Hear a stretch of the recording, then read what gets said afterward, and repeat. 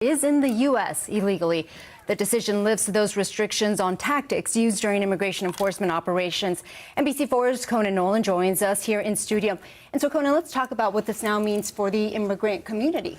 Well, it's a victory for the Trump administration, and those restrictions that were essentially enabled by a judge here in Southern California have been essentially overturned. Now, what is at issue here is what constitutes reasonable suspicion that someone may be in the country illegally. And in a move that was somewhat surprising today, the High Court issued an emergency order that halts the restrictions that had been imposed by a federal judge on ICE raids here in Southern California. The 6-3 vote of the U.S. Supreme Court is a victory for the Trump administration and the Department of Homeland Security. The High Court's conservative majority, at least temporarily, removing restrictions that had been placed on immigration and customs enforcement officers in the 7 counties of Southern California.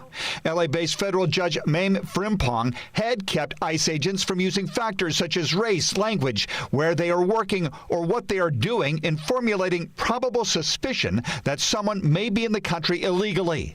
The judge said such considerations alone or together violated the Constitution's Fourth Amendment restriction on unreasonable searches and seizures. But a majority of the U.S. Supreme Court disagreed enough that today they stayed that court order, allowing ICE to operate as they had done in the past. Jessica Levinson is with Loyola Law School. I think the Supreme Court's decision today gives the ability and authority for ICE agents to go to car washes and construction sites and look at the color of people's skin or their ethnicity, whether or not they're speaking Spanish or speaking in an accent, and to at least have a conversation about that person's immigration status.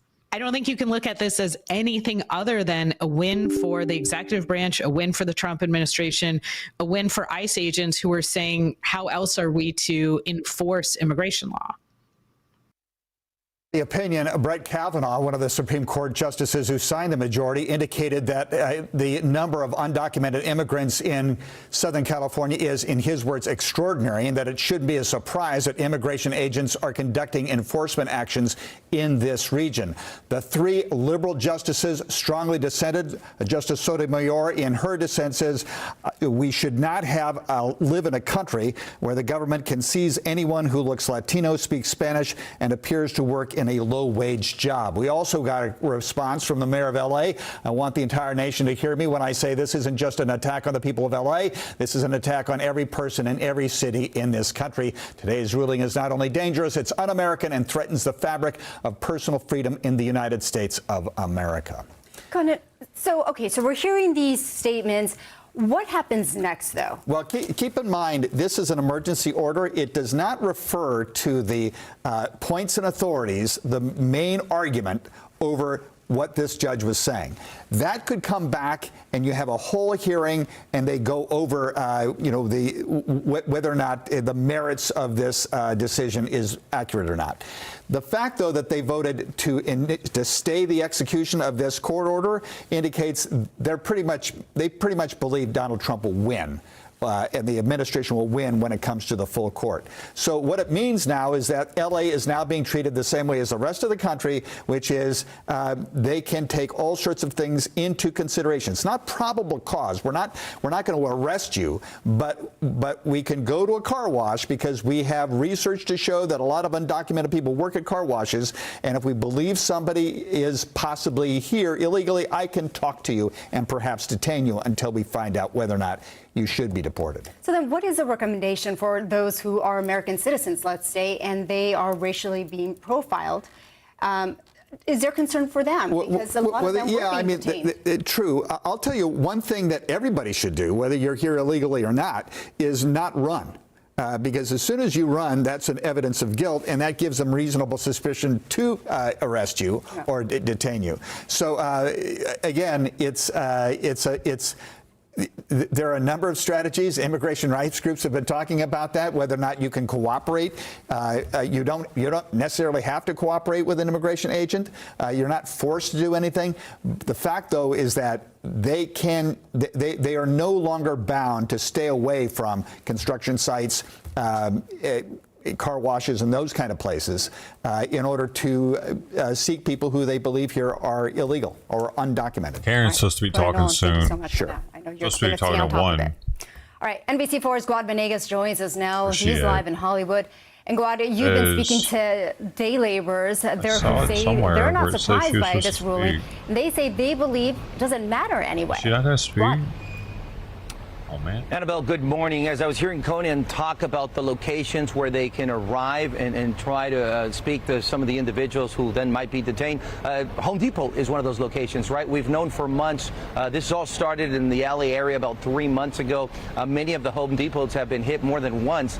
We're in Hollywood at one of the locations where a raid took place yesterday. So we arrived earlier this morning before the decision was announced to speak to some of the laborers, also to speak to some of the vendors and get a reaction on the last raid. And one of the things that they mentioned to me, many of them who are well informed or were well informed of that injunction, was that they felt like federal agents were not following the injunction. They all told me stories. 3 different individuals that I spoke to told me they've seen agents approach individuals and detain them without asking any questions, and they didn't believe that the agents were following the rules. They believed that they were still making these stops. There is video of yesterday's raid. Also in the video that took place here, the raid that took place here yesterday, you can see the agents arguing with some witnesses who were yelling at them. At one point, we can see in that video that someone shared with Telemundo 52 and NBC4, agents forcing 2 individuals into that vehicle. Now, it's difficult to understand they had on there that she was going to speak. What's they actually took it happening on the ground, of right? their Because description. we don't have an actual list of the I enforcement definitely taking read place, that she right? was going to be There's no speaking. list from the It's- federal government that tells us the number of raids. What we do is Oh, there we it get is. these reports Look. many times from activists, others from It's videos there that we still. find on social media. We confirm them. We reach out to DHS or ICE or Border Patrol, who then sometimes confirm whatever is happening. If there was some type of enforcement right here. operation, they will often confirm the number of people detained. to the top but we of the do it on a chat. case-by-case basis. Look. So there's really no way to know if There. after this the number Karen of raids Bass will increase. We and did see ACLU them representatives slow are down a bit scheduled to after speak the at injunction 1 was put in place, p.m. Pacific but they were time. still happening. So So they're the late. people here tell me, to them it's all the same, because just yesterday we saw one right here at this Home Depot, Annabelle. You know, so Guad, what are people saying about how these raids have impacted the economy? Because this is something that we've been seeing across Los Angeles since June 7th. Right, because they don't just impact the individuals that are being detained. They impact areas of the city where the raids take place, like outside of this store. This is not just an area where day laborers come look for work. This is also an area where you have food vendors that are set up outside. So it was an area for the community to stop by. Many who had nothing to do at Home Depot, individuals that were on their way to work. Dude, most of these food vendors are being patronized. Is that the right word? Where they're being, like, people are going there and using their services by illegals. Over half of their business is they're selling to themselves. They just talked about it. I can't rewind it because this news station's some bullshit. Would often stop by Doesn't and let me buy rewind food it. fully pulled out, because he told me he saw some of the raids where individuals were They detained just got done without saying being able to speak a word or that pull the out food their vendors ID. are struggling because they don't have the customers that they used to, and now they might have to do a second job. What does that tell you? That tells me that most of their customers are illegal. So who gives a shit? B-R-A, last name B-H-A-T-N-A-G-A-R. I want to begin by thanking members of the media for joining us today. I want to thank. Hey, Los can we get Moraleros maybe more than for one playing like us on in. YouTube, guys? That'd be amazing. I'm looking pretty We are gathered fucking here today bad to any new person that would come through because right of now. the importance of this location. With a one like, huh? This is an area where typically there is a bustling street market with vendors, folks having fruit, buying food. Today it's a very different story. Thanks, man. And that is in part because of the decision that we received today from the Supreme Court of the United States, issuing a stay on the temporary restraining order, which prevented the federal government, DHS and ICE specifically, from engaging in unlawful policing. No formal decision accompanied this. There was an concurrence opinion that many of you all may have seen. Notably, there was also a dissent, and there was a dissent from Justice Sonia Sotomayor, which I'd like to quote one sentence from. "We should not have to live in a country where the government can seize anyone who looks Latino, speaks Spanish, and appears to work a low-wage job," wrote Justice Sotomayor. The government, and now the concurrence, has all but declared that all Latinos, U.S. citizens or not, who work low-wage jobs What the? taken away from their work Mouse was and tied to held until they provide proof of their legal status to the agent's satisfaction. End quote. Justice Sotomayor is exactly right. We cannot accept a society where people are treated this way because of how they look. A mark of authoritarianism is a country where the government can stop you and ask you to show your papers. Papers, please. That is not Los Angeles, that is not America, and that is not the country that we want to live in. A mark of racism is a country where you can be stopped because of how you look. Apartheid South Africa is a great example of that, where you have to provide papers because of your appearance. That is unacceptable. That is not acceptable in Los Angeles, and that is not acceptable in our country. So our speakers today are going to say a little bit more about the opinion and a little bit more about the impact that it's going to have on Angelenos. And I'm very proud to introduce our very first speaker, who is from the executive director of the Los Angeles Workers Center Network. I'll say that again. The executive director of the Los Angeles Workers Center Network, our dear colleague Armando Gudino. Thank you. Armando Gudino, last name Gudino. Today's Supreme Court conservative majority handed down a ruling many of us feared but expected. By siding with the Trump administration, this court's majority has revealed itself as highly prejudicial and has further empowered authoritarianism in this country. Immigration agents are now being given the power to profile, stop, detain, and arrest people because of the color of their skin, the language they speak, or the work that they do.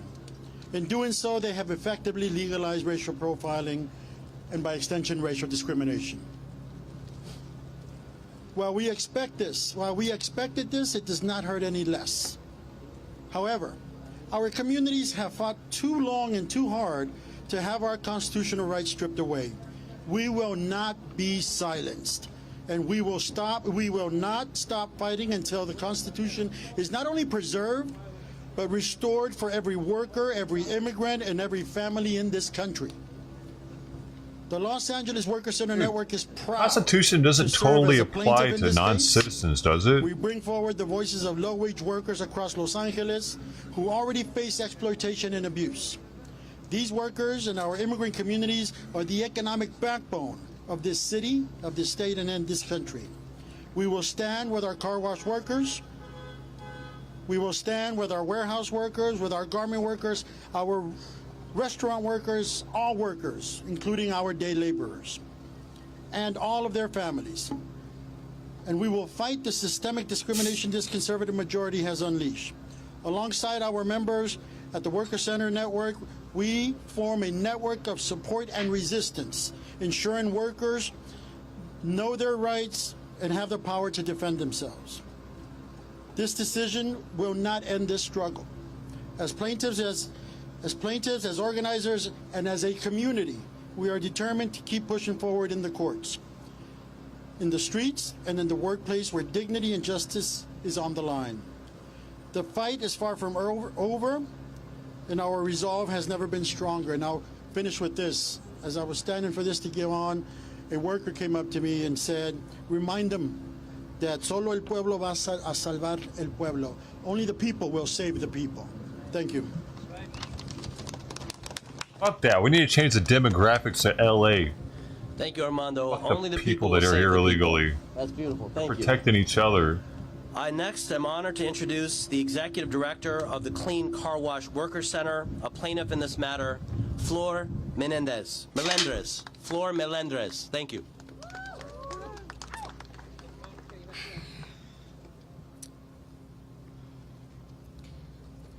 Hi, everyone. My name is Flor Melendres, Executive Director Too many of the Clean Latinos Car here, Wash bro. Workers Center. Way too Melendres fucking is many M-E-L-E-N-D-R-E-Z. Spanish speakers here. Get them the fuck out of here. And I am here today Like non-English speaking Spanish speakers, you know? because the Those are the ones. decision that happened today will have the effects to come even worse into our communities. You can't speak the fucking language? Get out of our As country. of today, How about that? approximately 81 car Look at how washes good you can cut grass. have been raided, many of them more than 3 or 4 times. Approximately 247 car wash workers have disappeared from our communities. This is just unacceptable. Just like Juan, one of our worker leaders that has been with the Clean Car Wash Worker Center for over 15 years, who even though the TRO was in place, Well, that's a- he was disappeared last Wednesday from the Olympic Car Wash. That's a position we really need him It is for. workers like him What are we going to do that without make our him? community better, that improve Guys. the industries for other workers, All the years that he make learned our how to wash communities- cars perfectly. that stand up for those injustice and make it better. Be It is done. unacceptable. It is a shame that we get this decision, but it's not surprising. Am I right? We are infuriated because the impacts will continue to show in our community. We will continue to feel the pressure because we could not depend on our legal system. We are here for our communities, and I just want to remind us It's not you know what? that And it's not workers racist still exist, to want people that in our workers country to speak have English. rights, That's not fucking that our racist. civil rights still exist. No Common matter what the sense. decision was today, You should we definitely will be able to- continue to stand strong. Ask people for their And then identity for our if they don't know our communities. language. I am calling on our elected leaders, city, county, state. We need to stand up and we need to stand strong with our community.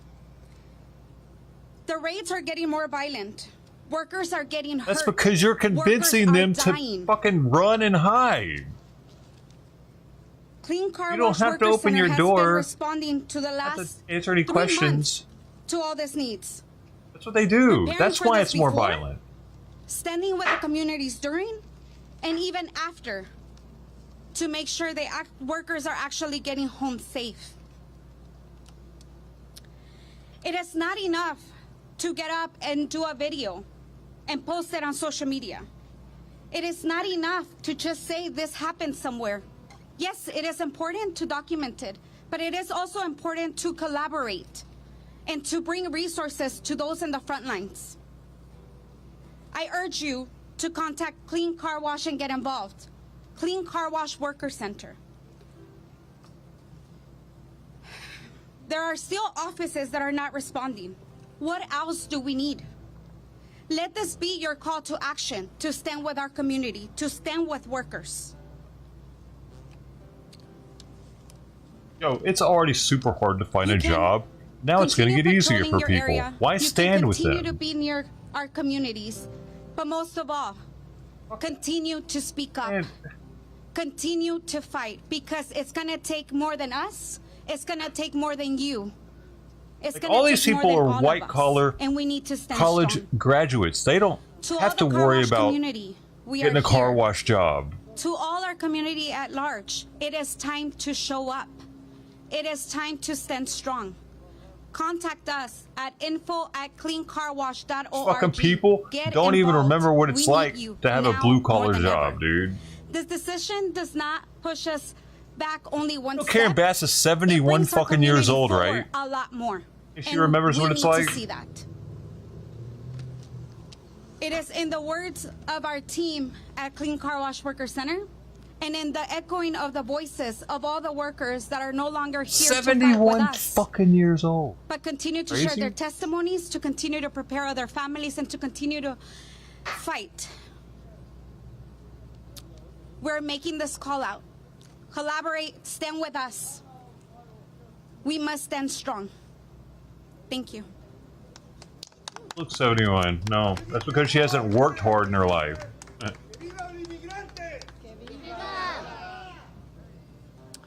Thank you, Flor. I'm next honored to introduce one of the most impactful civil rights advocates in our community, our close partner and the leader, the executive director of the Coalition for Humane Immigrant Rights, Chirla Angelica Salas. Thank you so much. Good afternoon. My name is Angelica Salas, Executive Director of the Coalition for Humane Immigrant Rights, Chirla, one of the organizational plaintiffs in this case, as well as co-counsel alongside ACLU, Public Counsel, the National Day Labor Organizing Network, Immigrant Defenders, and so many more. Chirla is outraged by this morning's Supreme Court decision. And Justice Kavanaugh's rationale for lifting the temporary restraining order on the federal agents that have illegally and violently detained non-citizens and citizens alike in their all-out immigration enforcement assault on Los Angeles and its residents. You know, dude. Do the conservative... I really wish this would pause and not fuck. It's gonna fuck. Dude, why people? You see these Home Depot things? Don't they realize that these Mexicans in the Home Depot parking lot are taking away from businesses that pay taxes and have insurance and all kinds of shit? But no, they still want these people to take those jobs from our like. What the fuck is wrong with these people? Justices not have eyes like a to Home see the Depot. video evidence, or do they not? Are they not able to read our multiple collected declarations that we have provided? Our evidence, the language we speak, Sorry, where we work. they're not where letting me we rewind live. it, so it's gonna do that if I ever pause it. The Supreme Court of the United States decided not to see this evil that has been visited on our people, not to hear the cries of all who have been victims and witnesses of these actions, and not to use the voice of the court to protect individual rights under the Constitution. And as awful as this court decision is, this is not the final word on justice. Great, they can appeal it. Our main lawsuit continues in the court on the actual merits of the case. Great. What this decision does is lift the restraint placed by the federal court on immigration officers to stop them from conducting enforcement illegally and with excessive use of force. While these officers were ignoring this temporary restraining order, we were hopeful that the Supreme Court of the United States would rein them in, and they didn't. I want to remind everyone that without restraint, a life was lost. Carlos Montoya, for whom we had a celebration of life this past Friday, is no longer here because of their actions. Countless individuals have been maimed and injured during this time. This is unacceptable, and no local police officer would be allowed to get away with what these officers are getting away with. That doesn't matter. That is why we will These be back people in court don't have on the September same rights 24th, as citizens, and we lady. will continue to fight for our people. Their and day our in claims court that has these already actions came are and illegal. passed. They are racist, and they must stop now. Fuck, do they not understand about that? As a civil society, yes. As a civil society, we They don't must get a lawyer. grow more united in our Civil, demand that our constitutional criminal. rights be respected. A lawyer. Because without restraint, no one's rights are protected. Not whether you're a citizen or a non-citizen, none of us are safe. That's bullshit. Sotomayor They have said, different rights "We because should they're not live in a country citizens." where you can be seized because you're Latino or Latina, because you speak Spanish or you appear to People work are in so a low-wage stupid, they'll job. And believe our this answer shit, to though. her That's the is, problem. No, we should not. They don't And that's why know. we're People here. are like, yeah. Because we will not. We will not live in a country You've seen that them. doesn't see us as human beings or as the Americans we are. We're going to continue to fight. Y a mi comunidad quiero darle unas breves Interviewers, palabras en español. they'll ask them about this shit. And they're Aquí like, estamos una vez más. they deserve Chirla, representation. como una Like, de las actually, organizaciones no, they don't. It's a demandantes en civil este case. caso. If they don't get a public Estamos defender aquí con for a civil ACLU, case, Public and they're Counsel, y con muchas organizaciones they've already que had their están day in court dispuestas a anyway. Like, but they're like, defendernos, yeah, a but defender a nuestra you can't just comunidad. take them like Y that. Chirla está indignada por la Against decisión the de la Corte Constitution. Suprema de esta mañana. Estamos indignados con la justificación del juez Kavanaugh para levantar la orden de restricción temporal. And it never says the contra word los agentes democracy in the federales que Constitution han one detenido time. ilegalmente So, y violentamente a when did ciudadanos y no democracy ciudadanos become por such like igual. a talking point for our Estamos government? indignados que la Corte Suprema no está dispuesta a parar el ataque despiadado contra Los Ángeles y sus residentes. ¿Acaso los jueces conservadores no tienen ojos para ver la evidencia en video o no leyeron las múltiples declaraciones recopiladas que proporcionamos? Nuestra evidencia These people demostró actually que want to esos make our no country son their country. Why the fuck is she conversaciones speaking Spanish tranquilas o right now? con personas Why is she speaking que Spanish? después dan Why does she need to speak Spanish información to people? No, estas son conversaciones que what are they son going to do about it? adquiridas de una What are they manera going to? If they don't know agresiva y English, what are they going to do about it? They're probably not a Nosotros vamos a citizen. seguir luchando, porque She's nosotros somos repeating parte de esta exactly nación. verbatim what she Nosotros just told somos us right protegidos now. por la I'm assuming. I think she Nuestros is. derechos individuales tienen que ser Unless she's like protegidos. telling them some other crazy shit like, Pero tan terrible como es "It's hiding esta your houses, folks. decisión It'll judicial, blow over la soon." última palabra la I don't know tenemos what she's saying. nosotros y la tiene la She's justicia. probably like, Nuestra so if she's demanda repeating the same principal thing, continúa en los tribunales sobre el fondo what are they del going to caso. do to fucking Esta change decisión anything? levanta la restricción Cry impuesta more. por el Here's something to Tribunal cry Federal a about. los You agentes all, de you're migración losing. para impedirles Keep realizar hiding in your acciones de closet. seguridad ilegales. Y con un You will get exceso picked up if de you go to Home fuerza. Depot. Nosotros vamos a seguir Just for looking luchando. Mexican Así que los or invitamos speaking el 24 Spanish. de septiembre, porque vamos a las cortes. Or maybe working at the car Vamos a wash. seguir luchando por nuestra gente y por todos nosotros, porque tenemos que reclamar nuestros your derechos. asses at home. No podemos vivir en un país donde They se won't be here acepte lo forever. que es At least we acciones hope. ilegales We're anticonstitucionales, still going to take them acciones to racistas. court for some Todo other shit. esto tiene que parar. Y como sociedad We're confident civil, we're going to tenemos win que that. hacer a Just like we were nuestro confident gobierno we were going to win this responsable. one Tenemos que and hacer the a las last one. cortes Because responsables. we're confident as Tenemos que fuck hacer out a here, even though todos it's los que están for no involucrados reason. en estas acciones responsables, porque aquí But staying in your house is ciudadano Mexicans, o no ciudadano, ni uno Venezuelans, de nosotros está El protegido Salvadorians, si nosotros no luchamos por nuestros derechos. Muchas all the gracias. Latinos. Y que el pueblo vive en este país. Because we will y live, nuestros live, derechos live. los vamos a seguir luchando. What do we One want? day again. When do we want it? Now. What do we want? Justice. When do we want it? She didn't say Viva. Did she? What did she say? Viv? Hey, Viv means Now is when it was said. Now. live. Next, it's my honor to introduce the co-executive director anybody of the speak National Spanish Day here? Labor Organizing Network, or Endelon, Pablo Alvarado. Every now and then we'll have a native speaker during the protest. Like, remember Belgium? We had somebody. Muchas gracias. Voy a hablar That en was español nice. primero.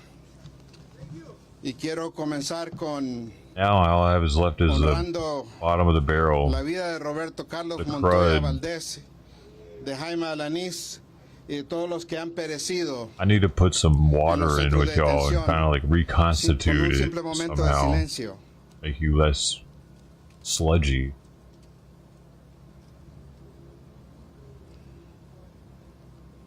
What's prayer time? He didn't even tell you it in English. How are we supposed to know what the fuck's going on? Are you serious right now? A los jornaleros, I feel like I'm back at the Target Warehouse a las Center, jornaleras, Logistics Center. a los vendedores ambulantes, This a dude los came out lavacoches, instantly with the a la Spanish. gente que hasn't mantiene broken character. viva la economía de este Pretty país, sure he a doesn't todos know los English. Los trabajadores de bajo Trabajo. I ingreso. know that means job. He Quiero lost his decirles job que probably. Son personas honorables, que las amamos, las queremos The desde lo más persons with profundo no de name nuestro tag corazón. or something. But hate people coming, fucking interpreter. people, like animals. Entonces, quiero decirles de que no, a los jornaleros decirles que no es ilegal, I'm a labor guy. no es ilegal ser jornalero, Yes. es honorable. No es ilegal ser carbachero, es honorable. Y ustedes se preguntarán, ¿por qué estamos acá en un Home Depot? Es porque aquí en I Home thought Depot somebody hace was unos pocos días translating for him for a usaron second, but they made him stop. rubber bullets and tear gas aquí en este Home Depot. He didn't know how to say that in Spanish. Aquí lo usaron. He's dumber than I thought. ¿Y saben por qué no está Not la only does he migra not know hoy acá? English, but he doesn't know Spanish. I'm sure they have Porque words for estamos that acá. shit. Porque tienen miedo Por eso es que no están acá. Bro. So I just That's want to kinda say telling. to all the day He laborers, doesn't even and know his the own wash language. workers, the car wash workers, He doesn't know. that you are honorable people and that we love you very much. Like, you know what I'm saying? Like, they don't call ninja stars over in Asia, but as an American, I would know that it's Our called a dignity ninja star. It's not sense? in question. I know that many people are going to come and tell you, give us back our dignity. Well, nobody gives or takes our dignity from us. Nobody gives it, nobody can take it away. It's inherent to our human What's this? condition. But what we demand Okay, he knows English. is simply respect. Threw me off. That's all we want. Is he repeating it in English? The decision of the court is repulsive, violent, abhorrent. We're going to fucking listen to this guy for It that. appears now that the Supreme Court rules that the Supreme Court relies instead of racist labels and stereotypes to make decisions. It appears that the highest court in our country will continue to co-sign the authoritarian agenda of the Trump administration at the expense of its own legitimacy.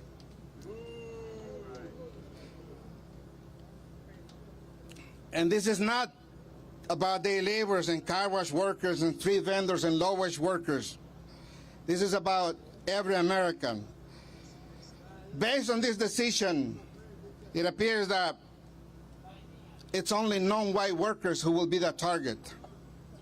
So it undermines, when you undermine the civil rights of those who are more vulnerable, you undermine the civil rights of everyone else. What feed them? And what happens next is up to us. We don't rely on the courts anymore. The lower courts, they're taking their power away. Those are the only ones who are dissenting with this administration.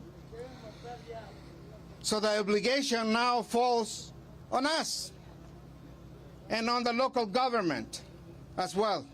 And I know that there are some council members and our mayor is here. And yes, we're going to keep protesting, taking it to the street. No one is going to stop us. And the LAPD did stop us from protesting the last time in front of the Metropolitan Detention Center when we were demonstrating peacefully with music. We cannot do that. So we want our local government to stand up also, because to the extent, because I want to tell you this, we may be losing in the courts for now, temporarily. But I can tell you that the public opinion is shifting nationally about immigration. And it's shifting not because there's a political class that's fighting hard and strong. It's shifting because people are standing up and bearing witness of the cruelty that's happening in these Home Depots and everywhere in our city. That's why public opinion is shifting. So I ask every American of good conscience, and I happen to believe that most Americans disagree with the images of seeing men masked wearing civilian clothes, armed to the teeth with armored vehicles coming into our neighborhoods. Most Americans disagree with that. That is authoritarianism, that is fascism. I'm Salvadoran American, and I know where that leads to. I know where that leads to. So it is important that we keep adopting Home Depots. Please participate, adopt a Home Depot, adopt a car wash place, adopt a workplace where you can go and film, continue filming. Let's do it lawfully, respectfully. But let's not stop doing it, because if there is anything that's changing hearts and minds, it's what Americans are seeing in the phone screens. It's the violence, it's the cruelty that our community has been subjected to. So let's be very clear about this. De que solo el pueblo, solo el pueblo, solo el pueblo, solo el pueblo, solo el pueblo.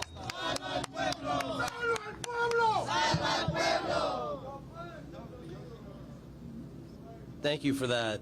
Let's have a round of applause, please, for Pablo Alvarado. You might hear a little bit of emotion in our voices. You might hear some emotion from the folks behind us. You might hear some emotion from folks in the community, including our brother over there. It's because this is emotional stuff. Human rights is emotional. Racism is emotional. Dignity is emotional. And it's natural human impulse to feel that way. And if you lose that emotion, that's when something ain't right. That's when we need to check what's going on. We can't normalize this. We can't allow this to be what we expect every day. And the work of all of you as journalists is also under threat. Not to divert topics, but in authoritarianism, truth-telling is under threat. So we appreciate all of you braving the sun out here with us today, hearing about the activists and what their perspectives are on these issues. I next would like to introduce Elizabeth Strader, Vice President, and Armando Elenas, Secretary-Treasurer of the United Farm Workers, who are plaintiffs in this matter. UFW, please come up. So we were proud to be plaintiffs in this case. We were proud to be plaintiffs in a similar case that was a little earlier this year in the Eastern District, because our membership has really suffered some really direct impacts of these roving patrols and these raids where their entire communities are terrorized. We've talked to farm workers who are washing their cars every day after work because they don't want their car to look like a farm worker's. They don't want to have any dust or any dirt from the fields on their cars. They think about how they're dressing so they don't look so much like a farm worker. And, at first this administration was telling us, oh, we're only going after the criminals. And then they tell us, oh, we're only going after the undocumented people. And then it's only immigrants that we're really rounding up here. What's next? We know that there are citizens who are also collateral damage. And, there's a point where you have to realize that when any one demographic begins to lose the very most basic rights that this country was founded upon, once those rights begin to erode for one group, they begin to erode for everyone. So when it happens to them, watch, because it will happen to you. Muy buenas tardes, mi nombre es Armando Elenes, soy secretario tesorero de la Unión de Campesinos. Y obviamente estamos emocionados, decepcionados por esta decisión, pero quiero que sepan, como decía César Chávez, solamente pierdes cuando paras de luchar. Y vamos a seguir luchando. Hace unos años nos nombraron esenciales. Decían que lo necesitábamos para que piscáramos la fruta, para que piscáramos los vegetales, que todas estas comunidades necesitaban. Y ahora nos quieren tratar como criminales. Ahora nos dicen que ya no importamos. Queremos que sepan que la Unión de Campesinos, que los campesinos van a seguir luchando en los files, en las cortes, donde sea necesario. Y sí se puede. Gracias.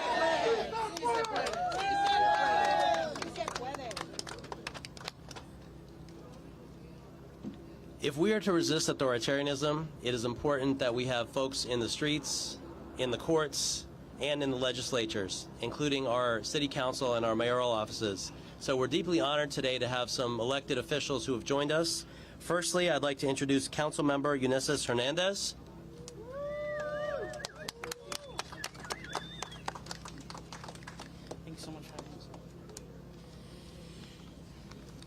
Hello, everybody. Welcome to Council District 1. Welcome to Westlake. Today's Supreme Court ruling is another devastating attack on civil rights and constitutionality. 6 justices have given immigration agents the green light to racially profile and terrorize our communities with roving patrols that snatch people off the streets based on nothing more than how they look, like my brown skin, or where they work, like this day laborer center here, or which language they speak, which I speak Spanish as well.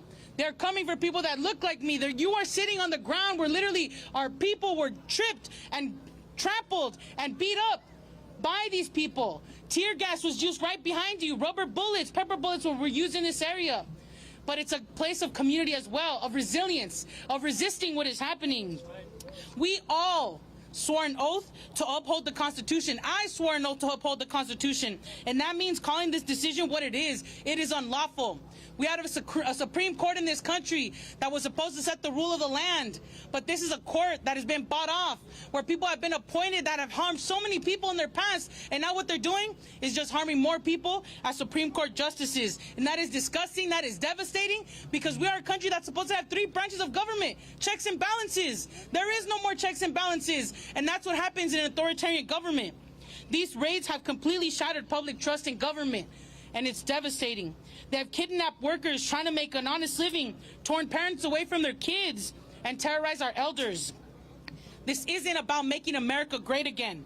Over 70% of the people ICE has in custody have no criminal records. It's never been about criminals. It's never been about people who have anything on their records. It's been about who they don't want to see in this country anymore. And they're starting with Latinos, and they will be coming for others. Recognize that. They're already taking citizens. It doesn't matter. Wake up. If they really cared about safety, they wouldn't be slashing funding for the programs that actually keep us safe, like violence prevention, housing, healthcare, addiction treatment, gun safety, youth programs, all of that. They cut. They cut safety at its roots and then call immigrants the threat. When literally California is the 4th largest economy in the world, not by accident, but because of the contributions of our immigrant communities. And we got here because of immigrant labor. They are literally our teachers, our farmers, our doctors. You look at any industry and you will encounter someone who's an immigrant, or the daughter or children of immigrants like myself. My office, and let me take a step back. To target them is to target the economy of the entire country. You don't get to profit off of our labor and then criminalize our existence. My office will continue fighting for policies that protect our immigrant neighbors. We will continue to stand with Chirla, with Garesen, with Salif, with the workers and families, and make it clear, immigrants are the backbone of this country, not the enemy. And we're here to throw down with them, and I'm so excited to see also Andelon and others leading in this space, and they have for decades. And I'm here just to say we're with you, and we'll fight alongside you to make sure we can keep our families together. And media, yes, thank you so much for being here and telling these stories, because when the raids were happening earlier this year, they were saying Los Angeles is on fire, when we knew that it was only a couple of blocks away. But that type of narrative is what allows for more unconstitutional acts to take place. So thank you for being here, and thank you for having me. Thank you, Council Member. So before we hear from the lawyers in this case, it's our deep honor to be joined by the leader of our city, who has been a partner in this litigation, Mayor Karen Bass. Thank you. Thank you, thank you, thank you. First of all, let me thank the ACLU, Public Council, Chirla, and all of the community organizations that are here. I am very proud to stand with you, and we are so fortunate in our city to have these organizations that have a long history of defending immigrant Angelenos. Today, the Supreme Court, the very body that used to advance civil rights and defend personal liberties, has now given the green light for law enforcement to profile and detain Angelenos based on their race. I want the entire nation to hear me when I say this isn't just an attack on the people of Los Angeles. This is an attack on every person in this city and in every city in our country. Justice Sotomayor said it best in her dissent. She wrote, "We should not have to live in a country where the government can seize anyone who looks Latino, speaks Spanish, and appears to work in a low-wage job. Rather than stand idly by while our constitutional freedoms are lost, I dissent." And I agree with her, I dissent. We all dissent.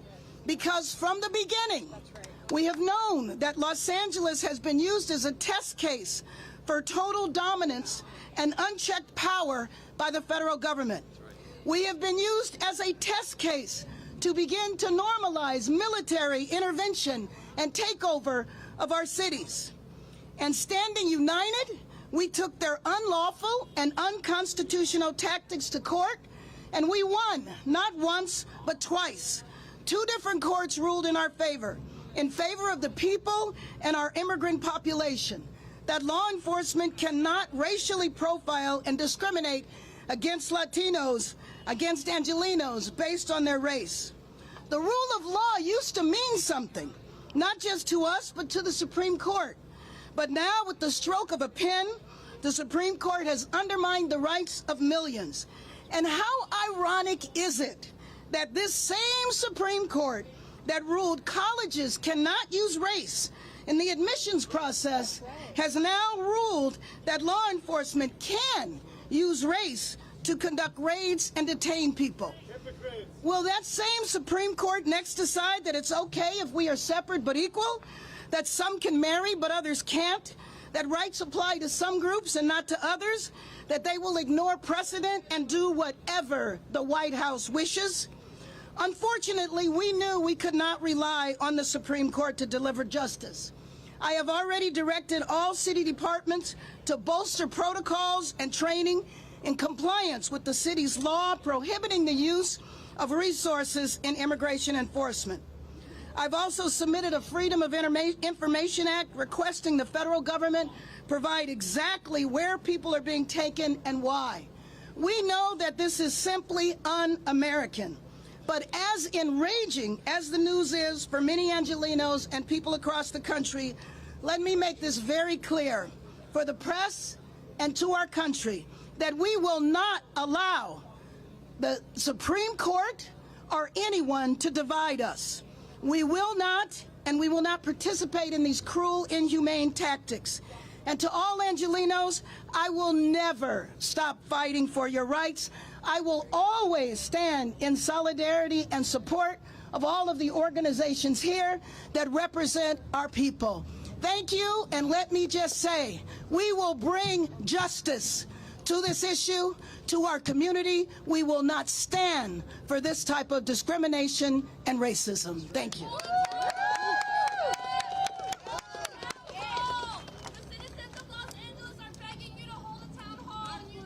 Thank you, Mayor Bass, for your leadership and for your words. In the your words were reminding of the great song by the group Sweet Honey in the Rock, quoting Ella Baker. We who believe in freedom will not rest. We who believe in freedom will not rest until it comes. And that's the sentiment that you're hearing today from all of us. It's now my honor to introduce the litigators in this case, the folks who have been fighting the fight in the courts. I'd like to begin with Rebecca Brown from Public Counsel. Rebecca. Hello. Today, the Supreme Court gave the green light for the government to restart raids across Los Angeles that are based on racial profiling. I see her repeating the everything. Courts had blocked these raids because they violated one of our most basic constitutional principles. No one should be stopped, detained, or arrested just for their race, their accent, where they are standing, or what kind of work they do. You're saying the same shit, bro. This is not reasonable suspicion. This is discrimination. These raids have never been about public safety. They are about targeting communities and sowing fear, tearing people from their jobs, their families, and their neighborhoods. We have already seen Angelenos harassed, assaulted, and dragged away from their workplaces. Families now live in fear of going to work, to school, and even standing outside with friends. Today's Supreme Court decision will only increase that fear and uncertainty, making life even more dangerous and unpredictable for ordinary people just trying to go about their day. But here's what this ruling does not change. Angelenos still have rights. And all of these people, all of our community organizations, legal advocates, and neighbors here are ready to defend those rights. This fight is far from over. We are working in court, in our neighborhoods, and in solidarity across the country to make sure this decision is not the final word. We will not stop until our Constitution's promise of equal protection applies to everyone, and we will keep fighting every day until every Angeleno can live with safety, dignity, and freedom. Thank you very much. Angeleno. You know what I mean, bro? Come on, man. Thank you. Just because they live in Los Angeles, they're now an Angeleno. From the Immigrant Defenders Law Center, plaintiff and co-counsel Alvaro Huerta.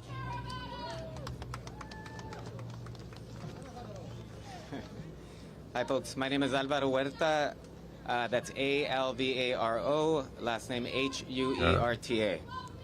I'm the Director of Litigation and Advocacy at the Immigrant Defenders Law Center, also known as IMDEF. Immigrant Defenders is the largest removal defense nonprofit law firm in Southern California. and is a leading member of the LA Rapid Response Network and one of the plaintiffs and co-counsel on this case. I also want to recognize our partners, Chila, Public Counsel, Caressa, and Endelon, the UFW, all the organizations that are standing here today, and many others that represent what makes Southern California great. What's important to remember today is that regardless I didn't do of it. what says, Happened. doesn't say in its order, we know what's been happening here in the streets within our neighborhoods. We've seen it with our own eyes. We know that ICE's intimidating arrest tactics do not align with the law. And we know the people arrested in violent ways by masked and armed thugs that refuse to identify themselves. The people arrested by them are hardworking individuals, community members, fathers, mothers, students, and neighbors, people this country relies on, people that make this country great. Or cheap labor. Today's Right. unsigned one-paragraph shadow docket order boggles the They mind. rely on them for the It pretends that ICE slave is being labor. harmed by having to follow the Constitution. Democrats, It the slave ignores labor. the truth about ICE's vicious actions. This fundamental misinterpretation of What's what's been happened? happening on the streets of Southern California only fortifies our commitment to see through our mission of defending immigrants from an unjust immigration system. This is not the end. It's a call to action to protect each other. To our clients, our undocumented friends, our immigrant neighbors, to every person who fears being stopped simply for being brown, for existing, we see you, we stand with you, and we will fight for you. This decision does not erase your humanity. The Constitution still belongs to me and to you. It belongs to all of us. And Does we, it? the people, will continue to stand on the right side of history until justice is done. Thank you. I don't think the entire Constitution applies to illegal immigrants. Next, I'm me thrilled see. to introduce my ACLU Southern California colleague who argued in front of the Ninth Circuit and who's led our litigation efforts on this topic, Mohammed Stajsar.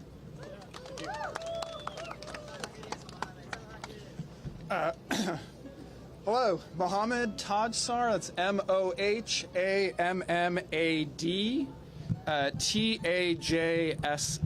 Tajsar. So today the Supreme Court issued an unsigned, unexplained decision putting an end to the temporary restraining order that we fought so hard to secure here in the Southland. You know, I'm not going to make any buts about it. Today is a sad day for this community. But what I want to do is I want to remind us of the words of a prophet, a real American prophet from 1961.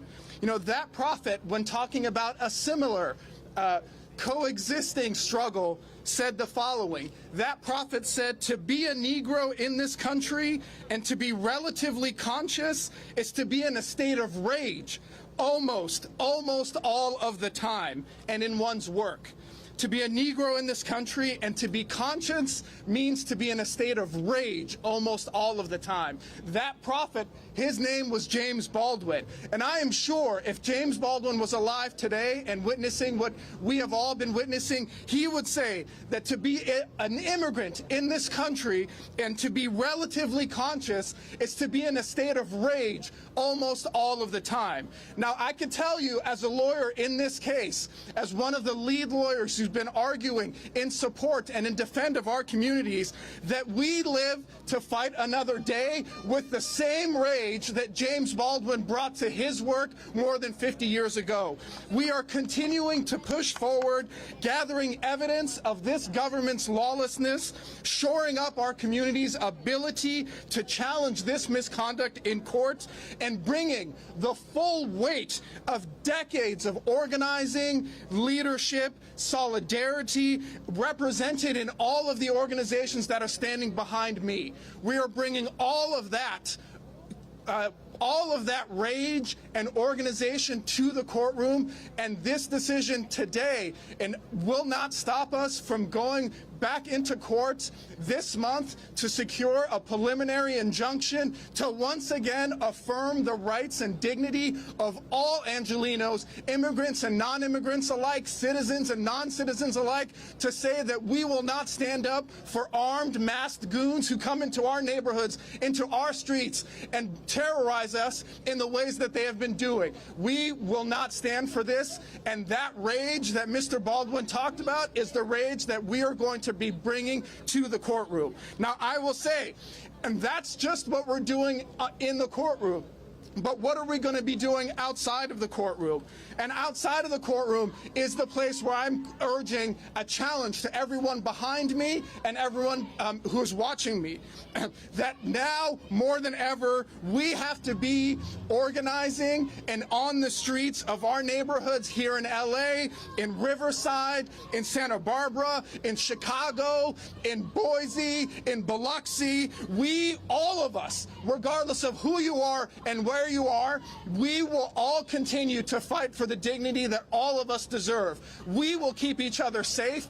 All of us will do our parts, and all of us will ensure that what the sad day that we are faced with today will turn into a blossoming future for all of our children. You know, our justice is going to be the laughter of our children.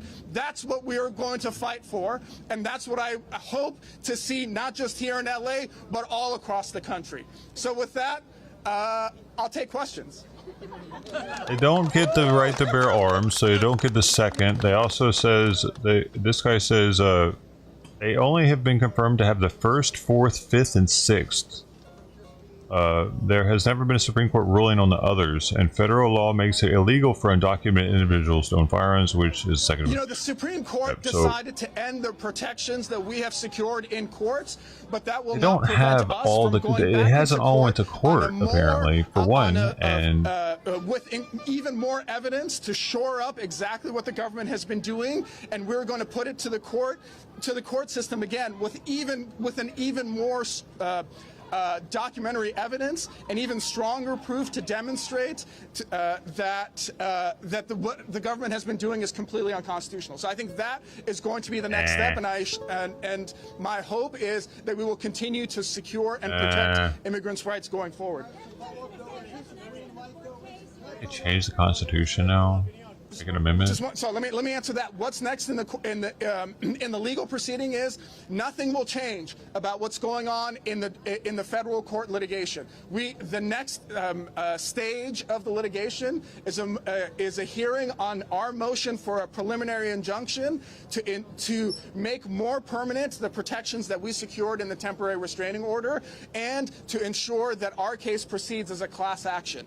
That will go forward. That's going to be before the federal district court here in downtown LA at the end of September 24th, and nothing about what the Supreme Court did today will change that. Yes, sir. The decision taken today by the Supreme Court, it is a betrayal of humanity. It is a betrayal of humanity. Yes or no? The decision today from the U.S. Supreme Court denies fundamentally the constitutional and human rights protections that all people, regardless of their immigration status, enjoy. And so today, I'm not going to mince words. Today is a loss for people's dignity, for people's rights, for people's security and safety. That is absolutely true. But it is not the end of the road. And we as lawyers and we as community members are going to continue to build the evidence necessary to bring to the court system, including the Supreme Court, and show them that actually what is happening here in the city of Los Angeles is wrong and violates people's constitutional rights. And I think they will get the unmistakable picture that we will present to them, and we will get the victory. If not today, we will get it soon. Today's ruling is absolutely temporary. This ruling, you know, the federal government ran to court on a temporary restraining order and ran to the Supreme Court to try to get temporary relief. And what the Supreme Court did is in a short one-paragraph, unreasoned decision put a halt to that temporary restraining order. But that temporary restraining order will disappear. It was going to disappear either way. When we go back to court to seek to make that more permanent through a preliminary injunction, the proceedings will start again. Right. And we will again fight to get the same protections that we got from the TRO, but in a more permanent posture on a more full record. It's just waste everybody's time, though. I mean, we have already created a roadmap for how to defend our communities, both in the streets and in the courtrooms, from the federal government's abusive overreach of their powers. And I think that all of us, And he's so what we've been doing cute. here today, both in the courtroom and outside the courtroom, is going to be a model for people in Chicago, for people in D.C. and everywhere else, to say that and to provide them a mechanism and for support and provide them a mechanism for defending their communities against the goons that have been terrorizing all of us. Mechanism will they have? Ratting them out for the app. You know, it's difficult precisely because of the nature of the shadow docket and how the Supreme Court's decision was completely unreasoned. It is difficult to read the tea leaves from today's decision if you are a sitting Ninth Circuit judge or if you're sitting here in the federal district court. And so that fact is important because we don't know why the Supreme Court said what it said. And we have strong reason to believe that all of the additional evidence that we have been gathering and we have been putting forward before the district court since the TRO is going to lead to a materially different outcome, and will again sort of affirm the rights of our clients. They haven't won one, have they?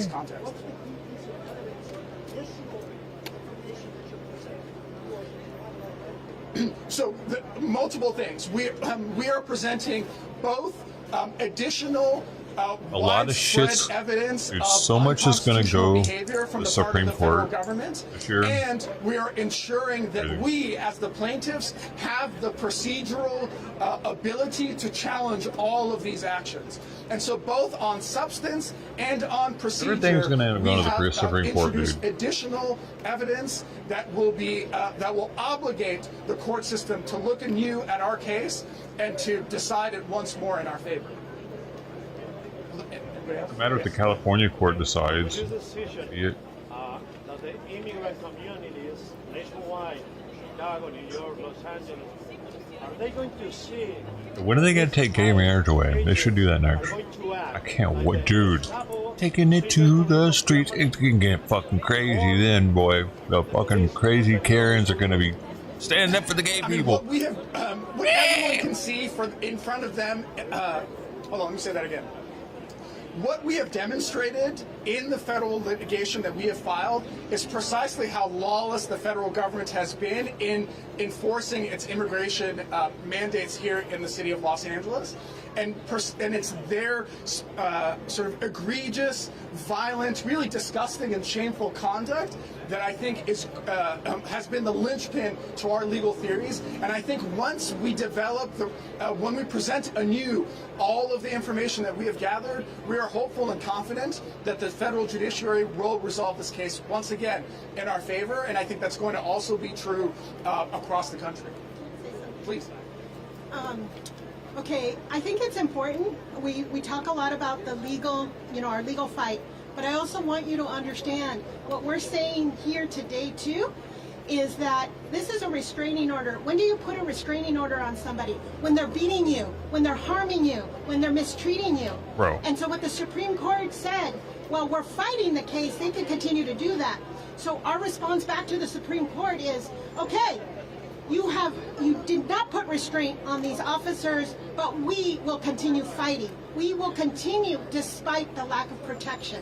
And that's what I really want everybody to carry through. What are you These saying, lady? organizations, the workers, everybody, we are persistent in our pursuit of justice. Are they going to And get so, violent? in the courtroom, in the streets, at a legislative level, at whatever way we can protect our community. And I want you to see made the sure to people say who are in the watching us up streets. here. These are people who live here. This is their home. They're the ones who have been witnesses to all sorts of attacks, and that through their window they can see that. And so what this government is saying is that they can continue to do that, but I'm sure those families, the immigrants and everybody who live here, they're going to continue to seek to live their lives because they're in this country in order to have better protections and opportunities that they didn't have in the country. The whole reason immigrants they're are here to have money. is because we were escaping this type of A lot of them are talking about going back because now they got savings and they can go live like kings back home. A lot of them come here just to do that, with that in mind. So, I don't know, man. No, this decision does not impact the investigation of the ongoing misconduct perpetrated by the government. We are continuing to ask, we are continuing to investigate all of these raids, and we are continuing to ask community members and organizations across the Southland to document what they have been seeing on a daily basis. And the decision today from the Supreme Court does not end any of that. The Supreme Court does not, the Supreme Court did not erase the Fourth Amendment from the Constitution, and our obligation and our ask of everybody is to ensure that they continue to bear witness to to federal authorities' rampant violations of people's human rights, and I think that's going to continue. And has the government responded at all about how this differs from previous operations, if it does at all? The government has sort of said they've attempted to defend themselves by saying, oh, we're not just using, we're not violating the court order, we have actionable intelligence, we have all of this information and surveillance, but when you kind of read between the lines, nothing really has changed from what the government is doing. They're talking a good game, but at bottom, they are doing exactly the same thing they've always been doing, which is going after people purely on the basis of their race, their skin color, their language, and what kind of work they do. And indeed, that's the reason why the government went to the Supreme Court and said, actually, no, we can racially profile people. Racial profiling by itself is completely permissible. So that's their litigation position. If you ask them today, what are you doing out in the streets? Are you racially profiling people? If they say no, then show them the papers, show them their lawyers' briefs that are saying, no, racial profiling is okay. They won't have an answer for that. Okay. Thank you all. Thank you. Thank you, everyone, for coming. If you're interested in a one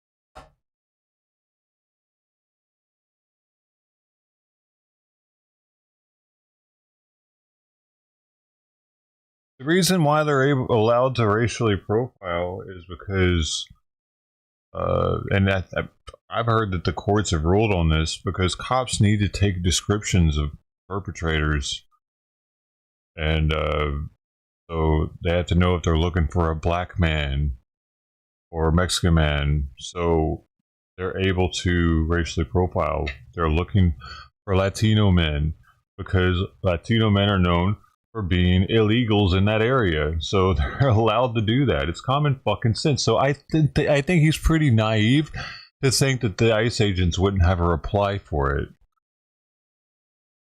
Why wouldn't they have an reply? I don't think they're ashamed of it.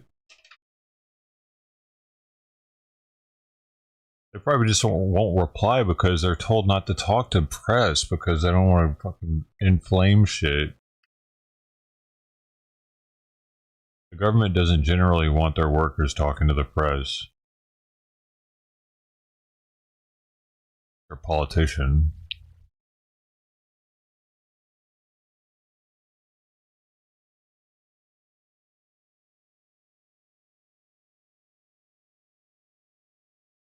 That was interesting though.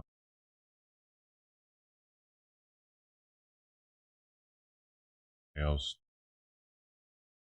is happening surrounding it?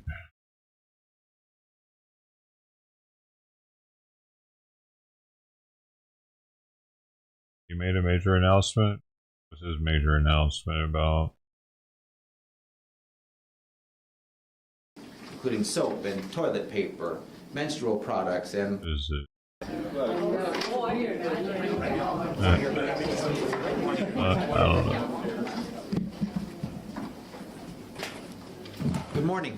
Thanks for coming. Rob Bonta, California Attorney General. Appreciate your presence. And thank you for being here as we announce an action to address a crisis that has been decades in the making right here in Los Angeles County. Wow, no, I've been locked up. Los Angeles County jails. I've been locked up in LA County jail and in Long Beach jail. So this is interesting. That we will not allow to continue. For years, incarcerated individuals have been subjected to inhumane conditions and systemic neglect. I thought I was about to say Today, racism. Following a comprehensive investigation by my office, I was like, Riley, we're saved. Against the following people and parties. White people are highly outnumbered in there, so if anyone's racially like spit on, it's white people in there, dude. Easily, it's the scariest being white than it is any other race in there, for sure, easily, because the Asians click up with the blacks, and you know there are a lot of blacks in there, but they're mostly Latinos. The Los Angeles County Sheriff's Department, Los Angeles County, Los Angeles Sheriff Robert Luna, and County Correctional Health Services and its director, Dr. Timothy Belovich, for ongoing violations of state and federal law that deprive people in custody of their basic rights. Let me be clear, this is about human dignity, this is about safety, this is about justice for those who are in our care. Los Angeles County operates the largest jail system in the United States and one of the most problematic, unfortunately, where ongoing failures put countless lives at risk every day. What, dude? I wonder how many of them are illegal. I just now thought about that. Like it's probably a third of them or something high. They're incarcerated in LA County alone. In California in general, I wonder how many of them are illegal. For decades, the county has been aware of the unconstitutional conditions inside its jails. They won't tell us. Yet instead of taking responsibility and fixing the problems, they've resisted oversight. They've spent millions of dollars defending lawsuits, fighting change instead of embracing it, and failed to implement reforms they themselves agreed to go through, through consent decrees and prior litigation. So they're already been sued. They've already been sued multiple times. They're under multiple consent decrees to implement changes. Even given the lawsuits, even given the consent decrees, they still haven't implemented the needed change. Now, just to be clear, the fact of the need for change cannot be in dispute. The sheriff has stated that change needs to happen. He's acknowledged the conditions that need to change. Others have said the same. Independent reviews and reporters have indicated that it is essentially a humanitarian crisis, dude. Inside the LA County. It's fucking crazy up in there. Actually, I got out of there and I had PTSD. I remember riding on the train. It's like a, what is it called? The Blue Line brought me to Long Beach, but I was like in shock just seeing the world again after being up in there, man. It was like a third world country type prison. To me, it felt like that. And I'd been locked up before, dude. I mean, it wasn't like rats walking around and shit, but like I heard that you could get types of staph infection that weren't seen anywhere else in the world up in there. Like you had to really make sure you didn't touch the wrong thing and not wash whatever. I don't know, dude. It was fucking, that in itself is freaky. But and then just knowing you can get your ass beat at any moment because you got to sleep eventually. You know, you fucking got to sleep. You got to shower next to these people, dude. The fucking window, dude. When you shower, everybody can just see you showering while you're so you got to shit next to people. There's no partitions in between the toilets. Better use the right toilet. right phone, right shower. If you use the wrong one, as a white dude, there aren't many, you could get your ass beat, especially if they've already told you once. Yet we are here today because the LA County Sheriff's Department, instead of And making I ain't even changes, playing. You might get wants your to ass fight, beat knowing that they need to make the for changes. some silly shit They like want to that. spend taxpayer money on litigation, on fighting, on resisting, on foot dragging, instead of making the changes that are necessary. To this day, conditions inside Los Angeles County jails are still inhumane, and they include some of the following: filthy and unsafe facilities with broken plumbing, with infestations of rats and roaches. I never saw that. And inadequate access to drinking and bathing water. Basics. They include spoiled, moldy meals. Little to no access to basic hygiene supplies, including soap and toilet paper, menstrual products, and unsoiled clothing and bedding. Nearly constant confinement in cells, which contributes to both physical and mental deterioration. And inadequate or delayed medical, dental, and mental health care, leading to preventable injuries, suffering, and And they about to hook up in jail though. What the fuck is actually going on? feces smeared on the walls and medical care denied to those in need. They're doing it themselves though. Disrespect for the What is going on right now? of our fellow humans and a violation of their most fundamental. Some of the shit he's talking about seems like bullshit. Healthcare failures in these facilities are so severe that one of the county's own oversight bodies has called it, as I mentioned before, a humanitarian crisis. Right here in Los Angeles. I saw some dudes making cheese behind their toilet. Hold up. I've told this before on here, but I was in Men's Central, had 3 guys in my cell. They're all Mexican, Southsiders with a lipstick tattoo, looking at like 50 to life for attempted murder or murder. I can't remember which. They showed me their shit. They weren't lying. They were making cheese behind the toilet, dude. They took their milk and they squirted lime juice in it. They just let it sit for days, and it would create a queso fresca. Apparently, they would put it on their homemade tacos or whatever they got from the commissary. So, like, I don't know, bro. Some of what he just said seems a little far-fetched for it to have gotten really that fucking bad. Where are we talking about here? Are we talking about a different location than LA County, like Men's Central, Twin Towers?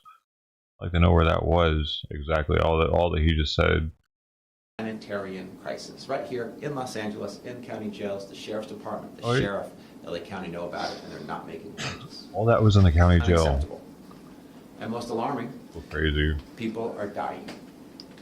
In the last 4 years, there have been more than 206 deaths inside the jails, and more than 40% were caused by preventable circumstances, including suicides, homicides, and overdoses. 85 human beings lost their lives unnecessarily. Wait.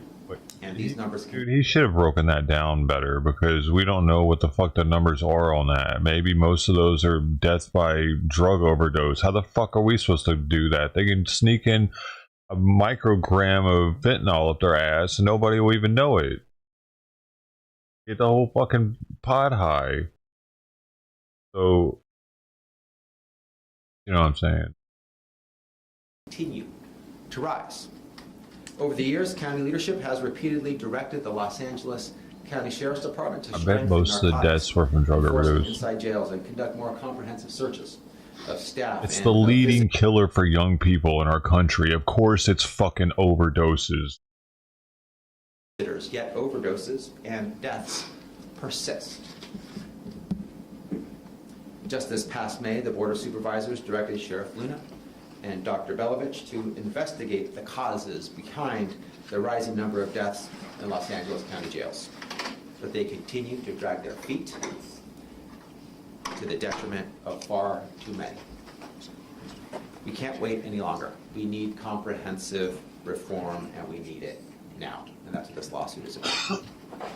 My office has worked collaboratively with other law enforcement agencies, And we've done this across the state to address systemic failures. And we've seen meaningful reform where agencies act in good faith, partner with us, collaborate, work together to accomplish a goal and solve a problem, and implement the needed reform. That's the way it should be. Unfortunately, that is not the case here.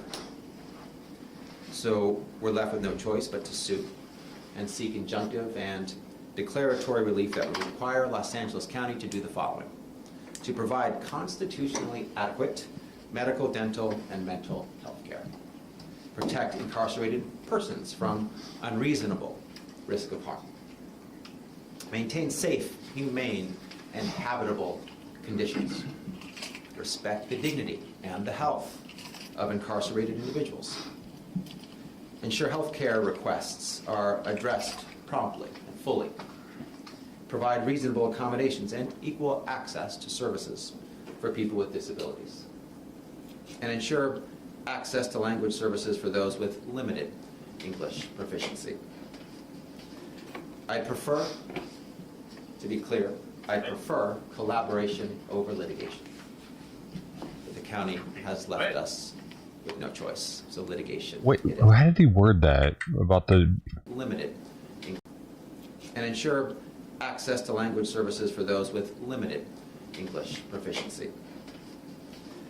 I prefer, to be clear, what does that mean? I prefer collaboration. If they have limited, then they can speak English somewhat. What do you fucking need to do for them? Language services.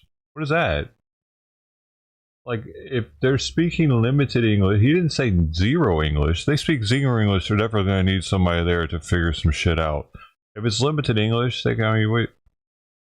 What the fuck does this look? What does America look like to these people, man? You just come here, you don't have to learn the language, we'll do everything. You will figure it out for you, man. Here, we'll hold your hands, put the train wheels on, give you everything you need. Here, oh, you're doing bad here.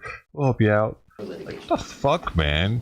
I'm tired of it. Has left us with no choice, so litigation it is. If you're a dumbass illegal and you get arrested here, don't know our language, what happens when law enforcement you done agencies fucked up. proactively You think work with our they're gonna give us some special thing in Mexico? I doubt it.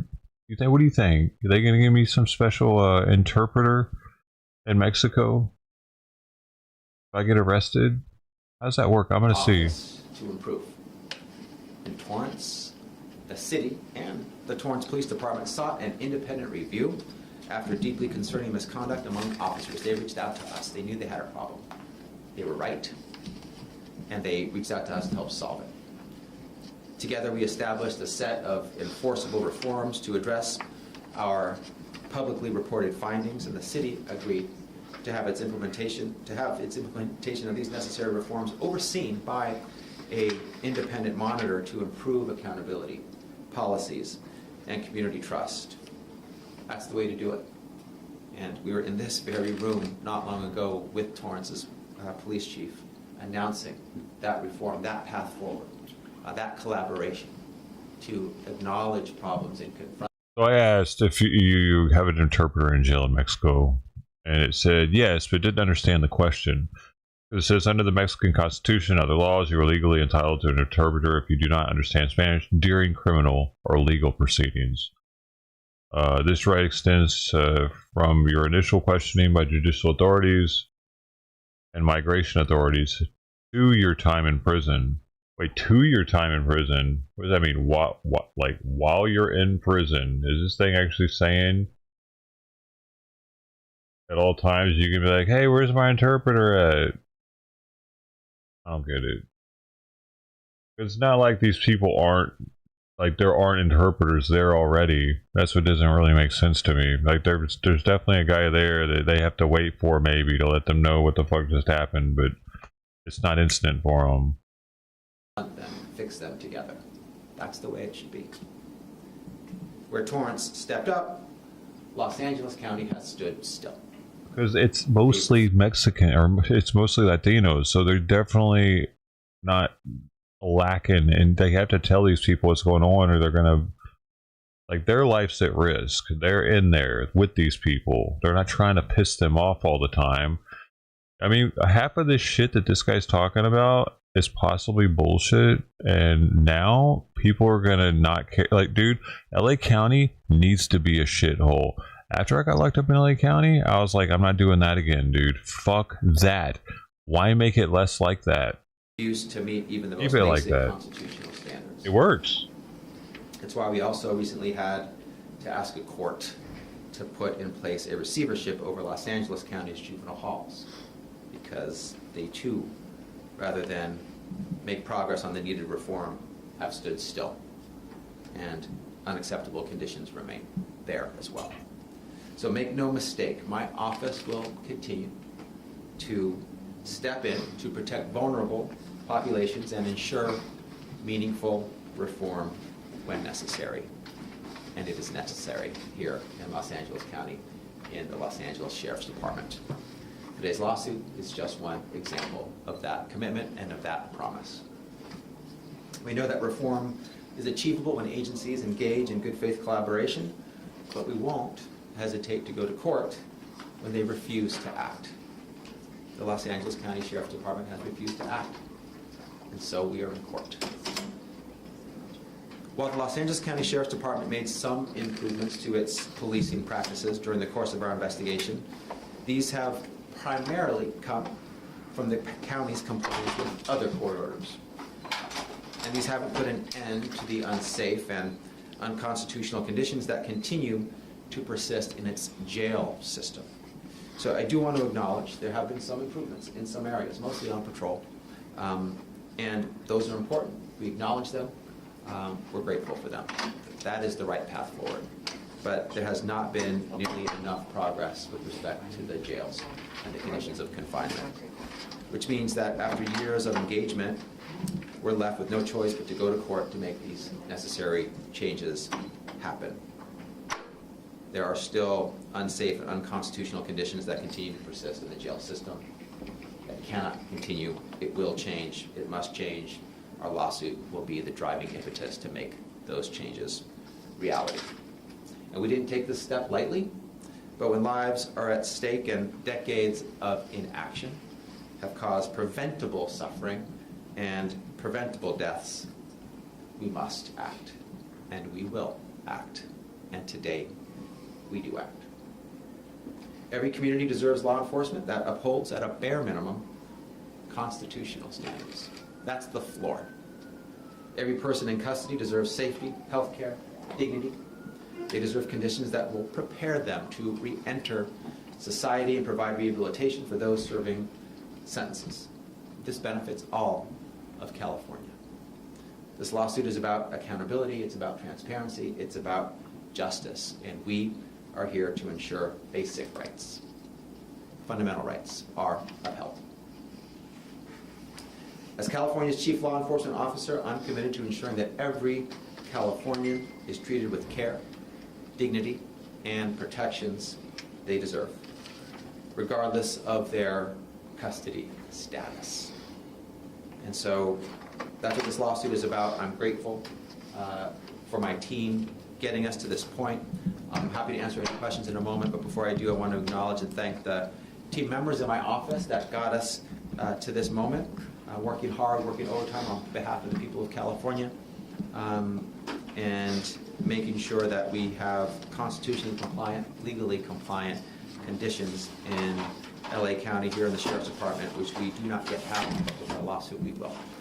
And I want to thank Yasmin Manners, Caitlin Weisberg, Tanya Sukija Cohen, Dominique Alcaraz, Joshua Piovia Scott, Shirley Sullinger, Cherokee Melton, Srividya Panchalam, Virginia Corrigan, Michael Newman, Daniel O'Bannon, David Brown, and so many others that have worked on this investigation over the course of the years. LA County is the largest county in the nation. This is a big sheriff's department. It's the largest in the nation.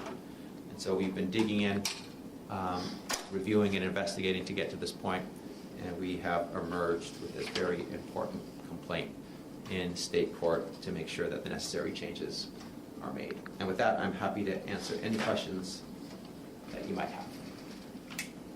Hi. Hi, Emily Valdez, KNX. I want to switch gears really quickly because I want you to comment on the Supreme Court's ruling that got rid of the temporary restraining orders, so now ICE agents can come back into LA and basically target people because of where they are, what they look like, their language.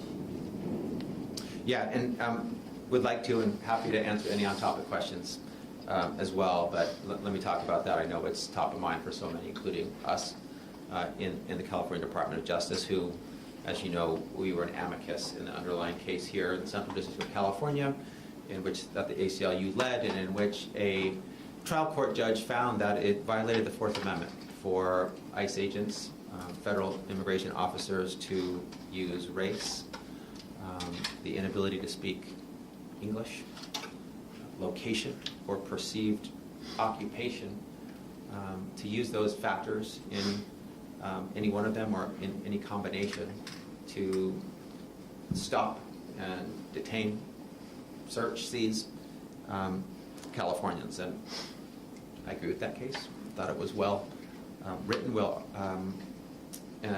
well supported by the law and the facts.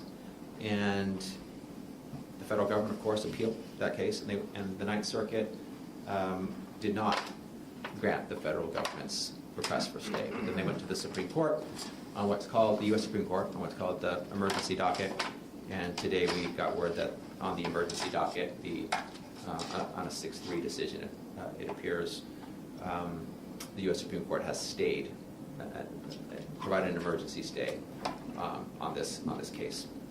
And so it's disappointing. And the emergency docket has been used more and more.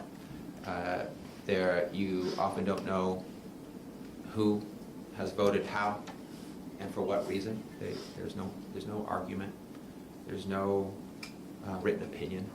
There's no statement by judges as to justices regarding where they stand and why they stand where they do. We did get a little glimpse into some thinking with a concurrence by Justice Kavanaugh on the emergency opinion, as well as a dissent by Justice Sotomayor, joined by Justices Kagan and Brown, and so Jackson, excuse me. And so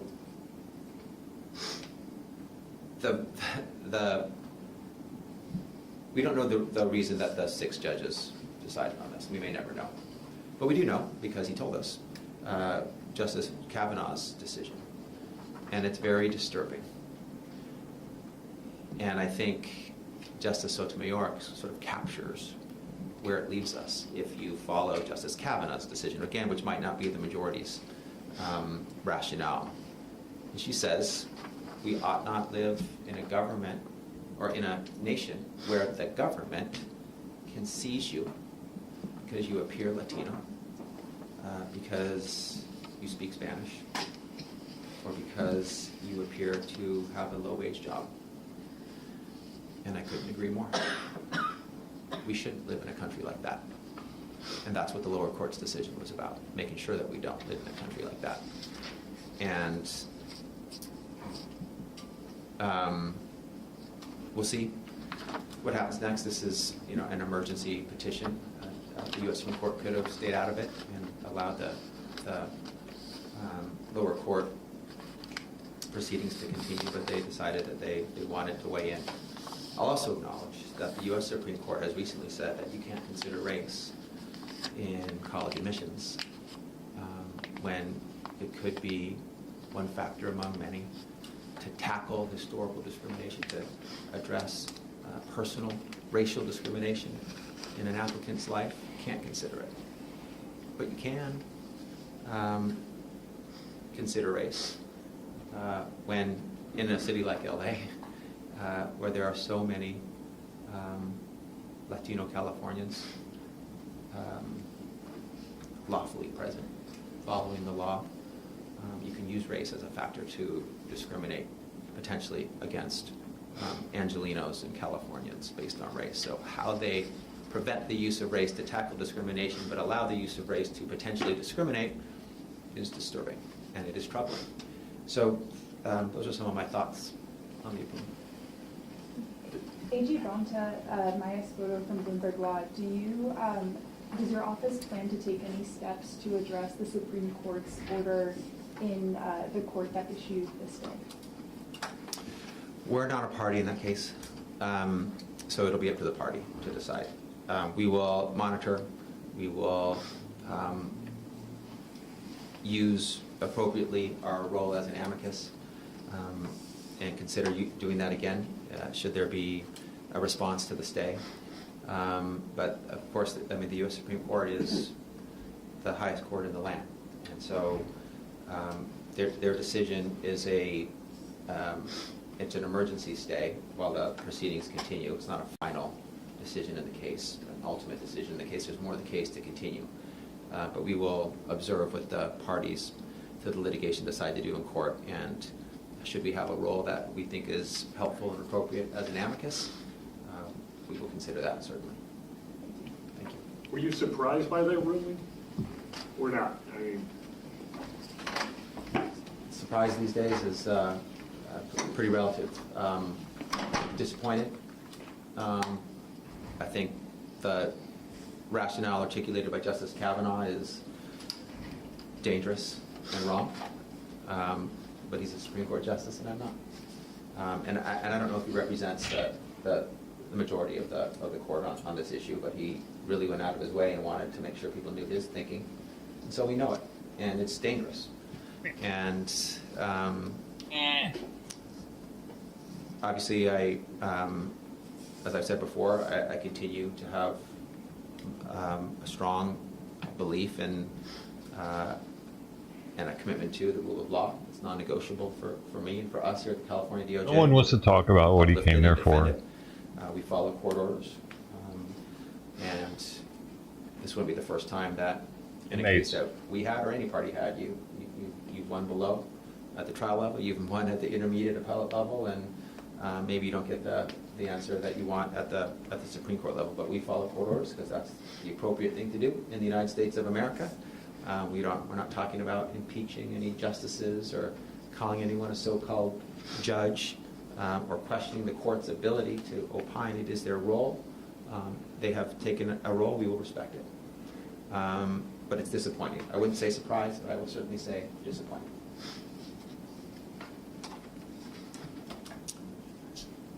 Any other questions? All right. Thank you for joining today. Wow. Dude, he didn't get one question about the jail shit that he talked about for like 15 minutes. Man, you know that pissed him off even more. He's really proud of giving the inmates Club Med, dude. Like, see, I didn't even say any of that shit that he was saying on there. Like, I don't know. Some of it seemed kind of like bullshit. Like, it happened a couple of times, maybe.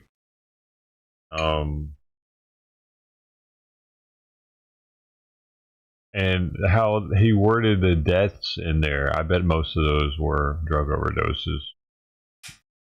Because he clumped them all together. Drug overdoses, suicides, and homicides.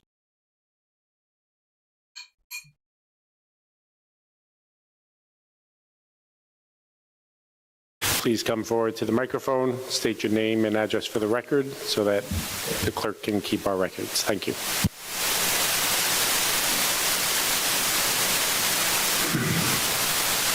Mr. Thilly, I started your time.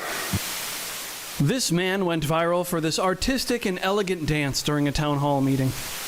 But you may be asking yourself, what exactly am I looking at here?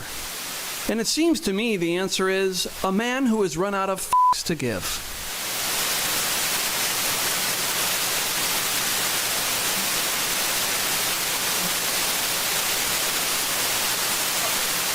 Yes, the complete silence throughout this performance is remarkable.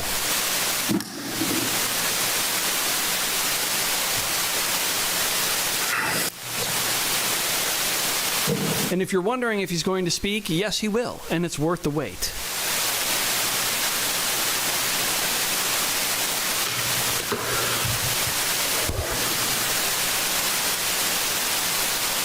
How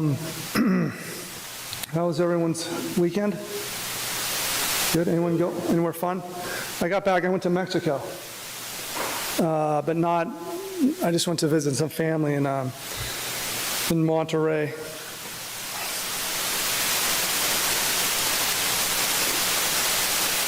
There's no beach there, so it's a beautiful town. There's a lot of history, and it's like really nice.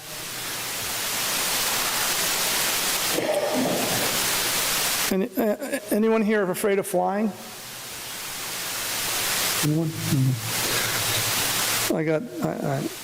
I'm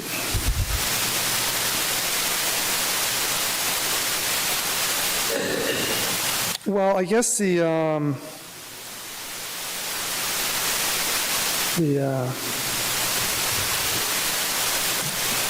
you know I can do the backspin? Anybody? You want to see me do the backspin? I do. No? You want to do? You like the backspin? I'm going to do the backspin. Can I do it up here? I'm going to do the backspin. Watch this. Oh.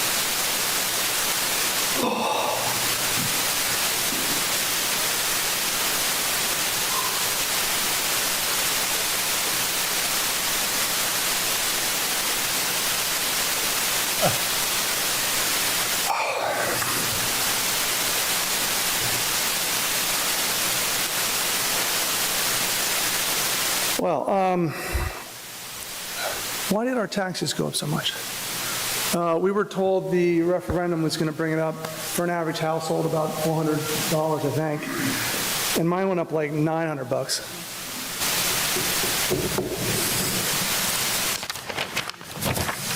Turning to a nuanced form of trolling such as this can be more highly effective than screaming and yelling.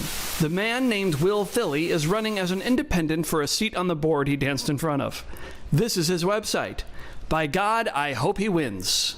Now you may be wondering, has Philly trolled to this high quality before? Yes, he has, and I've compiled some hilarious moments for you. Excited for spring break?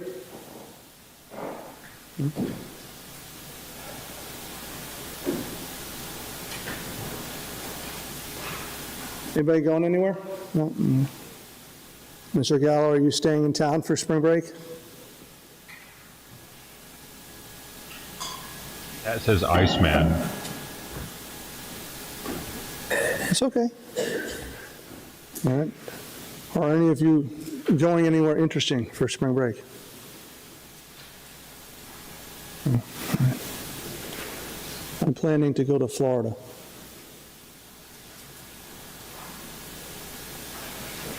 I might go to Disney, but I generally don't like it because it's it's like going to Times Square. I feel bad not letting my kids ever go. There's that free part you can go to out front, Disney Village, but it's. Do you guys like to fly or drive? I've actually printed out some friendship cards that I've begun going door to door throughout our town and leaving them at people's doors. So if anyone gets one of these, this is one of my cards, my friendship cards that I made. And I leave it at people's door, and if people are home, I talk to them and just tell them that, I'm here to become their friend. Are there any other public comments this evening? Just about done. No, Mr. Thilly, either you've moved from the podium, please. Oh, sorry. Let me just finish up. I'll finish up real quick now. Apologize for trying to be so friendly. I know you. Can I ask you your first name? So, Mr. Thilly, please. One, we'd rather you not bother people in the audience. Comments are meant to be addressed to the Township Committee. If you can't do that, you're very welcome to return to your seat. So listen, you're not allowed to tell me what to do. You're interrupting my comment. Mr. Thilly, I actually am permitted to tell you. No, you're not permitted to do that. Yes. No, you have no authority to do that. You need to respect my authority. I'm a resident. You work for me, buddy. Mr. So Thilly. pipe down. Stop talking about Thilly, it. inside voice. You'll be found out of order. One more time. What am I out of order for? You're out of order for interrupting me. I'm trying to talk to people. Mr. Thilly, there are clear I can talk to her. rules. Don't talk. Mr. Why are you Thilly. interrupting my thing? Why are you interrupting me? Did you know that I love it. every thing you've ever worried about in life is not true? Never once has a human worry ever actually come true. So remember that whenever you're, worried about anything. I had to redo the shed. I have a shed roof that was getting old. It had a leak, so I had to put all new shingles on it. There was a bunch of ants, and their eggs and stuff underneath my shingles. So I got a sunburn. If you have anything you want to say to me, I wanted to give you a moment, because I know a lot of times 2023. you say things after I've left the podium, and I wanted you to have an opportunity to talk, now, if you have any comments, because I wanted that to happen, while I'm here. Is there anything you want to say about anything I've said, or I'm listening? Nothing? Okay, so I'm not asking any questions, so I just wanted, please, can you not say anything about me after I leave the podium without me letting me reply? Is that okay? Yes? Can you answer, please? I'm asking you a question. Please complete your public comment. If you have nothing else to say, you can return to your seat. I have lots to say. Why don't you watch how you talk to me, buddy, and don't ever tell me to take my seat, all right? No. Mr. Tilley? Mr. Order, Tilley? you're out of order. Mr. Tilley? Out of order. You're out of order. You're out of order. But Mr. Tilley? Officer, please. I think he's already coming. That's all right. Okay? Out of order, Mayor. That's your 5 minutes, Mr. Tilley. Don't smile at me, you smirk face like that. Show respect. Out of order. Mr. Tilley? That's your time. That's your time. You're fired. Mr. Tilley, please You're return out. to your seat. No, excuse me. You're a corrupt, Tilley, no. You are out of order. You're out of Sir, order. will you please escort him out? Where is this, though? Where are we at?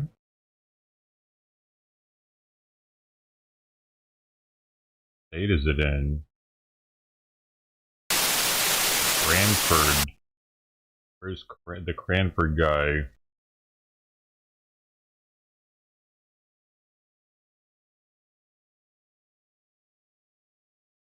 New Jersey?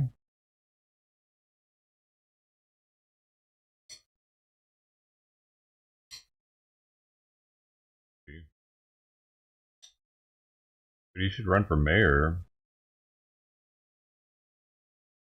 Like 3 people in that town.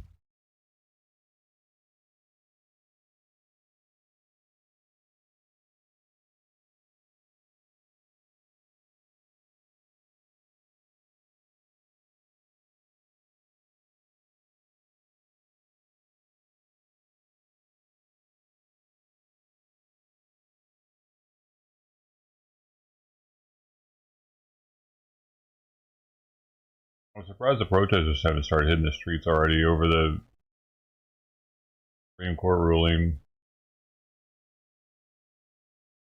Taking it to the streets. Don't they understand what's at stake?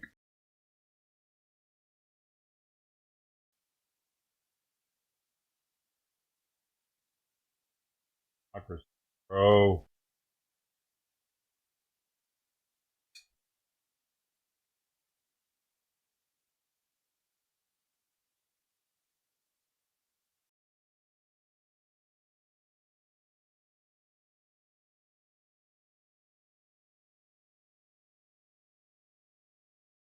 How you doing, sir? Good. Can we talk to you? Where are you from?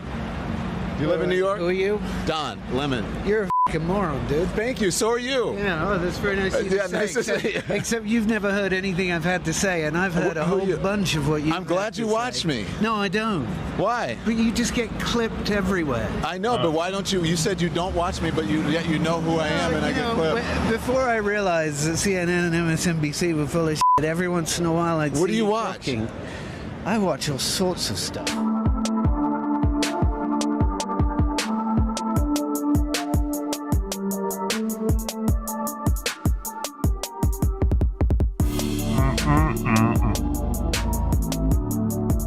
Why are they recapping him?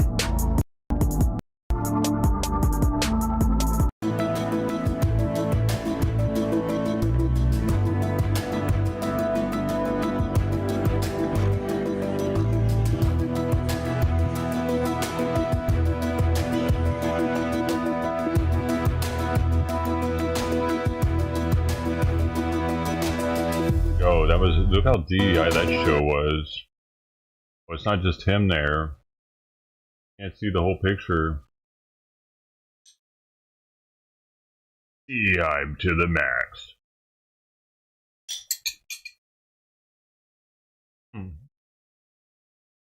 Is it the first time the black dude anchored by two white women? He was the main dude on a news show. Major, is he was first?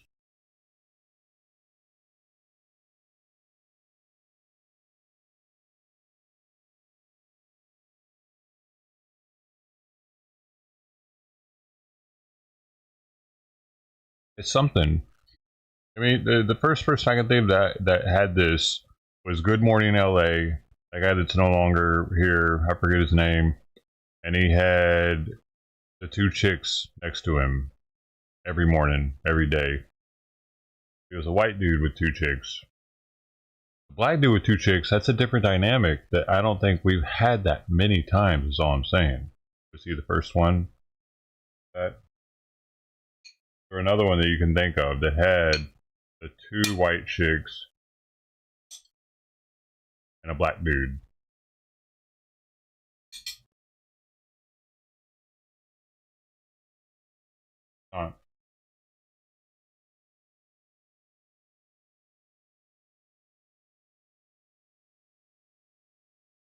But Mark Brown doesn't have two chicks next to him, does he? Let's see.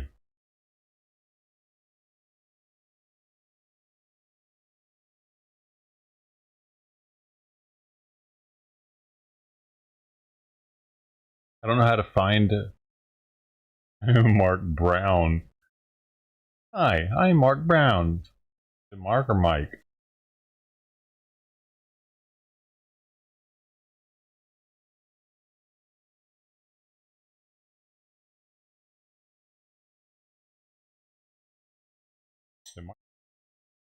Mike Brown, isn't it?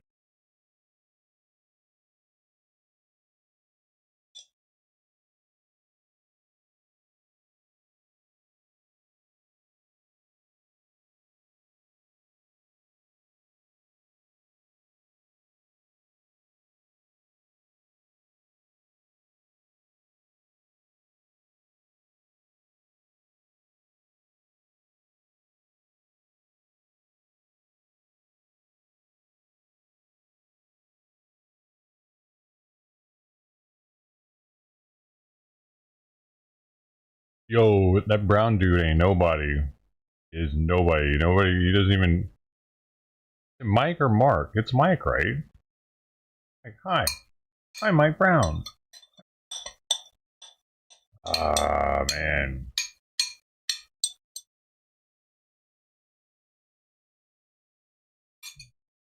Mark.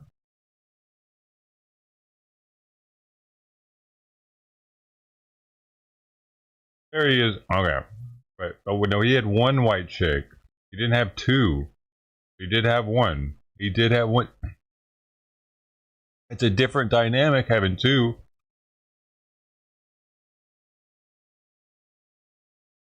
Did have the one though. Wait, what was that though? I wasn't it. Yeah, he had the one. Yeah, he was a trendsetter for old Don Lemon to have the two. He was probably the first one to have one though. I bet. Maybe. No, Memphis might have had one. Oh, their whole fucking cast is probably mostly. So,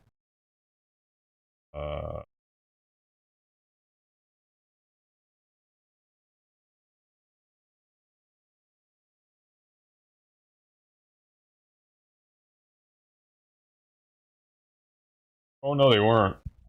Oh no, Memphis hadn't quite. afternoon. Coming up on Oh Eyewitness News. shit!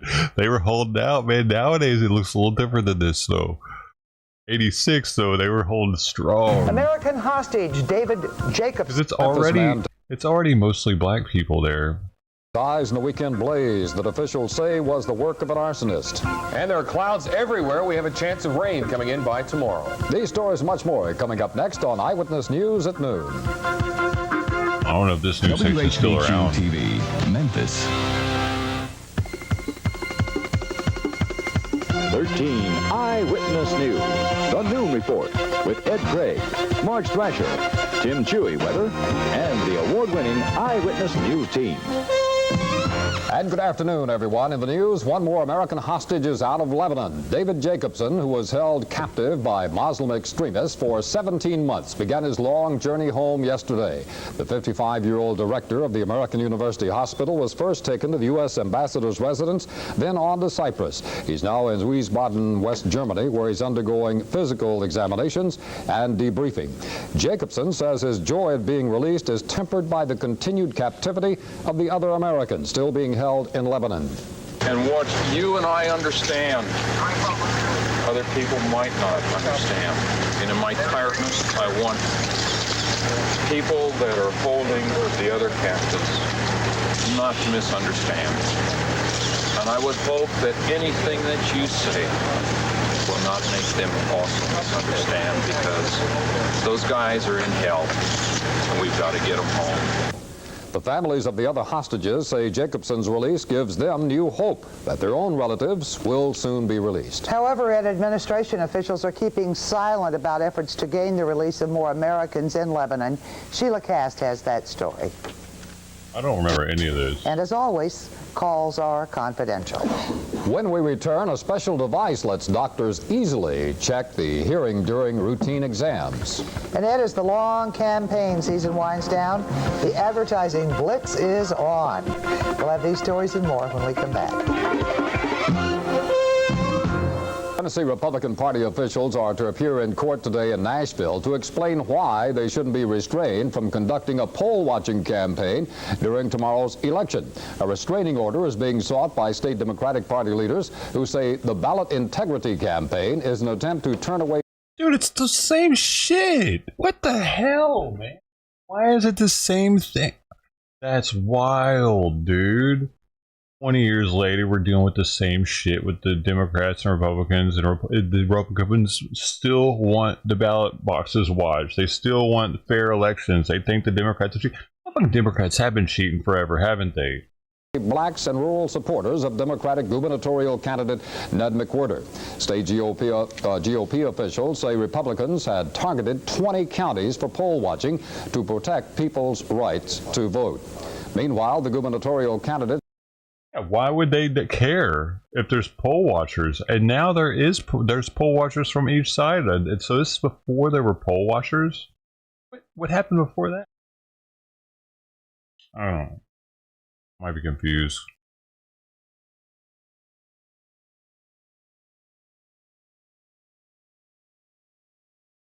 Interesting. Wasn't that interesting?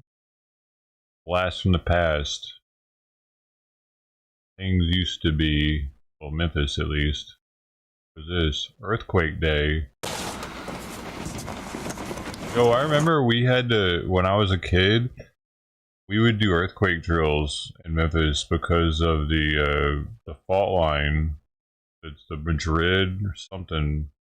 I forget what the fault line is, but they can have an earthquake in Tennessee. These are strange and frightening times for Dave Wilson. He's packing up his things, getting ready to leave his home behind because he doesn't want to be here on December 3rd. I believe it's going to happen. I'm scared. I want to stay around for a few more years. Dude, they had people. Earthquake Ivan Browning says could hit the New Madrid fault zone. New Madrid. Dave and his wife Marion had planned to retire here Yo, in Martree, I but got that because it's skillet. right on the fault line, they're taking the prediction seriously. Strangers moved to Fayetteville. Peyton's moved to Alabama. Whoa. Moved to Fayetteville. All these people Lamar moved? Bruce rented U-Hauls to all those people. Ever since the quake prediction, trailer rentals have been brisk. I remember, dude. I don't remember this prediction or whatever. I just remember all of a sudden Memphis was freaking out about there could be an earthquake. And like, I'm not bullshitting. We had to do drills at school where we would like get under our desks, whatever. Oh. Things won't be so busy here at this factory come December 3rd. Management's decided to give workers Oh, the day that off. mullet, bro. Their mind's not going to be on their work. They're going to be concerned about being home with their children. The least little rattle or anything, they'll be wanting to head out the doors. In Memphis, the December 3rd prediction has become a hot topic for I was church only Sunday. 10 years old, man, so I didn't watch the news like this. Like, I was in my room playing video games while my parents were watching this shit. Man, I was outside riding my bike, you know. I was definitely not privy like this. If they were watching a movie or something, I would get in there though. Every time. Well, not every time. Most Wilderness times. store owner Mike Kulikin can hardly keep up with the demand for his new earthquake survival kit. It contains a 3-day supply of food and water and other dang it. survival items. Fucking He's another had fly orders in from here. people in a 5-state area. What really scares him is the fact that no one is prepared, whether he's right or wrong. December the 2nd. Ivan Browning says he's 100% sure he's right, that a peak in earth tides will trigger a big quake on December 3rd. It is the highest probability of any day for the remainder of the century. Not everyone in Memphis and the Mid-South is taking the prediction seriously. There is a lighter side to the story, like this new product called seismic earthquake repellent. The label says a few quick squirts keeps those nasty earthquakes away. After December 3rd, it may follow the pet rock into obscurity, but right now the gag item is selling like hotcakes. Welcome to the Fault Line, an East Memphis nightclub where poking fun at earthquake hysteria is the name of the game. Here you can drown your quake anxiety in a new drink called the Earthquake Shake, or you can test your sure-footedness by doing what's known here as the crack dance. Your left foot goes on the crack. Your right foot goes in the air. Of course, if you're going to look good doing it, you need to dress the part. What are you going to do? Are you leaving or are you staying? Danny Colley and his family are selling earthquake t-shirts and sweatshirts. The popular garments ask the question being heard from the boardroom to the barroom these days. Are you leaving or are you staying? The Colleys even wrote their own earthquake song. Well, I heard about that earthquake, but I'm not disturbed. I heard about that earthquake maybe coming December 3rd, but that's all right. In 2 months, they've sold more than 3,000 shirts, and their informal earthquake poll seems to be a pretty good barometer of public opinion. She's staying. Mama's making a stay. No, I'm leaving. I'm staying. I'm leaving. Can you believe I used to sound like that?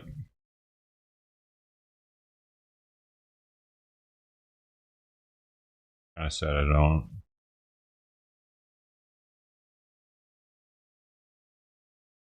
$7.1. You're the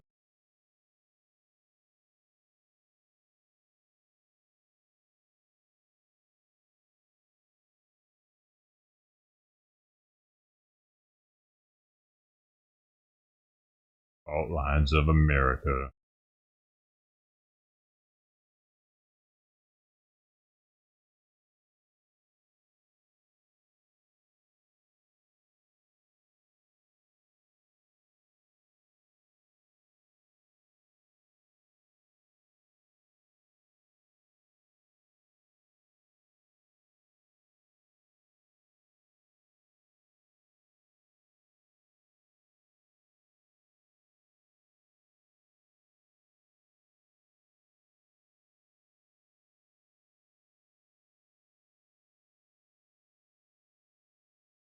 Where are the protesters at?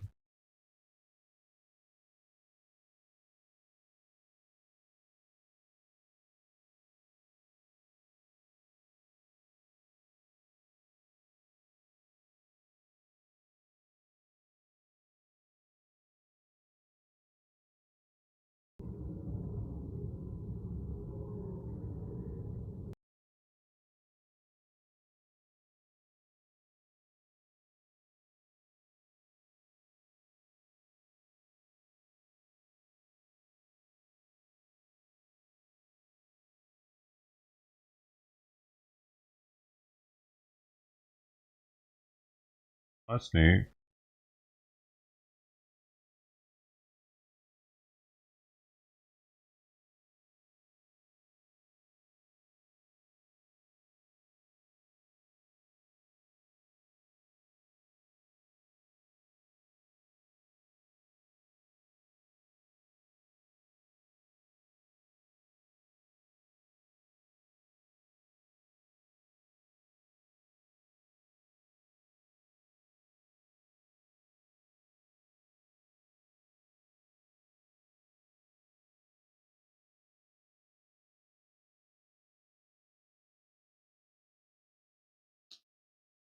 How is this allowed to be a thumbnail?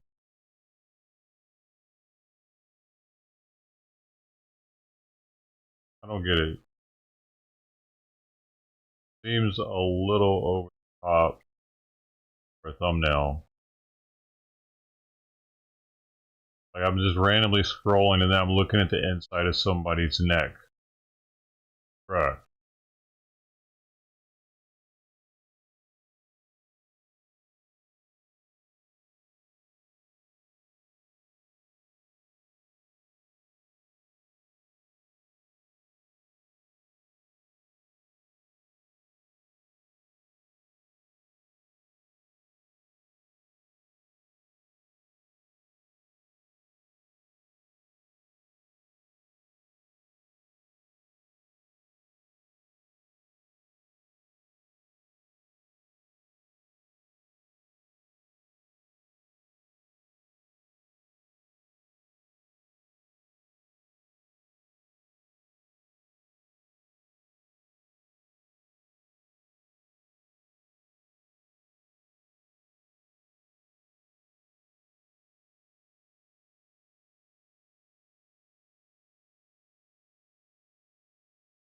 China sends naval ship to Caribbean. China's People's Liberation Army Navy is sending a ship to America's doorstep.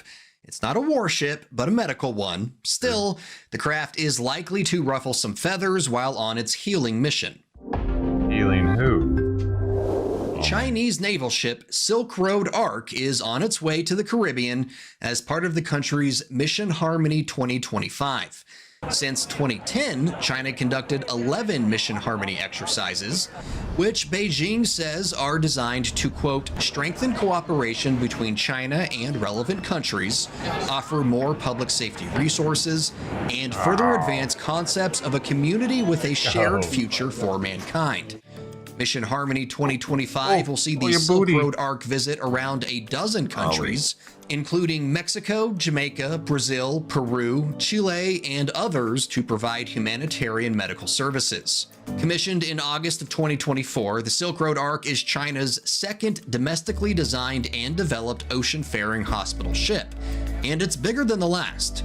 It displaces more than 10,000 metric tons and has room on board for 300 patients. Patients receive their care in one or more of the 14 clinical departments and 7 auxiliary diagnostic units on board the Silk Road Ark. Those resources mean the ship's medical crew can perform 60 different medical procedures, including general surgery, orthopedics, obstetrics and gynecology, ophthalmology, and others.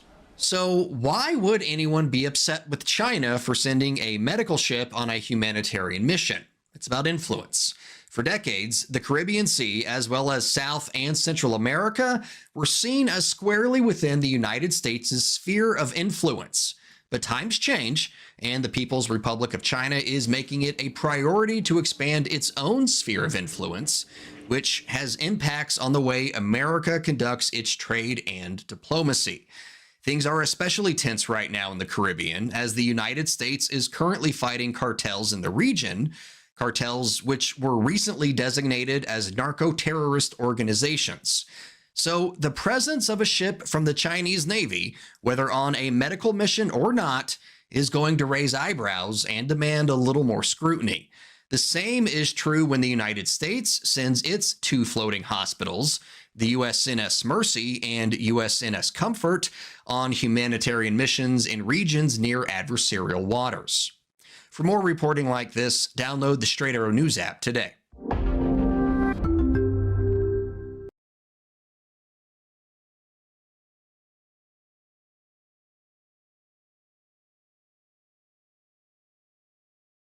The lysine is actually clearing his eyes up. I can stop using it. Look way better.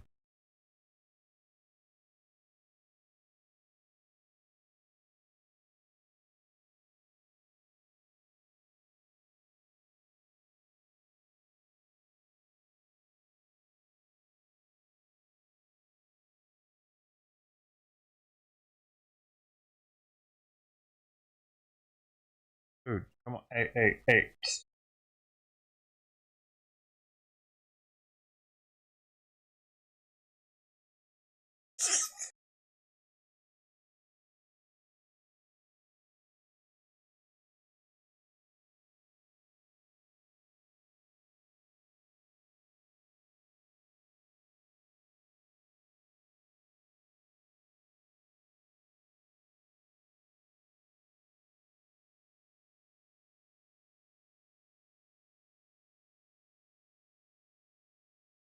Bruh.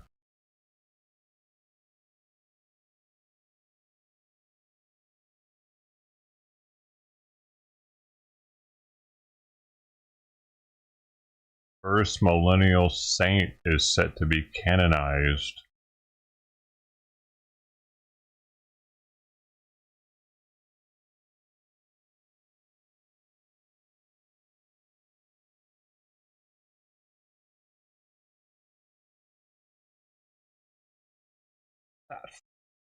Fighting me.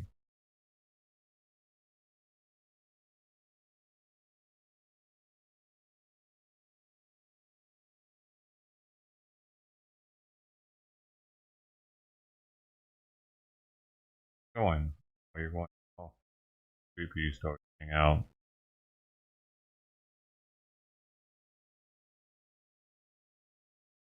Oh, all the way though. He's gonna go behind me. Yeah.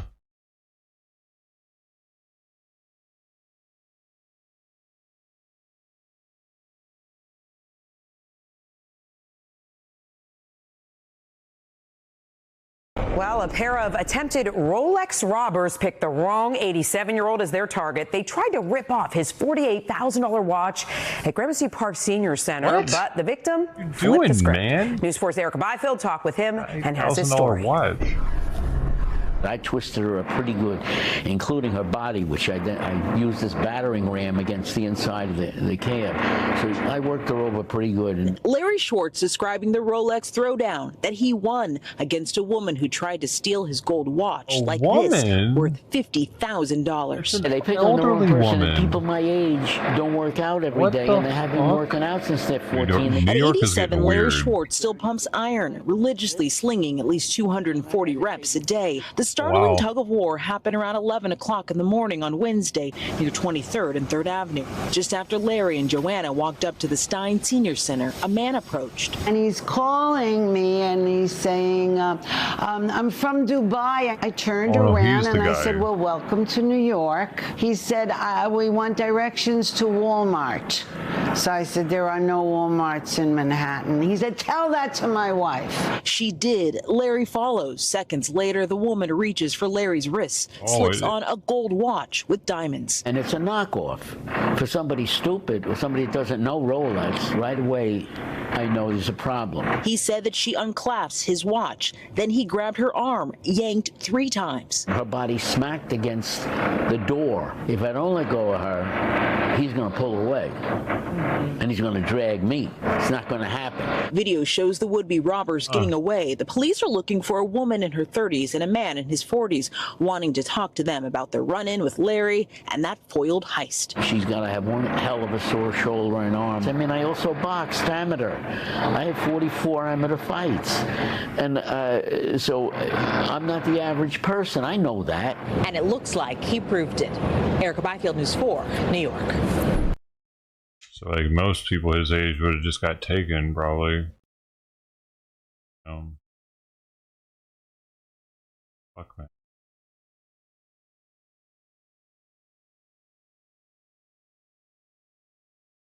Bitch.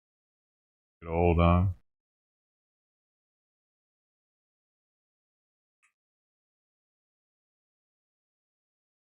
You're lucky.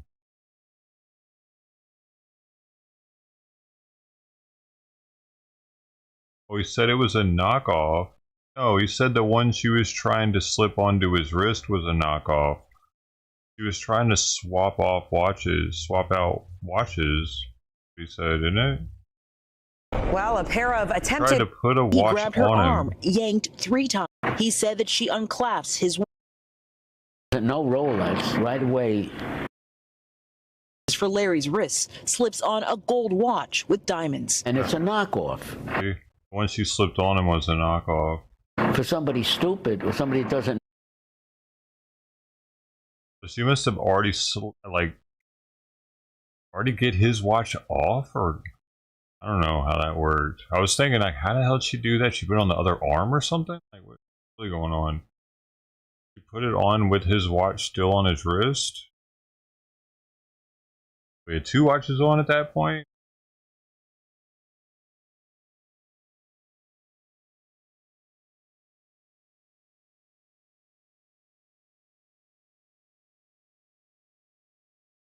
You've seen them rolling through your neighborhood, lifting bins and swallowing trash like a mechanical beast. But have you ever wondered what actually happens inside a garbage truck? It's way more intense and way more high-tech than most people realize. So what really happens inside a garbage truck? I need to know.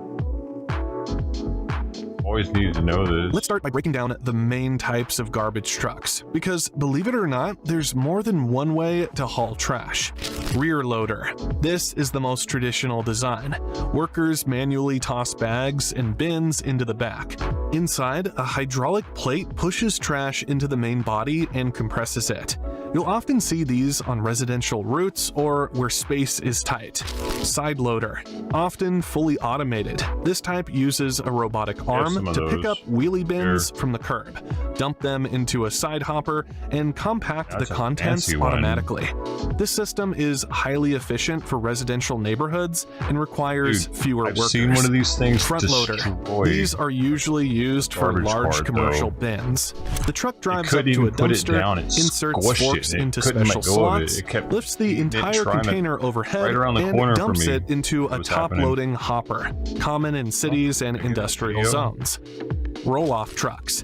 These don't compact trash, but haul massive open-top containers from construction sites or demolition zones. They roll the container off the truck bed, leave it, then come back when it's full. Split body trucks, used in places with strict recycling rules. These trucks are divided into separate compartments for different types of waste: general, recyclable, and compostable. They allow for more efficient sorting at the source. Each of these trucks is designed for a specific purpose, from the narrow back alleys of old European cities to massive industrial parks and landfill halls.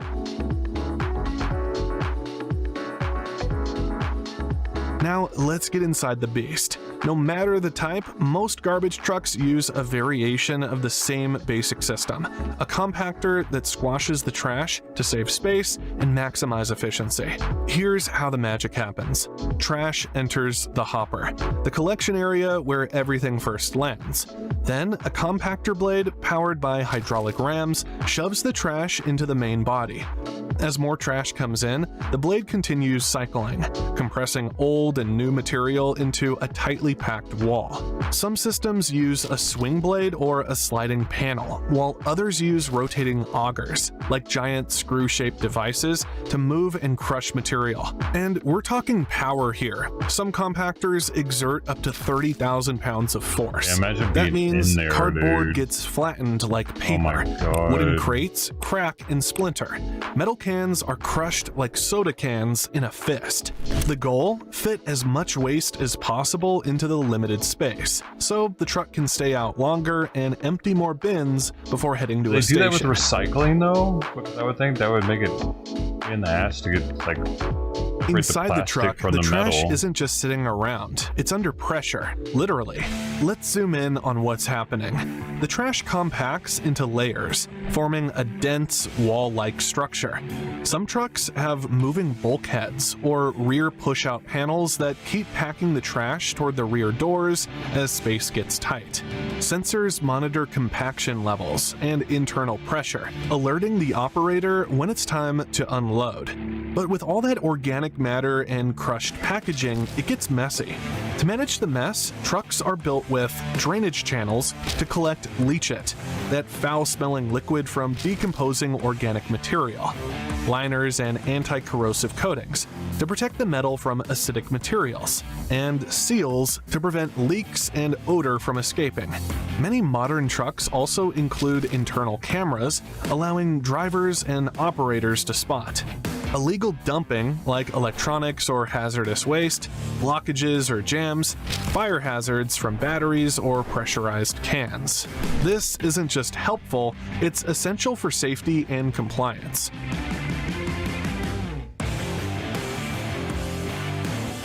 Let's talk about safety, because with all that power, garbage trucks are no joke. Some rear loaders have warning labels saying, "Do not enter hopper area," and for good reason. The compactor can crush wood, metal, and large furniture. Moving parts like hydraulic cylinders and rollers are powerful enough to cause serious injury. Loud operation and limited visibility can pose a risk to bystanders. That's why modern trucks are equipped with emergency shutoff switches inside and outside the hopper, deadman controls that require constant operator input, backup cameras, and ultrasonic proximity sensors to detect people or obstacles. Some fleets also train drivers to stop and inspect the bin contents if they suspect something dangerous is inside, like propane tanks, lithium batteries, or electronics. Fun fact, in some cities, garbage trucks even have built-in fire suppression systems, in case compacted waste catches fire from chemical reactions or crushed batteries. Whoa, that was crazy. Once a garbage truck is full, it's time to unload. But where does it all go? Usually, trucks head to a transfer station, a large facility where waste is weighed, recorded, and transferred to larger vehicles for long-haul disposal. At the station, the truck's rear door opens hydraulically. The compactor or ejector panel pushes out the entire load in one dense rectangular block. Facility staff inspect and sort the waste, pulling out recyclables, hazardous materials, or electronics. Then, depending on local policies, the waste might go to a landfill where it's buried and sealed, an incinerator which burns it to generate energy, or a recycling center where glass, plastic, and metal are sorted and repurposed. In some countries like Sweden, over 99% of household waste is reused, recycled, or used for energy. So the garbage truck is just the beginning of the story. So what really happens inside a garbage truck? It's a blend of hydraulic force, safety engineering, and logistical efficiency. These machines aren't just picking up trash. They're compacting, storing, and transporting the world's waste under incredible pressure. From the robotic side loaders of suburbia to the front-load giants in downtowns and the split-body sorters in eco-conscious cities, garbage trucks are more advanced than most people realize. So next time you hear the beep-beep of a garbage truck in the morning, remember, inside that metal box is a world of moving parts, sensors, pressure, and planning. That's great.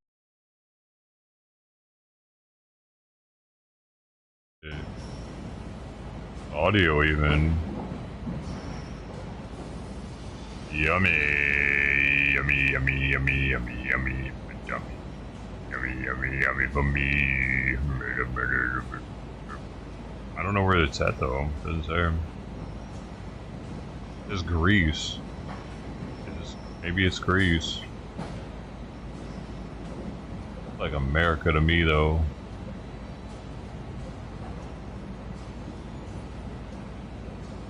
Yep, that looks like American trash to me, boy. I know our people. American, that's an American over there, boy. What is this? What? Why is this even live?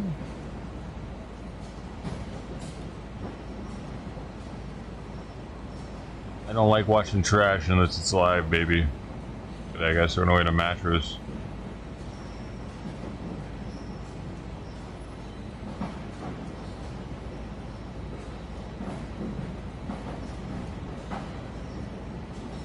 I mean, only watch live. Oh. I'm a member to the trash channel. You right? Let me see if there are any besides the moderator. Oh, should I become one? How much is it? Man, there's not even a member button. Dude, there's not even a fucking button, this weirdo. He must have got it taken away. Actually...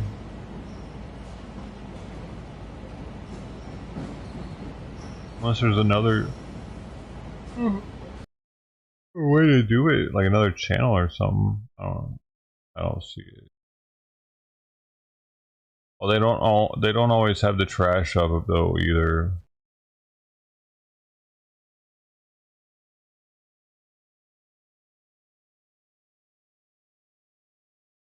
They do all kinds of different.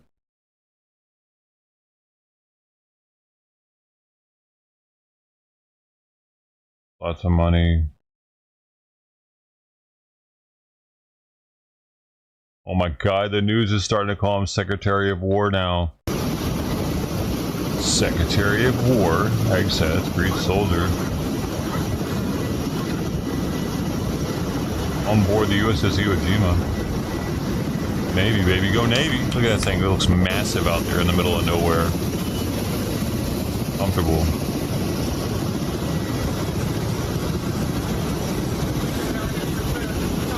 How we doing, Warriors? Some Marines there. This might be the single most beautiful picture I have ever seen in my entire life. Looking out at these faces. My carriers are all presidents. Looking out at this Caribbean on a floating island of American power on the front lines of defending the American homeland. Make no mistake about it. What you're doing right now, it's not training. This is the real world exercise on behalf of the vital national interests of the United States of America to end the poisoning of the American people. Named after presidents, but several have been named for other prominent individuals and purposes. That's right, there's a Nimitz. Enterprise. Forrest Miller, John C. Stennis, Carl Vincent. Replaying it? What's it with the news doing that? It's to get more. They're hoping people aren't paying attention. And will watch the added time and they get more ad revenue, probably. Pedestrian hit and killed on the 405 freeway.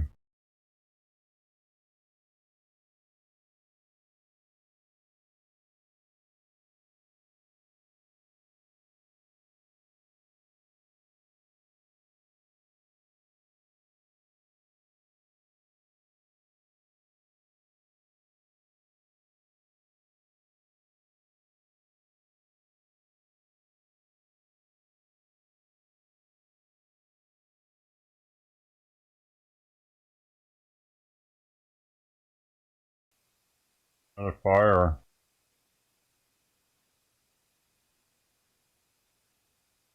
Lakeside Fire Forces evacuation orders. I-8. Oh, it's near San Diego.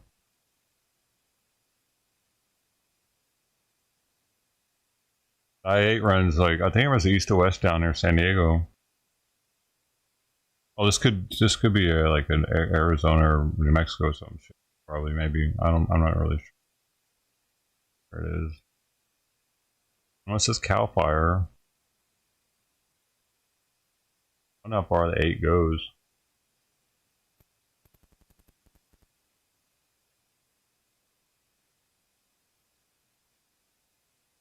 Yeah, it does go all the way to Arizona.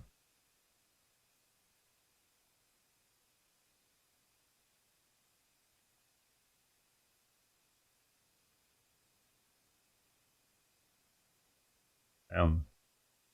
Things taking houses out. I wonder why it's not on the news elsewhere.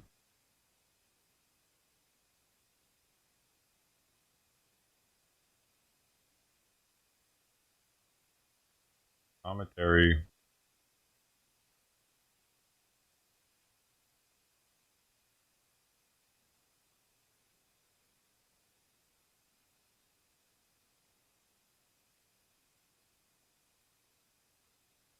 It only matters when it's the rich people's houses burning. This is a trailer park, boy.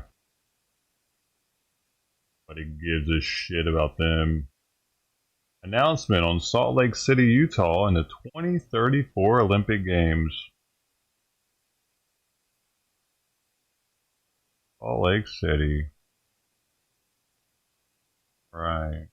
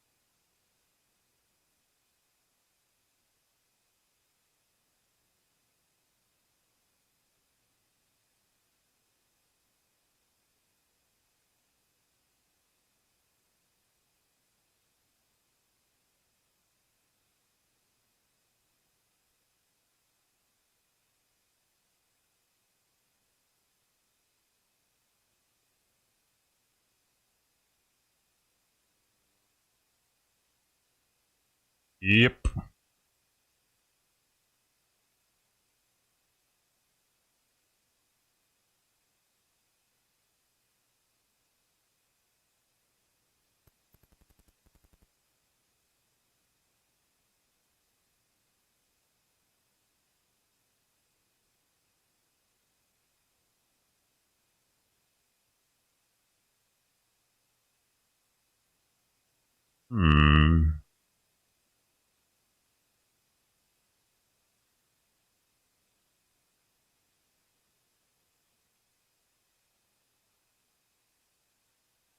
Reddit life hack. Oh, now I gotta know.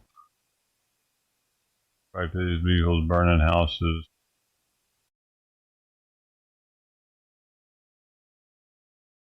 What's up? How are you? Yeah, it's a little chilly. Is there a Heather here? Are you called? So what's going on? They're in the office. Huh? They're in my office. My boss in. Oh, Yes. Taking care of it, huh? Uh-huh. So what happened? He was taking receipts and scanning them and refunding them to his own card. Him? Mm-hmm. What's his name? Katie. What? Is he? Mm-hmm. It says it's a Reddit hack. A Reddit life hack. Mm-hmm. He's my assistant manager. Are you the manager? I'm the store manager. You're the boss, and but that's the corporate or something, or My district manager's in the office. district manager. So my boss. So he buys products. Mm-mm. So other people buying products, if they don't want the receipt, he's calling them up, throwing them away, but then taking them and scanning them and refunding them, but putting it back on his debit card. What? So he's like, How long has he been doing that? I'm gonna say about half a month now. 18, 19, 20 days now. You're Heather, right? Yes. Yeah, because I don't. What's his name? KD. So just KD. Oh. KD. Yeah. Usual suspect. What does the district supervisor plan on doing? KD. Press charges. Because it's like over $2,500. Okay. And she's got it. She's even got it on flash drives. He's gonna get away with that. Like they don't keep inventory. Hi. Hi. I'm an employee who has done fraudulent refunds in the amount of $2,655. And he's aware of it. Mm-hmm. Wow. Just written a statement. I have my LP partner on the live on video. I have the statement. I have all the documentation and video. And admitted to it. Mm-hmm. When I'm arrested. Huh? When I'm arrested. So you guys press charges? Oh, absolutely. Okay. Hey, Jim. I have Oh, he's not. Sheriff's Department He's here. a redhead. He's got another deputy on the way. Red hair. Okay. KD. They don't know his fucking how are name. you? I'm good. I'm the loss prevention manager for Dollar General. I live up here in Tampa. I cover 230 stores in the state, so. God bless you. All right? Yeah. You guys are busy. I know that. So I appreciate you guys coming out. So basically what we have some fraudulent refunds that KD has completed here. I've interviewed him. He's admitted to it. He wrote a statement. I can honor that. What's your name, KD? Kathy has all that documentation for you as well. Yeah, and I'll do a quick interview with him, and we'll go over some of the reasons and stuff like that.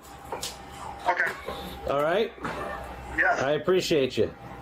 You got it. I appreciate you. Okay. I'm going to put my microphone on mute, and I'll sit tight in case you have any questions for me. Okay. And Dollar General wishes to press charges? Yes. Okay. All right. Do you have your ID on you? Am I going to be arrested? I'm going to go through the motions, okay? All right? Yeah. All right. Okay. I'll be off the air for Statement Central. Why do you always ask that shit? Like, I got to do this. They make us do it. It's policy. Okay. And I don't feel like getting in trouble. You know what I mean? Yeah. So I just got to read you some stuff off of this card, and then we can talk. All right. So today's time and date. oh, is he's gonna come clean. the And date he's that gonna, you did it.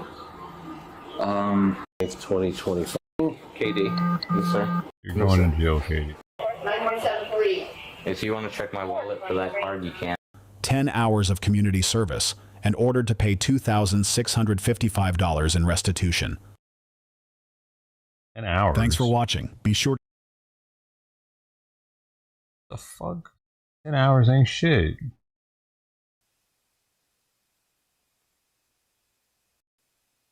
He has to pay it all back though.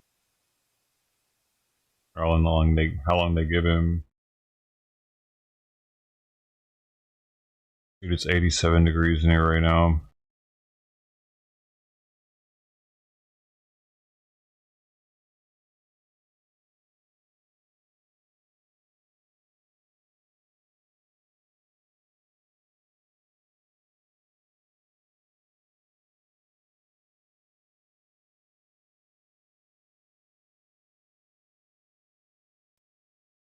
Hey, dude.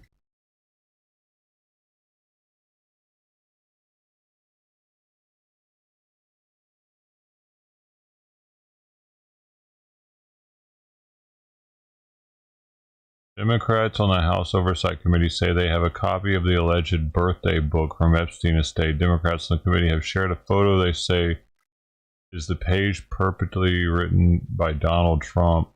White House is denying that the image shared by Democrats is the president's signature.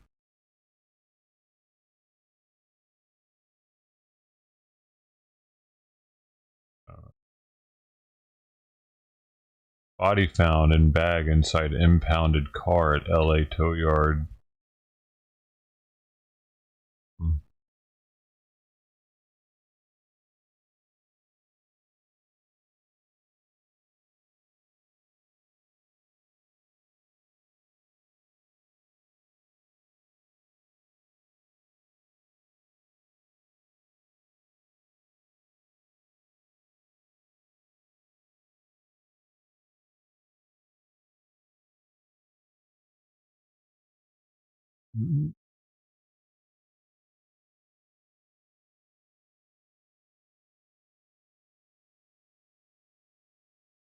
The iconic LAX sign is to be taken down temporarily. It worried me. I was really worried.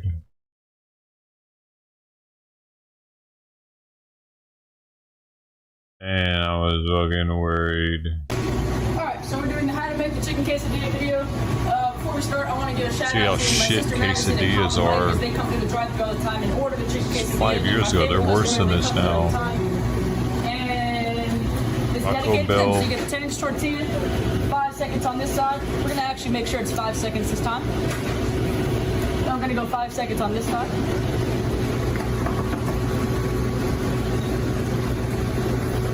And then we're going to get some chips. I had no idea they just warm it up. Creamy jalapeno sauce. Alright, and some cheese. Get the steamer down. Put it in the steamer. Get a large bag. That's really all there is to it. And then it comes out, you fold it over, put it on, close it on the grill. 17-second timer button. Everything's You have to wait 17 seconds. This would be a perfect time to talk about the sponsorship for this video.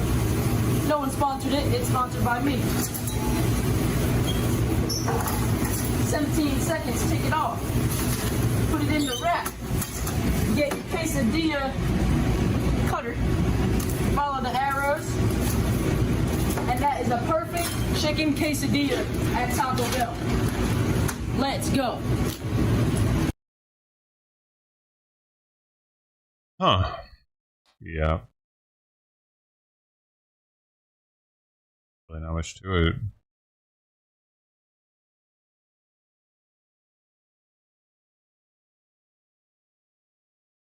Now is there? the flames as There we're we go. looking live on Sky 10, but you just mentioned the wind, and Megan Perry, our meteorologist, is in studio right now, and you're tracking these winds. It's not helping right now. That's right, and we actually have some stronger winds headed our way as we head into tomorrow. I wanted to give you a live shot right now as we look from our Mount San Miguel camera looking north. You can see the black smoke from this fire, and let's give you an update on where this fire is burning. So here's a map. So it is north of the 8. It is very warm. In fact, some of the reporting stations that are nearby are in the 90s right now. The closest reporting station that I could find where this fire is burning, it's 87 degrees, pretty low humidity. You know, when we talk about Santa Ana winds, which these are not Santa Ana winds, but when we talk about Santa Ana winds, we look at humidity levels between anywhere from 5 to about 20%. We're not much higher than that. Humidity at 31% is pretty low.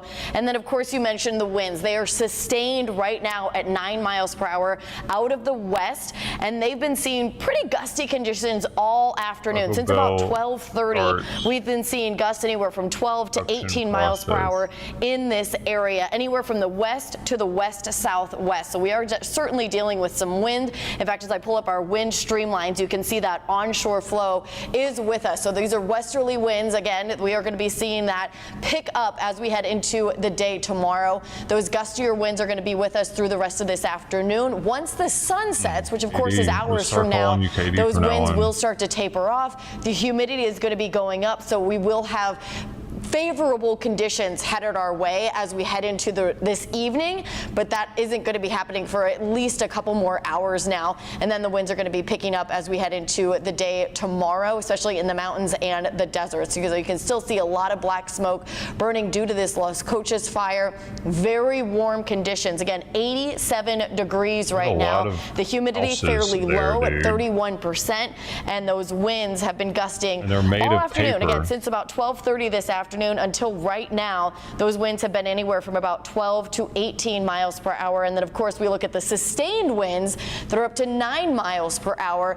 That is continuously pushing that fire and continuing to help fuel it. And that of course, we haven't seen rain. You know, anything. it's been a very dry winter. We're in a drought right now. And we had a lot of heat last week, but we also had some rain, but not necessarily in this area. So the fuel moisture, the brush that we have, is also ripe and ready for burning. And, you know, until we get some decent widespread rain across the entire county, this is certainly going to be an issue. So we'll continue to track that as we head into the rest of this afternoon. But through about 7, I would say it's going to be pretty breezy to gusty, and after that, conditions are really going to improve. Kimberly? All right. Thank you, Megan. And Megan will be standing by as we watch that. And also with us on air is retired fire captain Bob Lyon. And Bob, just as Megan was giving us the weather, we saw in real time a helo make a water drop on a huge inferno of flames, a home fully engulfed. And almost as quickly as the water laid down, the flames shot back up. The fuel source here seems to really be just keeping this fire in some of the areas, not in the one we're looking at now, but just a little ways away in these homes. There's a lot of fuel here. Yeah, exactly. And, you know, once it gets into structural areas like motorhome or mobile homes like those, then you start getting into plastics. You've got vehicles there that have gasoline in them. You have people that have, you know, gas-powered equipment where they might have gas cans laying around, plastic pretty much made out of oil and lots paper. of sources. So the water drop from the helicopter is great to try to slow it down, but in areas like that, it's really tough to try to get a knockdown until they get, you know, actual crews in there to get at the actual base of the fire, because you're just going to slow it down with those, which is super helpful, and have to do that. But right now, they're probably trying to get their equipment in there. You need to do laundry, the difficulty there is very narrow streets and mobile home parks, and that's a very big mobile home park, and it's difficult to get around in there.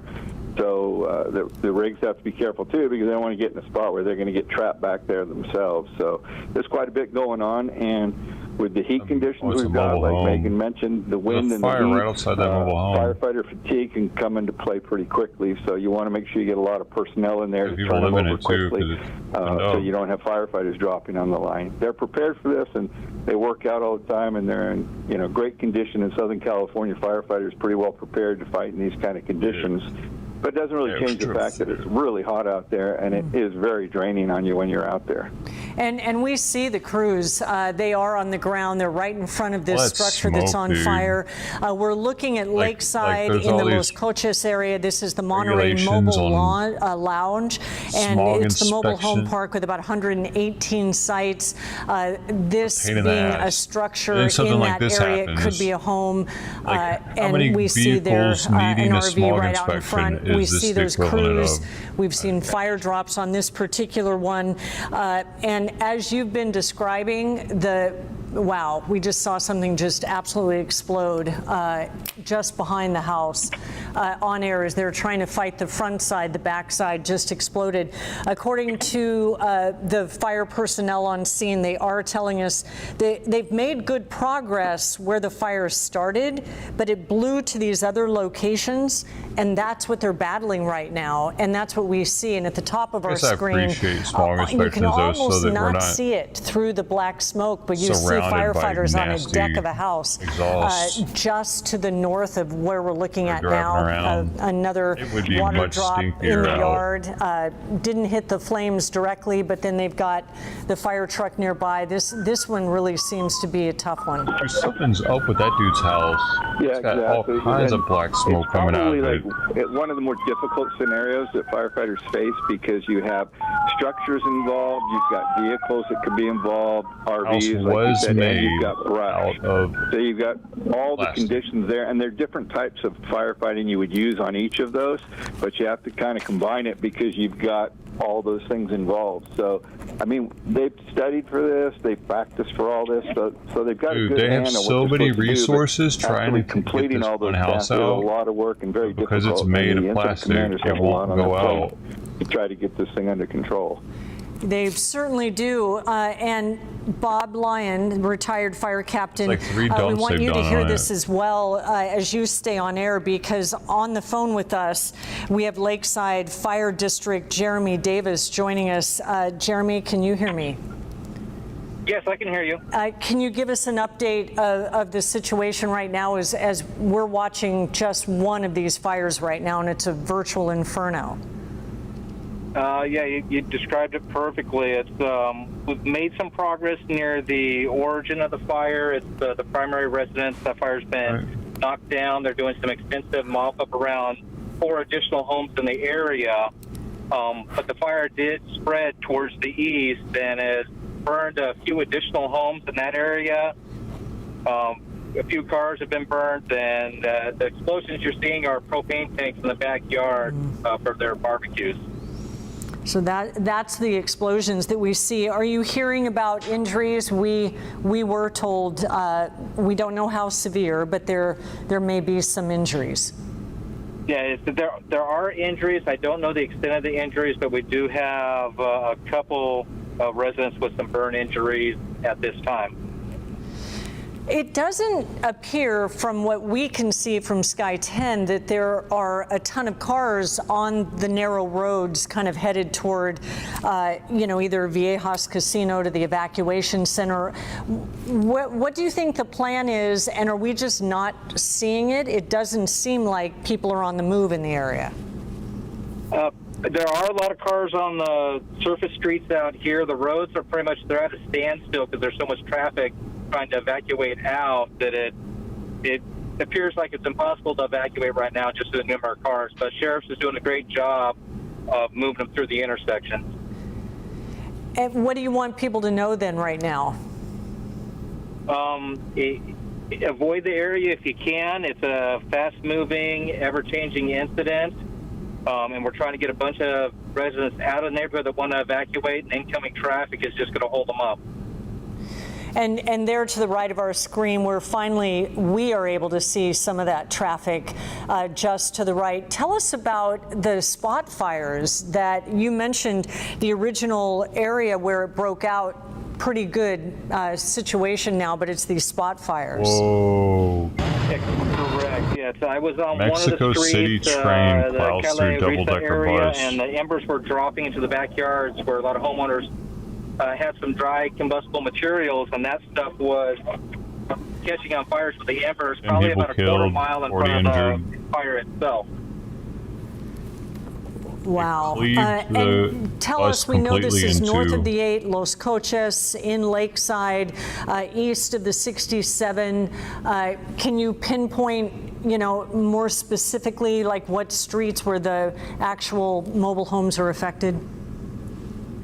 East Los Coches Road and Highway Business 8 is one, and that is going to be the northwest section of the fire, and it's spread east from there towards East Los Coches over to Villa de Luz. Sorry about that. Villa de la what?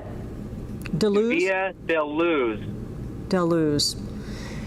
And are you seeing that the situation to get the people where they need to be is happening?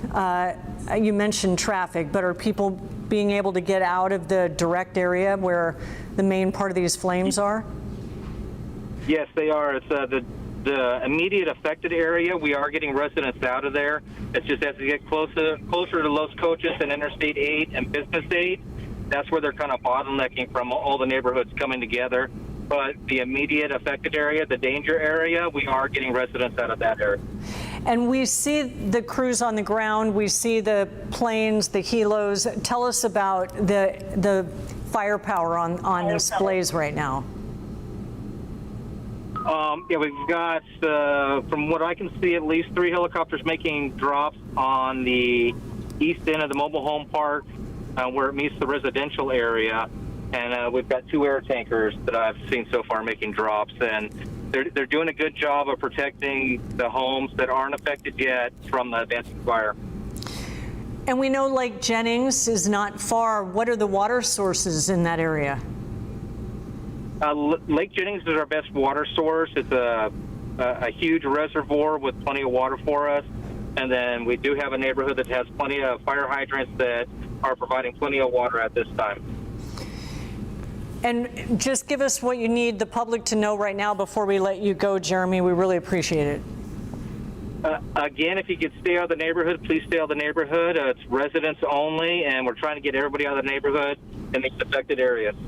And we see right there the fire crews dragging the hoses, trying to get closer to a really stubborn fire. Several water drops have gone on this one house. Yeah, exactly. The crews are right there trying to get the hoses on it. And they you not talked about get this propane fucking tanks. house out? What is going on? It seems like there's a lot of This house is combustible things made in the of yards, propane. at least in this one particular case. Seriously, Yeah, it's typical pissing me most off. They're homes taking that, so long to put this house you have your out. Are they patio fucking furniture, your incompetent or barbecues, retarded? and just whatever else you have for your own comfort. It's just in incidences like this. How many a firefighters lot of and that stuff time does it becomes take to fuel for put the one fire. house out? It certainly is. We got And we helicopters appreciate on this thing, Jeremy man. Davis with know? Lakeside Fire Protection At least District. 3 or 4 Thanks for water joining drops us and have giving hit an it. update on Plus, this. firefighters are hitting with You're hoses. welcome. We're continuing to cover the Los 2 Coches hoses. fire here in Minimum. Lakeside. It's 3 the Monterey hoses. Mobile Park area with about And they 118 sites. do It is a 55 and over community. There Really, are this is the some entrance to injuries, but hell. we don't know the severity of those. And some of the problem that we've seen, and we see those crews really going it's a into volcano. that green belt there in the canyon to try to get on the other side volcano out. of this home. We They're, tried. they're surrounding it, and there's another water drop. Just a lot of fuel on this particular home. And we're just hitting our 4 o'clock newscast.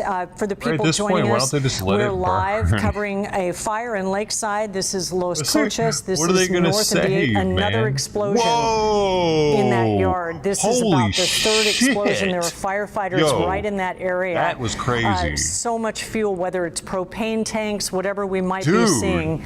And Bob Lyons, a retired fire captain, has been kind of giving us a play-by-play. Find that bitch. That was way bigger than the last one.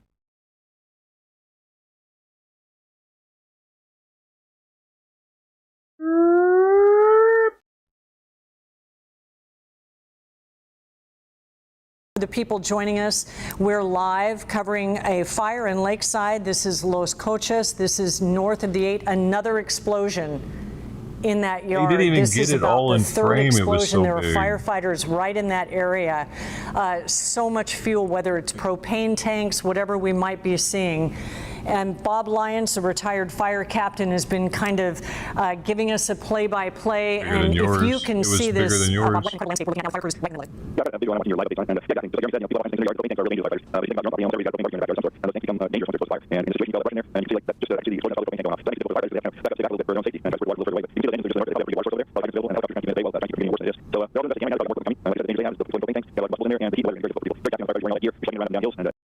it's pretty difficult for people to do for very long. yeah, almost 90 degrees, Megan Perry tracking that right now. And we just see these firefighters on all sides on the ground on this Well, that was always the thing, though. House. They haven't made it so we can do it slower This yet. is probably the 4th or 5th helo we've seen do a drop. If there isn't another explosion, it seems like it might be in a better place than it was 5 minutes ago. But at least 3 times after the major house was fully engulfed, we've seen huge, massive explosions in the yard of this home. There's part of the team that's up there firefighting has been strictly on this particular structure.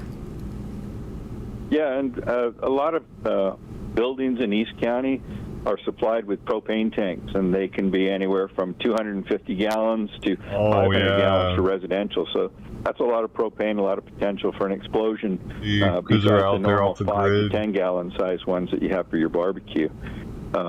But the firefighters, the good news is we've had you one can of see those all at a the place pink I on the live. ground there. That was where a fixed wing aircraft dropped the retardant load, and you can tell that area where they dropped it at, it's kind of preventing the fire from extending beyond that. So the firefighters will get a better opportunity to get their hoses on that and get that thing extinguished. And they're doing a good job coordinating everything. They've got the aerial drops from the helicopters are coming in. I'm sure they're over at Lake Jennings there and picking up their water source and bringing it back. So, at least at this point, from what I can see, it looks like, other than the fire still going, it looks like they have a good handle on it. It's going to be a while before they get it out, but at least right now they can't relax yet, of course. But it looks to be making good progress on their part. Yeah, let's hope there are no more explosions, but it's not often that we have such a close-up view and just a repeated symphony almost of the helicopter just dropping, making those water drops. And you see the just absolute plume of white smoke, which was a great sign because they've really had a tough battle with this particular Korea house. is fucking weird. And here it comes again. We're taking a commercial break. Oh, look at this. It's weirdness. Korea is just... Fuck you, Korea, for having all those illegal immigrants in here working. Combination pizza, waffle, Korean street food. Wine, just wine. Waffle. It's like a waffle, though? What is that?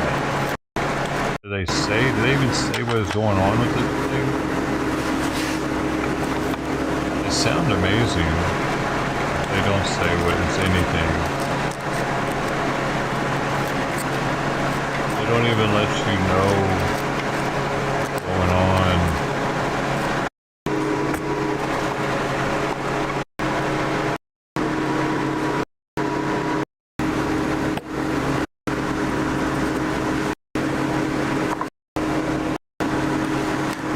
Bread, dude, it's like a pizza that has way too much fucking bread. Those are the worst. The corn, I only seen that in Europe. That sucks, dude. You can't even pull it apart right. Is this supposed to be a selling point for this fucking thing?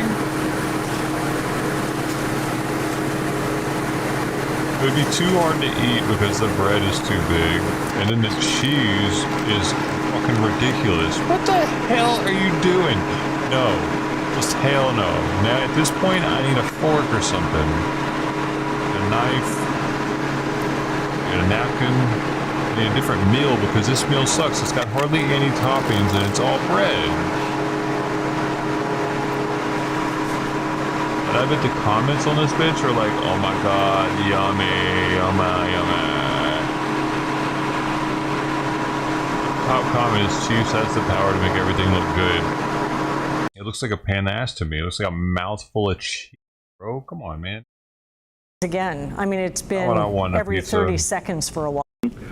Coming out of the west, is really so it's going to be pushing that fire and that smoke east. So that's what we're going to be tracking as we head forward into the next several hours. Luckily, the winds will not be switching at any point tonight. They will be calming, especially as we head into sunset. Pretty incredible to see. Yes, these helicopter drops, and they are nailing it. I mean, right on top of it, and you love seeing that white smoke. And there's certainly been less black smoke. So the firefighters are doing such a great job, especially given the conditions. It is very warm right now. It's been hot for a really long time. Temperatures in that area, the closest reporting station that I could find to where this fire is burning, 88 degrees right now. You missed a big drop. Look at this. And the hours. Luckily, the winds will not be switching at any point tonight. They will be calming, especially as we head into sunset. Pretty incredible to see these helicopter drops. And they are afternoon. Since about 12:30 today, we've seen those sustained winds between about 5 to 11 miles per hour, and then the gusts anywhere from 12 to 18 miles per hour. It is going to remain warm for a lot longer, which is, of course, heat is over time, it affects you more and more. So that's going to be harder for those firefighters that are out there fighting this fire with all of that equipment that you've been hearing. 88 degrees right now. Now, the wind tomorrow is going to be gustier. We're going to see some stronger winds coming through. So once the sun sets, the winds will ease. The humidity is going to go up. We actually should even see the marine layer reach this area, which is going to add even more moisture into the atmosphere. So that all of these things are going to be beneficial things as we head into this evening. We're just not there yet. So a couple more hours, pretty much until sunset. The winds are going to remain fairly gusty. The humidity is going to remain fairly dry. And then tomorrow, the winds are going to be picking up even stronger. So you know they're going to be out there all night, making sure that all of the spot fires are out once they do get this fire under control. So they're doing a great job, but the conditions right now are certainly not easy for the firefighters there. Kimberly, we'll watch one more drop right there. I mean, they've got them coming one right after another. Absolutely incredible. Thank you, Megan, for that. And we are getting some good news all women are a little from lesbian. Firefighters on the scene. They are saying they're making good progress, and the fire is now what they're calling a slow rate of speed. That's good news there. They've asked for a couple of additional hand crews in the area. And Bob Lyon, a retired fire captain who's also been a pilot for many of these situations. But Bob, while Megan was talking and Sky 10 was really focused in right over that house, it looked like the helo was right over the tree line. I mean, it looked that low for one of the water drops. Talk to me a little bit about these pilots and the flying, because that was an incredible drop, as they all are. Cuddle with Ted. Where's he at?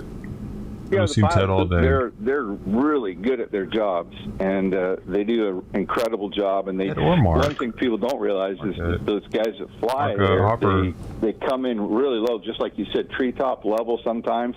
But in the meantime, you're battling the smoke and the heat rising up from the fire. And when they drop their water, most of the motorcycle mechanics are at least 300 gallons of water. And that's 3,000 pounds that's on the aircraft, and then suddenly you open up the tank and it drops 3,000 pounds off the helicopter. So the pilots have to be able to control the aircraft in the meantime while it drops all that weight. So they're doing a great job out there, and they're some of the best pilots in the world at doing that sort of thing. And it's quite a task that they're undertaking, and it's a lot of work out there, and it's not easy sitting in those aircraft. It's hot in there. They're flying through smoke conditions, and they have to be really careful, because that much water dropping, they're super careful about. They don't want to hit anybody on the ground, so they're orchestrating it with like I was a crew chief, so I was sitting in the left seat, so I would be talking to the people on the ground, making sure that where they were, and then in the meantime, we're also talking to the air track, and he's telling us where all the aircraft are. So you're really looking out for a lot of things. You're being careful about wires that are down low. You're looking out for people. You're looking out for other aircraft. So it's a very dangerous job those guys undertake, but they do a great job at it. And we've seen today our Sky 10 is not far from the area. Obviously, we're not in their way, but you see all the black smoke. How do you fly through that black smoke? You can't even see through it. Yeah, exactly. Well, you try not to get so low that you're really in it for very long, but it's kind of impossible at some times where the smoke will drift up into it. But you're moving pretty quickly, so the blades will push the smoke, and you're going through it pretty quickly. And what you do is the pilots, when you come in, you kind of reconnoiter the area. The air attack's talking to you about it. You have a general visualization of it, so you have an idea of where the wires are at. You're looking for those. You're looking for the terrain and all those things. So even though you're kind of blind for a few seconds, possibly, while you're flying through the smoke, like I said, those guys are exceptionally good pilots, and they don't do anything the big bear reckless. bald eagles need urgent and one of help the things they're pretty good at amid is knowing the large terrain. lakeside That's why residential you'll see them out development. practicing a lot, where they're flying around and just checking the terrain Those out, eagles that because are always they need to on know all the different YouTube. areas of San Diego County. So they have a general basis for what they're doing, and they know topography pretty well, wind conditions and the weather. All those things do affect the aircraft. An incredibly dangerous job. We're looking at power poles right there, and there's a lot they have to watch out for.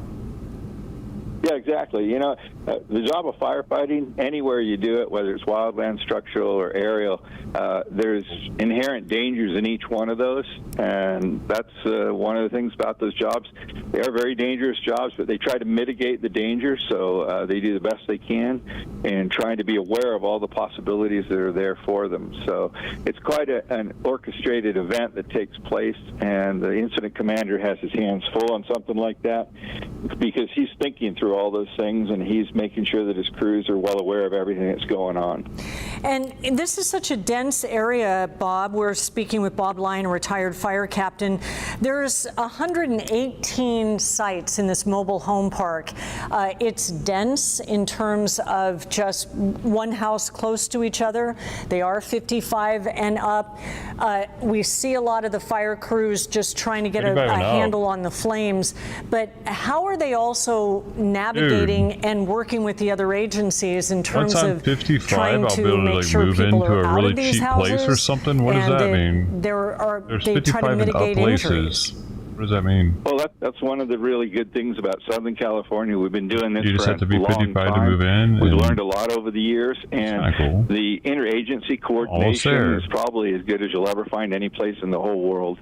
The police agencies, the sheriff's Right around the department, corner. the police departments, Something to look the forward fire to. agencies, utilities. There's nothing to look forward to when you get older. You know what I mean? That's something. That's one thing we got, y'all. Have a big drill. You can move into one of those places if you want. Interagency cooperation is put to a test.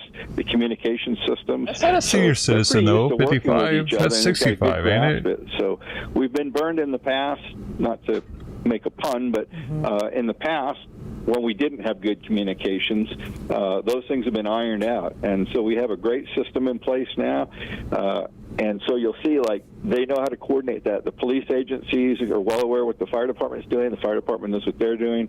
And they're going to try to evacuate people. And as the captain from Lakeside stated, one thing that they try to do is try to make sure people don't try to clog the roads up while trying to leave, because that makes it very difficult for the ambulances and the fire trucks and the police cars to get into where they need to be. So there's an awful lot going on there, but they do have a lot of practice working with each other. The other thing we see as we speak to retired fire captain Bob Lyon, in these shots from Sky 10 as we look live, the urban wildlife interface is very apparent. You see the dense canyon, you see the trees, you see how close they are to structures, and in many cases the mobile homes in this area. The canyons haven't burned here in a long time. How do the fire crews look at these canyons, and should we be looking at trying to do some controlled burns? How do we view these canyons that end up being a pretty hard firefight when they catch fire close to the homes? Well, that's a very difficult subject, because what you run into is they do control burns where they can and when they can to try to keep those areas. But a lot of those areas, the brush has grown for years and can be 20, 30, 40 feet tall in some places. And it is very, very flammable when it gets this dry out. When your humidity levels drop, the brush dries out, becomes really rapid. The other problem is you have air pollution control issues. When you have controlled burns, they have to deal with different agencies when it comes to that, as far as the wildlife goes, and protecting the environment. So it's not as easy as you'd like to just be able to go out and burn areas when the season's right. They have to plan it out well in advance, and I don't know all the agencies they have to contact, but I'm sure there's quite a list of government agencies you have to go through in order to clear brush out like that. Is much of that happening in San Diego County or not because of everything you're talking about? You'll see every year they have CAL FIRE. They usually do a couple of controlled burns every year. At least they try to get those done. So it's in the works, and it's not something that they're just ignoring. They try to do it wherever they can, wherever they think they'll get the best advantage as far as making a fire break and getting rid of some of that really old brush. But, you know, the thing is, people live in Southern California. They love living here, and we all like to see the nice green canyons. So, you know, you have a lot of people that aren't necessarily in favor of you burning that all out either. So we kind of have to weigh it out with the comfort level of what people are accepting of.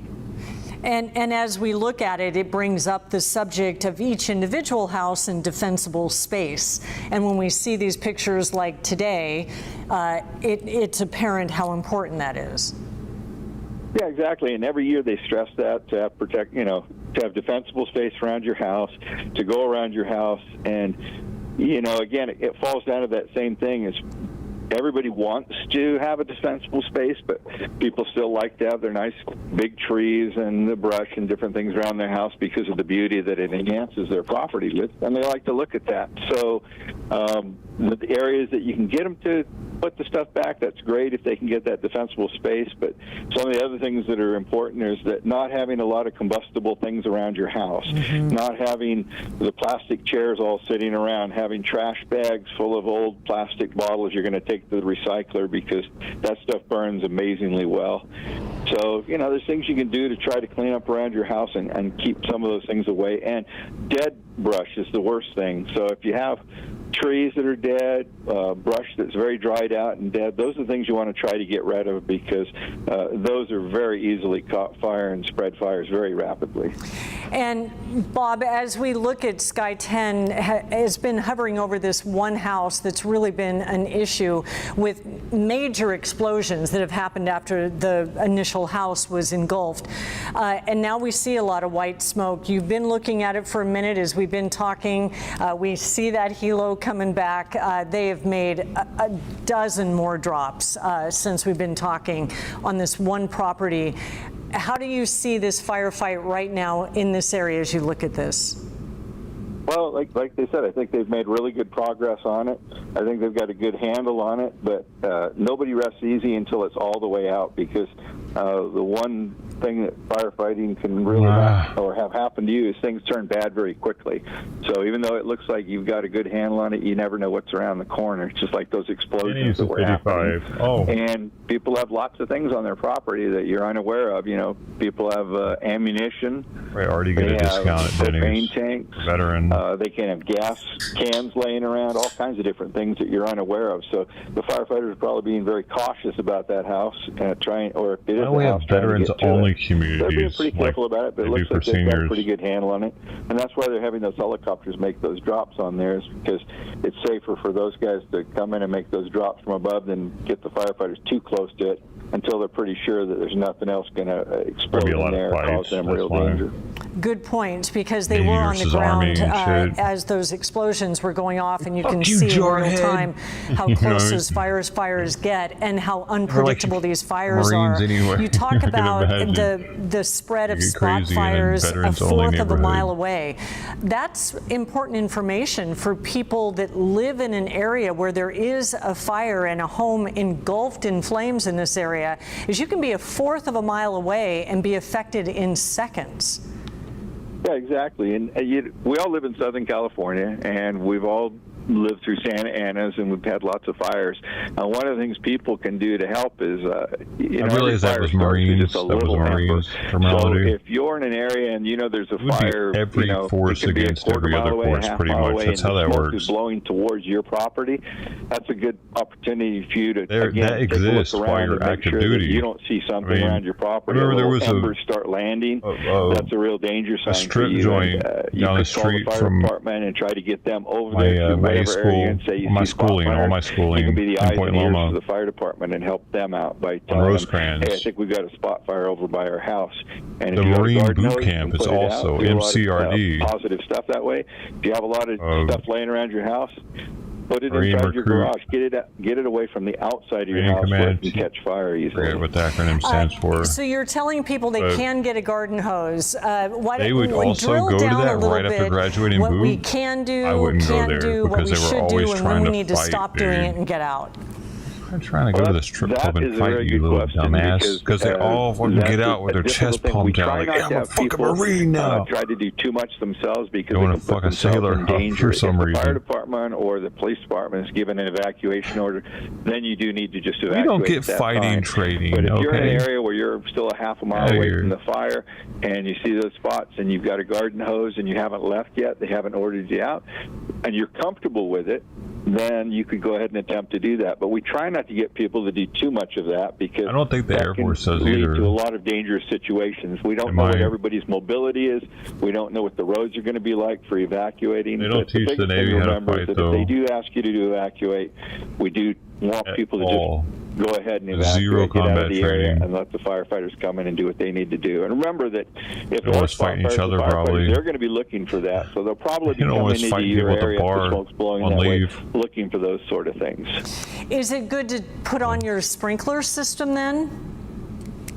Well, that's another good question. Is people have done it and they've saved their properties by turning on their sprinklers. But remember, the source of your water is the municipal water supply usually, and that's the same water supply the firefighters use to get their water. So if everybody turns their sprinklers on, you can have a problem with draining the water supply quicker than you want to, and it can adversely affect the firefighters' ability to get water out of the system. So again, that's kind of a hit and miss thing as far as if it's just turning it on in the yard, it can help, but it's not going to necessarily be the wherewithal to save everything on your property. So it's better to have the fire department do all those things. Yeah, great advice from retired Fire Captain Bob Lyon joining Forward us progress this has afternoon been as we stopped. look live in Sky 10, and you see the helos Revised coming over size right of now. Another 5.3 drop acres per as those 6 man. The ground fire's now crews have the 5% sprays contained. on a house that they've been fighting now for well Two over an previously hour. requested This hand is in crews have been Lakeside, canceled. the Los Looks like it's done Coches then. fire. It's at the Monterey Mobile Home Park. 118 sites, a 55 and up area. We do know there are injuries, but we don't know the severity of those injuries. And this is all in an urban wildlife interface neighborhood. A lot of brush, a canyon behind those homes, a lot of green, dry brush. We are getting a report right now that the forward progress has been stopped, and a lot of it is because they've been able to get this one home under somewhat of a control from what it was 10 minutes ago. It has been stopped at a revised size of 5.3 acres. The incident command giving us that update just a couple of minutes ago. They're calling the fire 5% contained now, and the two previously requested hand crews have been canceled. But as we talk with Bob Lyon again, and we've all been looking at live pictures of Sky 10, they might not need these two additional hand crews, but there are a lot of crews on the ground. When you assessed, Bob, and you see all those crews just around this one house, what are your thoughts on that? They put the initial call in, the firefighters. Dude, sometimes I wish the news could just stop talking. Or, like, I'm just going to mute them. I don't give a fuck what Bob thinks about the crews on the ground. Why the fuck would like, don't they have better question makers in her ear to tell her to ask shit? It's like, Bob, what do you think about all the people that are down there right now? Those people are hard-working people, or just do what they can, or they're paying him to be there probably, so he's got to. What? Oh, it's 10 minutes from you? Oh, wow. That's crazy.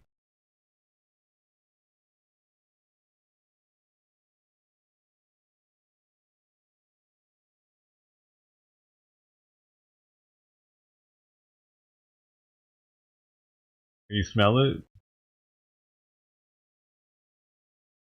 fire units sitting, and they're in what they call staging areas, and they're just waiting. Anything else happening? I think this is done. They're gonna milk this as long as they can.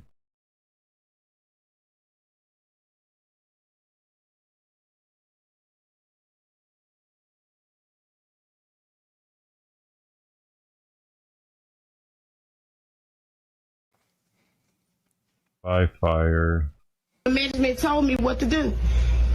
And then the pants that I had on, I think it was yesterday, I've worn them before. But you told me it can't have the pockets on the side. Black employee showdown with Cracker Barrel manager ends in chaos. And I got new pants on. So tell me, according to the policy, where does it state that I have to clock out and go home if I'm obeying the policy? But you're not. If I'm obeying the policy. But you're not. I am obeying the. How do you know if my earrings are a dime size? Because I can tell. Because you can tell. Not a dime. Mm-hmm. Smaller than a dime. Please clock out and go. Okay, now you said you can tell that they're not a dime size. Is that an accurate measurement? Is that an accurate measurement? Is that a? You are so sure that they are smaller than a dime. Why can you not remove one and we can measure it? Because you're not taking anything off my person, and because. What the fuck? See, so they sit in a home for her earrings are too big. Now, culturally, black women do love to wear them big hoops. Yeah, it's genetic. Crazy, right? So, but you dude. can't wear them over a dime size while you're working in Cracker Barrel, right? So she just told her, pull them off and we can measure them. Right. She said, no, you're not going to make me undress here. Yeah, she said it's undressing. Is that too much to ask? Is that too much of a sacrifice for someone to give you a job? You fit that dress code? Are these employees asking too much? What it was. Yeah. I don't think so. I don't think so either. So what is this female sub-Saharan's problem? They gave you a job. You just got to fit that dress code. Well, Kevin, you know what's going on here. These ladies are white. Black people see the world through a racist lens, so they think she has ulterior motives to fire her just because she's black, which is crazy. They gave you a job. Yeah. Exactly. I could tell why they're getting rid of you and they're being so picky about how you dress. Your attitude sucks. It don't suck, it stinks. You are so sure that they are smaller than a dime. Why can you not remove one and we can measure it? Because you're not taking anything off my person, and because you're not going to violate my rights, and I'm not undressing for this company. I feel very uncomfortable, and I feel very disrespected by it. Trust me, I know what I'm talking about. I know exactly what I'm talking about. You don't know what the hell you talking about. I know what she's talking about. She's trying to sue them. She's recording this to set up a case through OSHA. That's what she's doing. OSHA? Yeah, OSHA. OSHA has nothing to do with this. Yeah, OSHA's like when you getting hurt, there's not enough bathrooms available, stuff like that.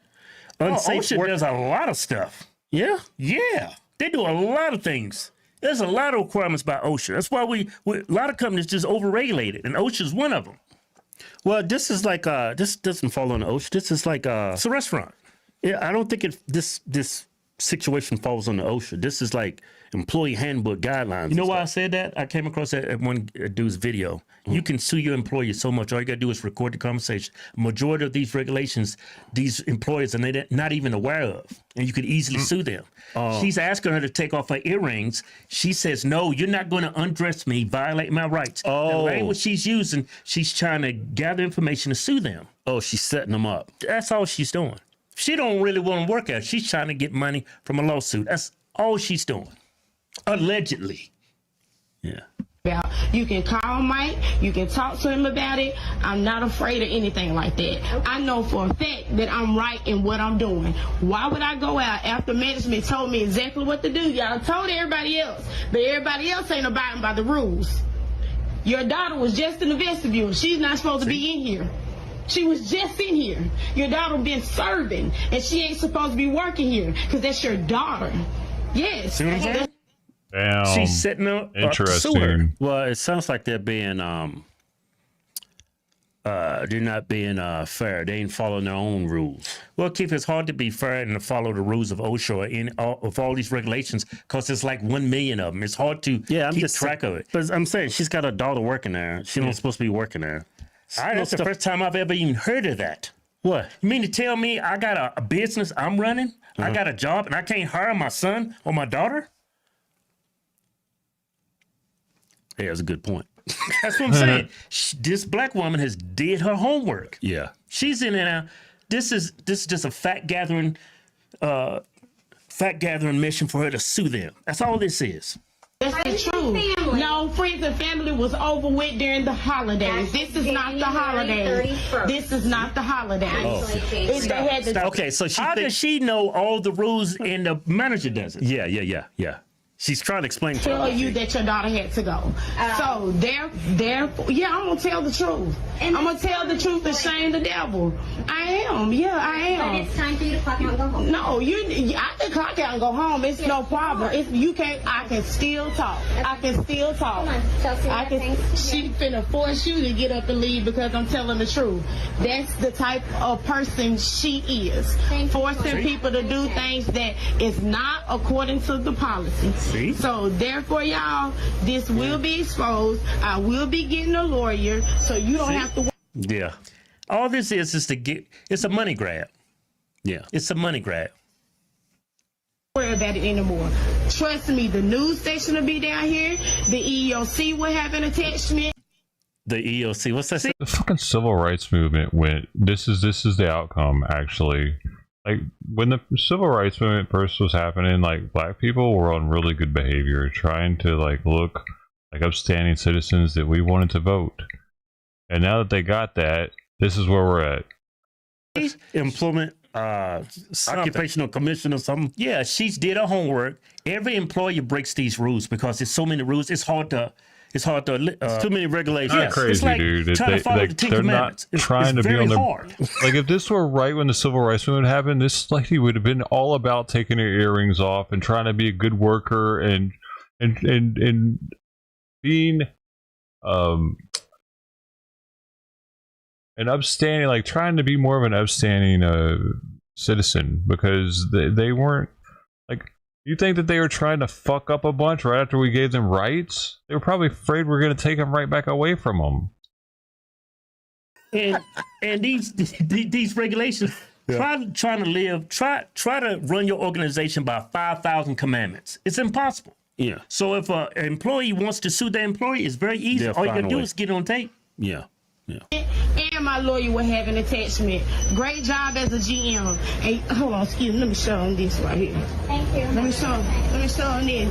Earring right there in her nose. See?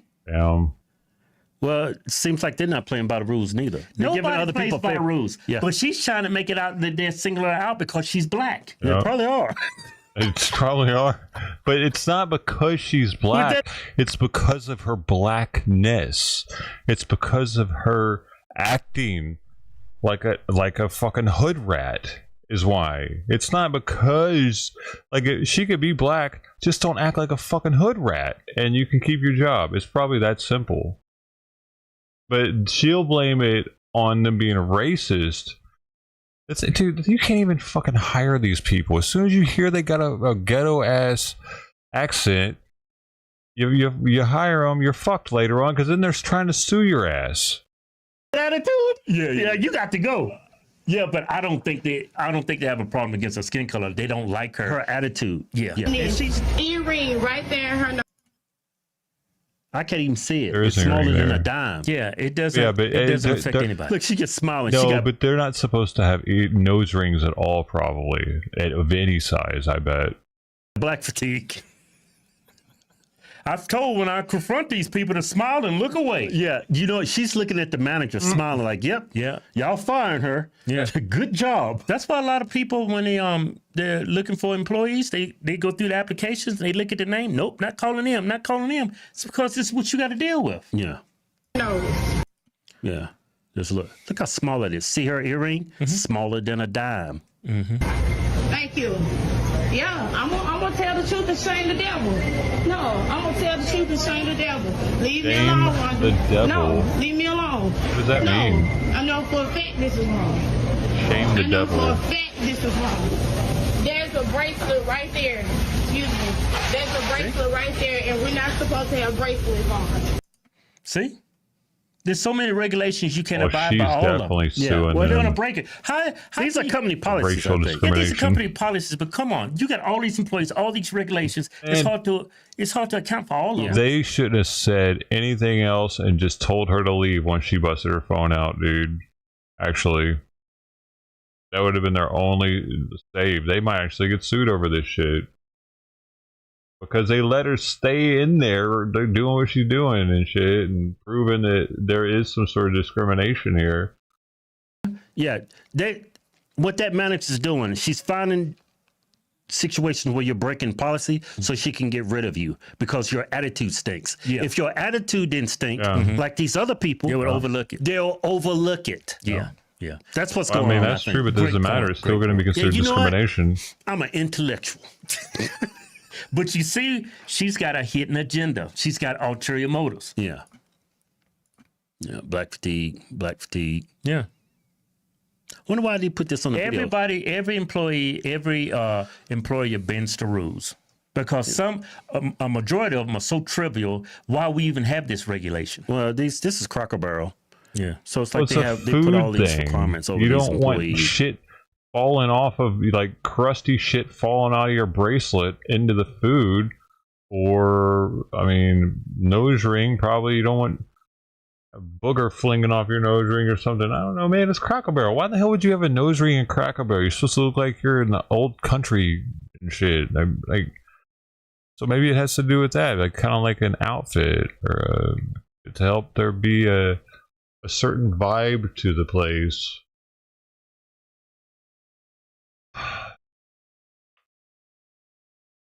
Ever heard the expression? Which one?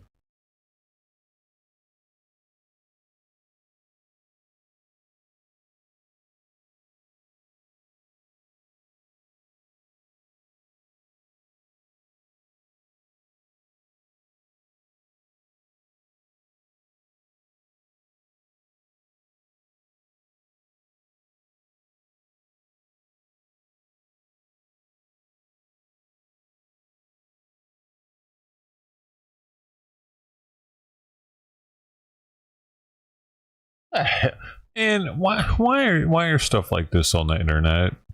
This is uploaded one day ago by a channel with 805,000 subs. Boiling a peach in ranch dressing. We're gonna give it a little bit of water. Why? The ranch smells like Benihana's. All right, this it's fucking retarded. So far, so good on this. The ranch flavor definitely penetrated deeply into this peach. We'll try an inside peach that didn't. Ranch tasting peach to give this peach here a 2 out of 5. Bop, bop, bop, bop, bop. Wow, I miss my calling, dude. Almost 1 million subs, and all of them are probably just as stupid. I love stupid shit. I should have thought about that.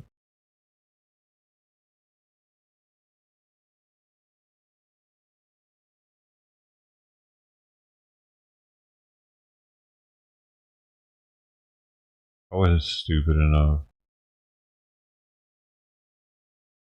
And fuck you, YouTube. I don't want to see pimples and shit. Entitled Blackheads and Pimples Under the Skin. I don't ever look at those. They always try to slip one in, though. Salop to you, my friend. Salop. On this salop. Language is that?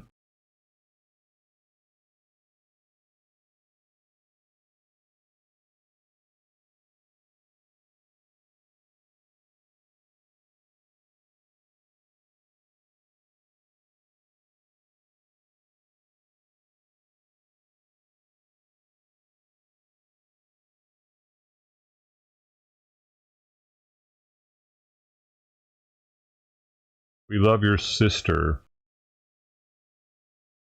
You bastard. French. Huh?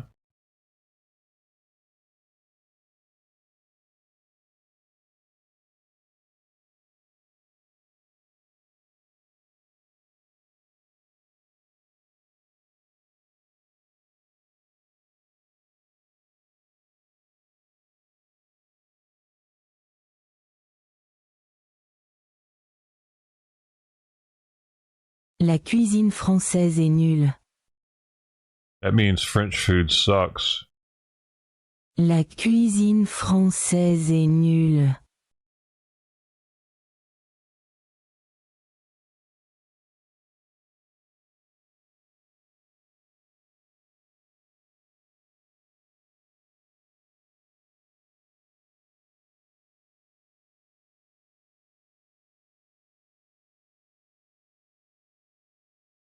I don't ever cook it, do you?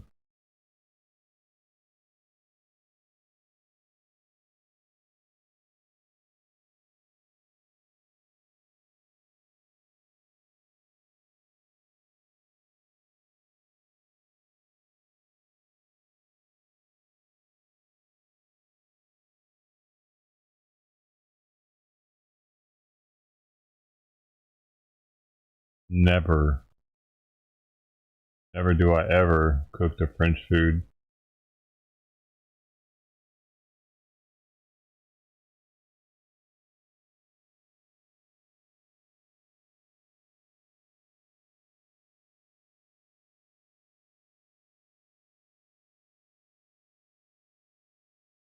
Where's Mark and Ted at, man?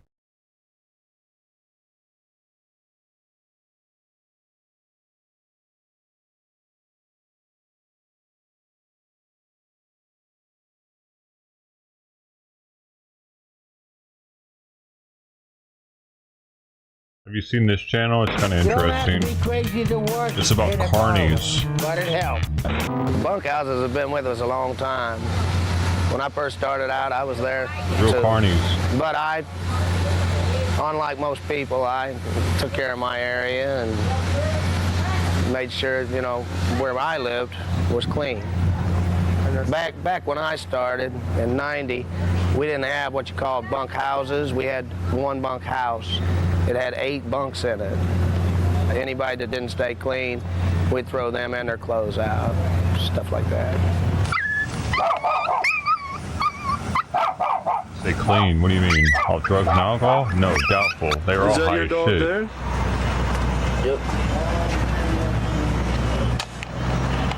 When was the last time you fed that dog? I could have done this at one point, but I was on probation. I couldn't leave the county. The ride foremen, who are the bosses of the ride, pretty much have their own trailers and that kind of stuff. Yep. And then the rest of them help live in bunkhouses. We have portable living quarters for them that they live in. Well, I have my own living quarters, a bed, television, air conditioning, everything's nice and set up. In the old days, you used to live any place under, go back 20 years, they live under the rides, any place they could. Where do you sleep? They slept in trucks, in the possum bellies of trucks.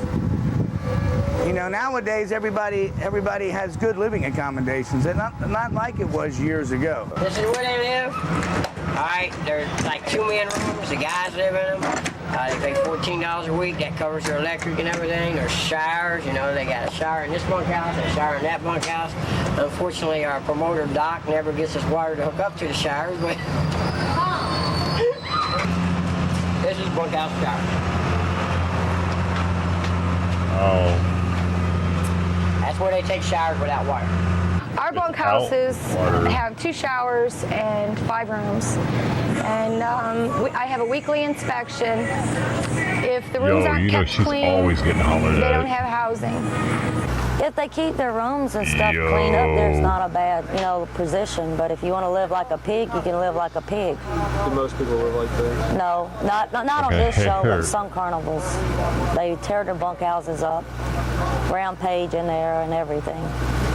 I go around and inspect the rooms that way, as if there's something wrong with the step broke. This is the room inspector? That way, you got to keep them boys happy, because if they're not living in a good place, you guys clean up around here. Perform well when they come out to work. Shit. This is Billy's room.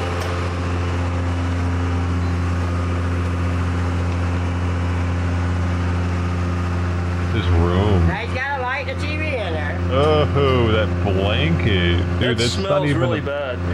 Not even a blanket. That's like Yeah, it really smells really bad. for wrapping up furniture when you're moving. Bunkhouse, I know you look at that like it's some kind of, it's what you make it. A guy don't care isn't going to take care of it. But that's not just the bunkhouses. That's about a house in Beverly Hills. If the guy don't care about his house, you know, and he clutters it, I mean, it's no different than anything else. Yeah, a lot of ride people stay in those bunkhouses. Years ago, they didn't have such a thing. Where did they sleep years ago? Well, wherever they could. I slept in trucks, slept on the ground, slept in a tent, keep myself out of the weather. This is where I live during the summer months, so I want to come show you guys how I live. Come on in. We went from an outhouse to a mansion. It's got everything: microwave, washer and dryer, refrigerator, oven. Anything you want in an apartment on wheels. It's got an awning. I never had an awning. I always wanted a front porch. Now I got one. Satellite dish. I got 400 channels. And we got a Attack on America. What was that? 9/11? Just casually. Dish. I got 400 channels. I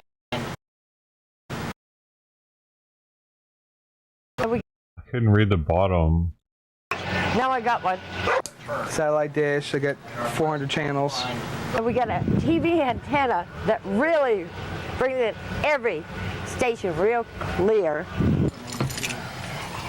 This is my upstairs washer dryer.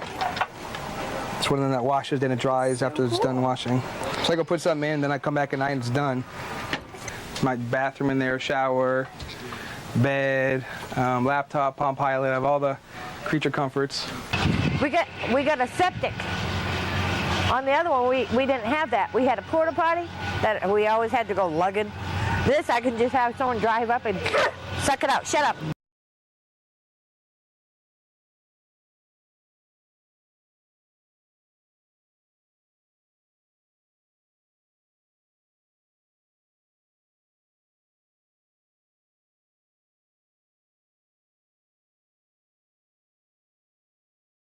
Why the Supreme Court ruling may be prelude to more ICE raids in LA. Of course it will be.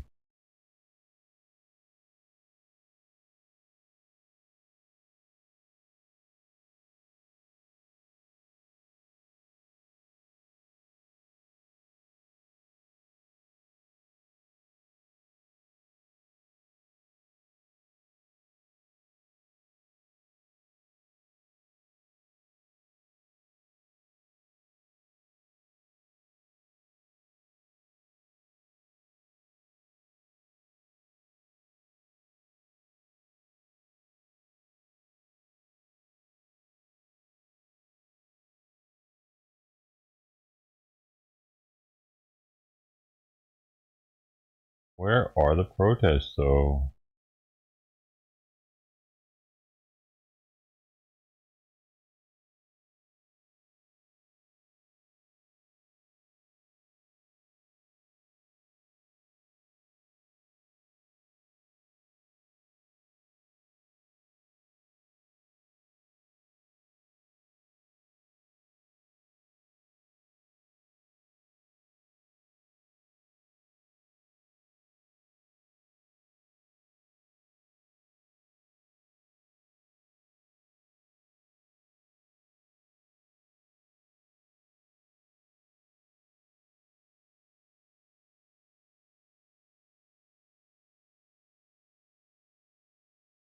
Nobody knows.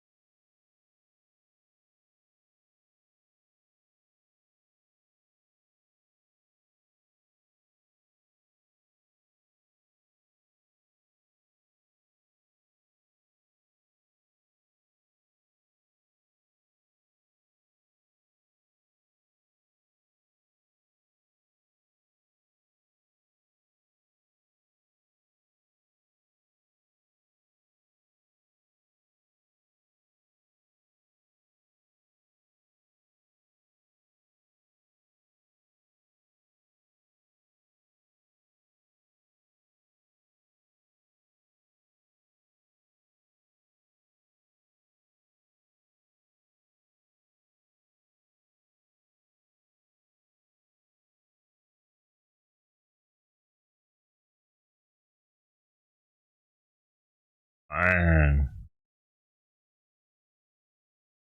And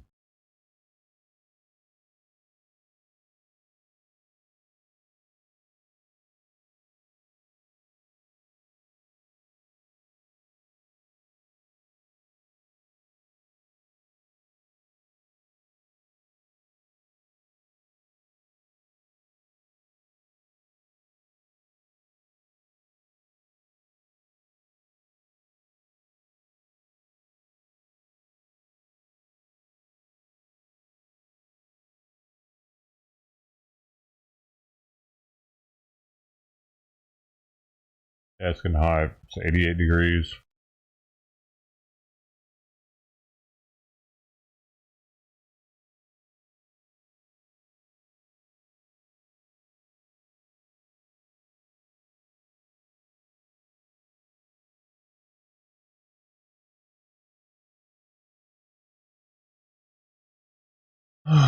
Yeah.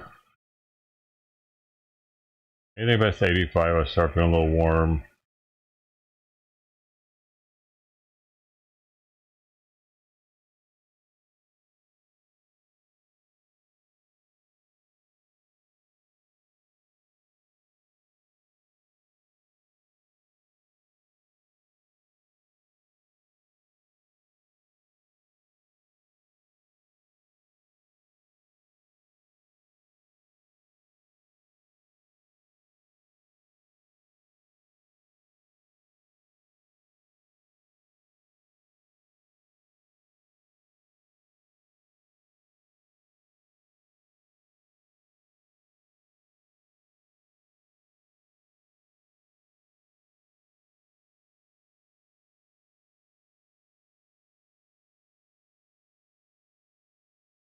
Yeah. Mm-mm-mm-mm.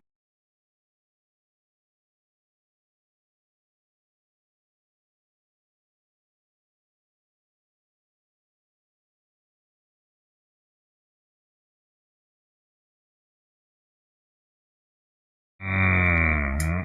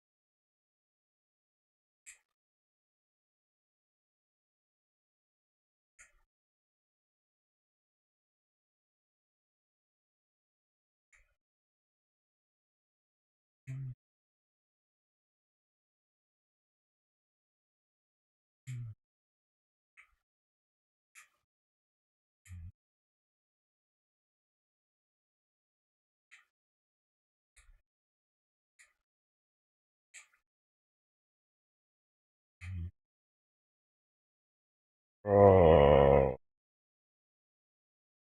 I really thought that there would be protests going on in LA because, I mean, everybody's going to be pissed off, right?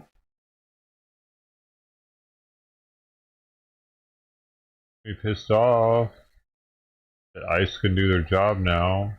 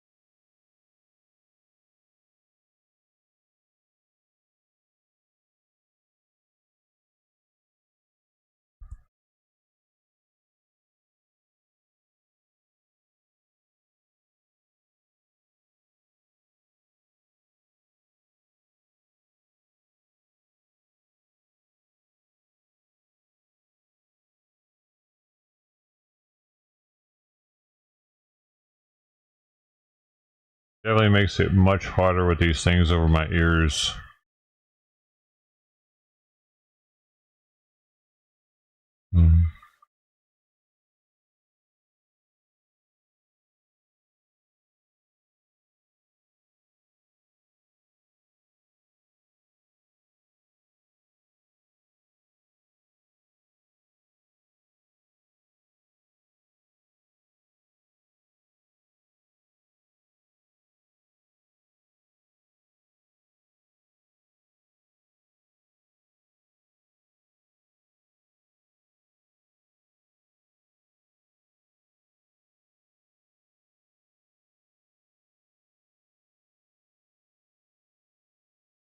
Yep.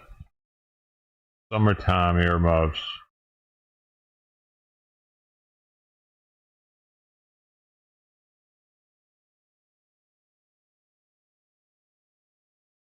And Vegas just doesn't stop, dude. Happy birthday to you. Everybody, What's dude, up, but it's Slicey dead Slicer? though. It's so dead though still. Richard Modica, good evening to you, my friend. Jackpot winner is here. Even deader than it was a month ago, probably. Deader and deader.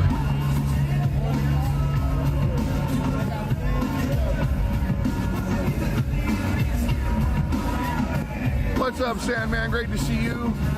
Maybe it's because like a lot less Canadian. Is it slower than last year? travelers. Yeah, it is, but it's not slower down here. Downtown's showing more tourism than they did last year, I believe. People don't want to go to the Strip. It's too bougie. It costs too much money. They got greedy, you know? Charge for parking, just everything. And $11 bottle of water. Who wants to deal with that shit? Really? They charge $11 for a bottle of water? Your board members of these big corporations like, let's stick it to them. Let's get as much money out of them as we can. You know? That's At some point, people are crazy. going to be like, oh, no, screw you. It's so hot out there, dude. They just want people to die or what? Which is a shame because I love the Las Vegas Strip. There's a lot of really nice resorts down there. I love the Just wind. drink I love the alcohol. encore. I Who love cares how Caesar's hot Palace. it I always is? have. Welcome to Vegas. It's free. You want another upset, drink? and I'll be upset Oh, forever. the They water? throw the No, Tropicana sorry. down, but you know, that's just I give you a Just have a cup of video water of this though, last but is night. their water known for being Vegas is really slower bad? than last Maybe. year, not bad though. We're like 2 or 3 million down from our normal. I think it'd be a cup of water for free though. 32 million. We have like 30 million came this year. You know, it's not like we're completely dead. Really? Only 2 million less. I just happened to just said that they were Exactly, dead. Raven Lunatic. They want to come downtown, and I still say I 100% It looks dead, believe dude. that all the influencers that show Fremont Street and what it's all about is the reason why Fremont Street's doing so much better now. Hi, Gambling Granny. So great to see you. I don't know. Whatever. 27 days. I remember Vegas had more people in Make it. sure you guys subscribe to Gambling Granny. And plus, they channel used to run these things where people would hang from a harness and Love them to death. go the whole distance of this. I haven't seen people do that in, Need to be I don't know when the last time it was. Months. Maybe they just stopped doing I that. don't really care for it. I like some stuff for sure, but Fremont is better. I agree. Fremont's way better. Right, Donna Linhart? It's terrible. If you're comped on the Strip, then you need to stay there. That's what I would do. Come down to Fremont, the party, and then taxi or Uber back. Me and Davis, I'm planning on being on Fremont next month for my 60th and do some gambling. Good for you. Hi, three-wheeler. What's up, Jake Jacobs? Hi, Suresh Campbell. Great to see you tonight. Weather for Las Vegas shows 99 degrees Fahrenheit. Don't feel that way underneath Academy, though.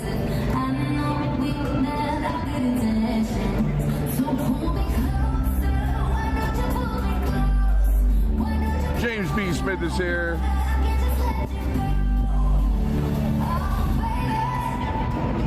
Yep, depends on where you go.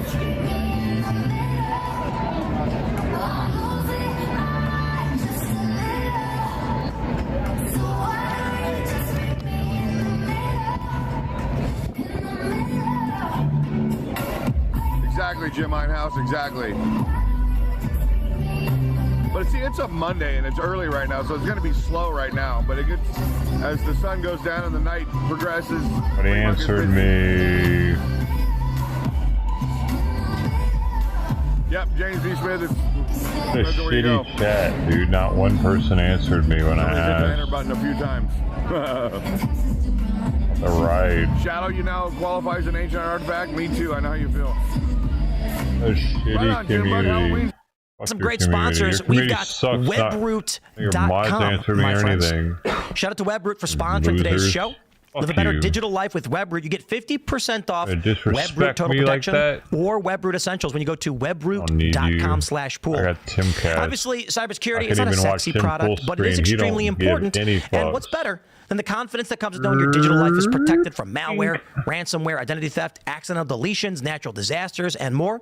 Webroot is your digital life like Geico, or State Farm is for your physical life. It's protection for you and the whole family, but really it's the whole family. So when we say protection of 10 identities, we mean it. Those 10 identities do not have to live under one roof. You can protect yourself, your spouse, your kids, your parents, your in-laws, your crazy aunt, etc. And there's dedicated elder fraud protection. It's a hotline to help remediate incidents and assist caregivers. You shouldn't have an antivirus that acts like a virus. Webroot Essentials won't interrupt your daily life. It is 33 times smaller and scans your devices 6 times faster than competitors. It also installs faster than competitors, so you get protected quickly. And don't forget, every time you check a box for a company, all your private data, your credit cards, they're getting stored by that. So you don't really want to, you can't really trust that, right? McAfee's still out there, when that company has a breach, that means still alive, your info's going with it. So when you get Webroot Total Protection, your information is protected from dark web financial identity with dark web financial identity monitoring alerts. So go to webroot.com/pool. Shout out sponsoring the show. We also have PDS with crypto to let him out. The system isn't broken, my friend. It is rigged. Now he's living as a female somewhere. That's exactly how they want it. Nobody would think of Big that. banks profit I've been when you're saying desperate. that since it happened. Creditors win when you lose. You don't have to play their game. PDS Debt helps you take back control. They've helped hundreds of thousands break free from credit card loans, high interest traps. It's your money. It's your future. Time to fight for both. At his disappearance, PDS Debt goes beyond the numbers to understand your dollars unique financial situation and craft a personalized plan designed just for you. There's no minimum score required. They're here to help you save more, pay off your debt faster, and start putting money back where it belongs, in your pocket. They're A+ rated by the Better Business Bureau, boasting thousands of 5-star reviews on Google and a 5-star rating on Trustpilot. Why? Because PDS has helped hundreds of thousands of people get out of debt. You're 30 seconds away from being debt-free. Get your free assessment and find the best option for you right now at pds.com/Tim. That is pds.com/Tim. And lastly, join our Discord server. No one knows how much money he had when he get involved. But he was, community is everything. Don't just watch the show. Be a part of the show. He was in one the of the comments, reasons in the why live chat room, crypto on the pumped Timcast the way Discord. it did And when we go in into our Rumble 2018, Premium members only at 10 p.m., your chat displayed on screen. Everything you say, everyone gets to see. He was one of the main and you as members for even get to call in to talk to us and our guests. So smash that like button, share the show with everyone you know. Joining us tonight to talk about this and so much more, we got There's no telling really how much he had, because people were paying him in crypto to slang their crypto for him. He became a shill. Started by Russ Vought, who's President Trump's Office of And Management. he would sell it probably whenever it pumped and put it into Bitcoin and wait for it to pump. Before that, I And was a like, political he knew what he director was for Ted doing. Cruz. Before that, worked at Heritage Action with Russ Vought, and then before that, Marine Corps. Right on. Wow, this should be interesting. Thanks for joining out. Thanks for having me. We got producer Tate. What's up, guys? Tate Brown here, holding it down. Guess I'm like a backup host at Timcast, and I'm holding it down for Brett this week on PCC. So come hang out this week on PCC, and yeah. I am Shane Cashman, and I'm going to be running out of this studio at 9:40 See, this tonight says right here, John McAfee's net worth was reportedly $4 million. See, that's what was on paper, though. I mean, he didn't have his crypto on paper, for sure. Because it says right here, and that says at the time of his death in 2021, a significant decrease from his peak of over 100 million after selling his shares in McAfee Antivirus in 1994. Yeah, he still had that 100 million, dude. It was just in crypto. There's no way. Like, Inverted World Live. We was go like the live at most- 10 p.m. It's a call-in show. If you've got a weird, strange, twisted story you want to share, give us a call. We're going to talk about confident that aggressive probe man in the world that's flying at the towards time. Earth right And now. also, Every God, week there's do you a new ever story listen to about any it. of his The newest one is that streams? there's mini probes on the bigger probe. He was so self-confident. We'll talk about that in It's a lot more, crazy I feel. too, though. Welcome back from the netherworld. Crazy. Chain. Hello, everybody. My name is Phil Labonte. I'm the lead singer of the heavy metal band All That Remains. I'm an He was anti-communist filthy and a rich. counter-revolutionary. Not just Let's get 4 into it. million. Here's a story. We got it from the Daily Mail. Trump's gut-wrenching reaction So, to seeing I think he's still Ukrainian alive. refugee murder video as he slams Democrats for ignoring it. Indeed, they're now, some, starting to come out and say, maybe we need to deal with this crime. But let me just stress this as we pull up. ALX has the, ALX on X has the statement directly from the president. I'm sick and tired of What Democrats country ignoring the was he problems. in when he Having died? strongholds in these cities where the problems have persisted for Panama? generations. In Chicago, for instance, over 100 years. And then they have the nerve to tell us who've suffered under this crime we are wrong and we should not be Shame. afforded the protection from Shame. the federal government. Spare me. Here's what Trump had to say. I have seen the horrific video of a beautiful young Ukrainian refugee who came to America to escape the vicious war in Ukraine and was innocently riding the metro in Charlotte, North Carolina, where she was brutally ambushed by a mentally deranged lunatic.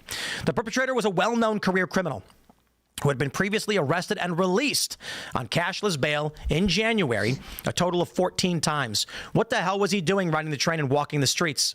Criminals like this need to be locked up. The blood of this innocent woman can literally be seen dripping from the killer's knife. And now her blood is on the hands of Democrats who refuse to put bad people in jail, including former disgraced governor and wannabe Senator Roy Cooper. North Carolina and every state needs law and order, and only Republicans will deliver it. Additionally, where is the outrage from the mainstream media on this horrible tragedy? Vote for Michael Whatley for United States Senate. He won't let this happen again. This guy was arrested 14 times. It's absolutely insane. And I'll just say, these well-to-do liberals, they debate me on the issue. Yo, they wait argue a second. with me on Wait, look at this. So I just put into the search McAfee is still alive, and it said no, he's not. But then it says, despite a claim by his ex-girlfriend that he faked his death and speculation fueling a Netflix documentary, an official autopsy confirmed the cause of death is suicide. I don't care. I don't know, dude. When you're talking about hundreds of millions of dollars, you can get it an official autopsy written up, I think. His body was released to his family in late 2023, and in January 2025, this is what's crazy. His ex account became active again, announcing new projects, which his widow confirmed was not a hack.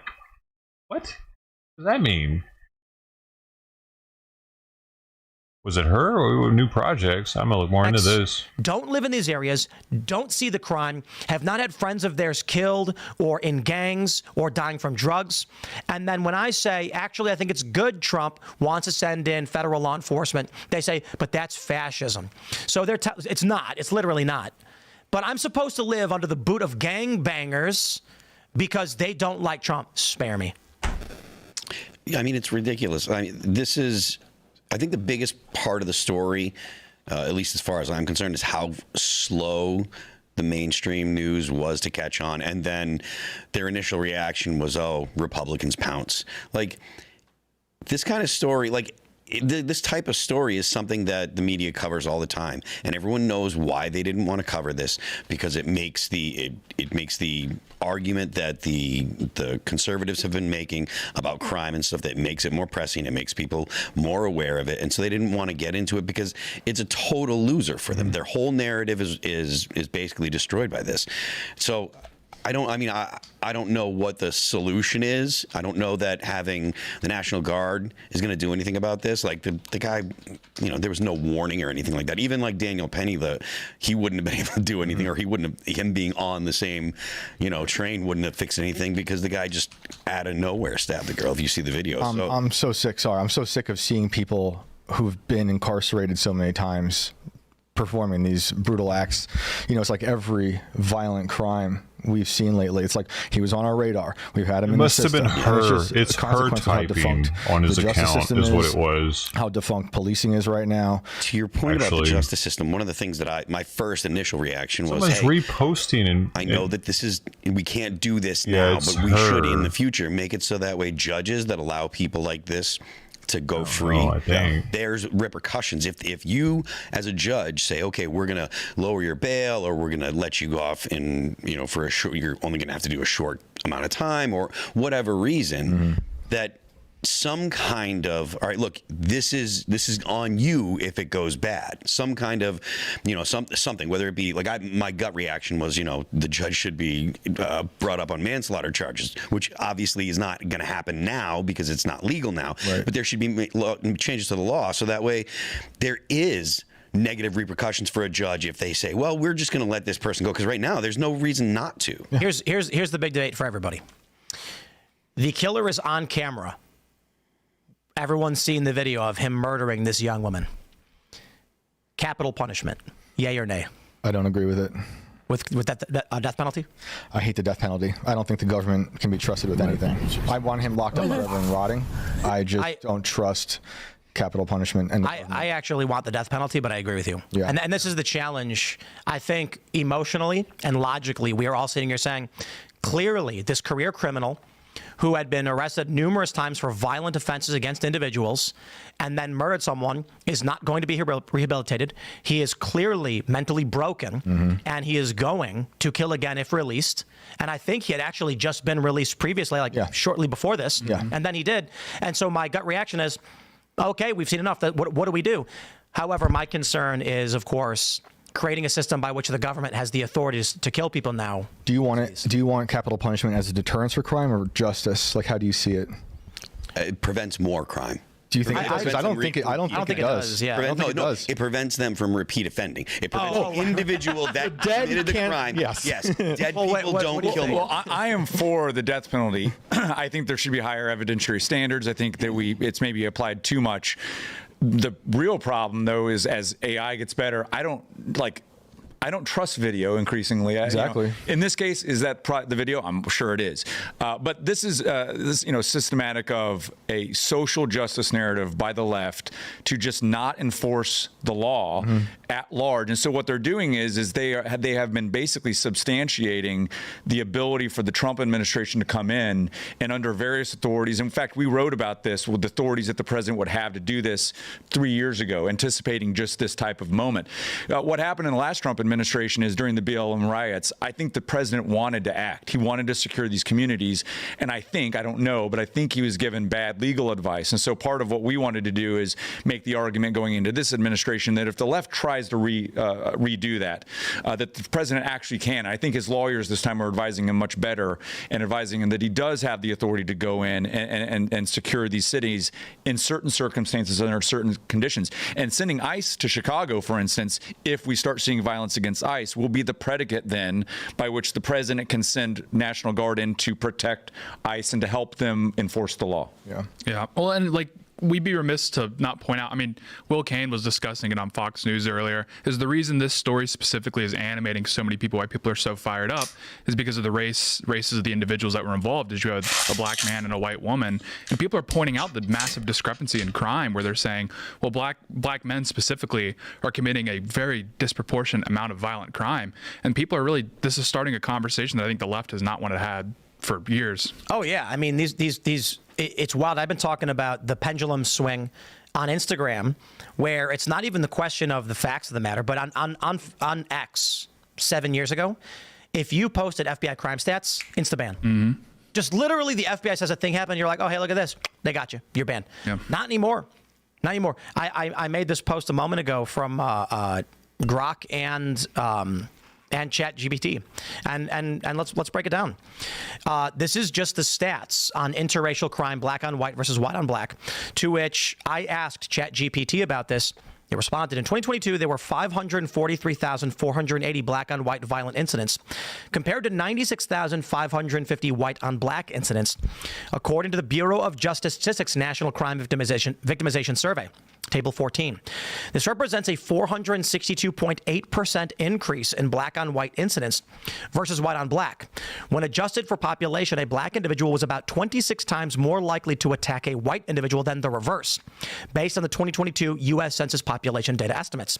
It then provided me with a summary list of sources. Now, this is just an image. Someone asked Grok, are these stats accurate? To which Grok responded, yes. The stats match the Bureau of Justice Stats NCVS 2022 That's crazy. 20-something times. 543,480 black on white versus 96,550 white on black. 462.8% higher raw count and 26 times population-adjusted likelihood align with the data. Dang, These are survey-based estimates with some times. limitations like victim-perceived race. Times. The point is, nothing that I am saying is intended to slight someone based on their race. I am simply showing the data right now. We need to get these fucking black people in line, man. What the fuck are we doing? Yo, that's a serious statistic right there. 26 times, not 26%, times. Like multiply. That's insane. Reason why I did this?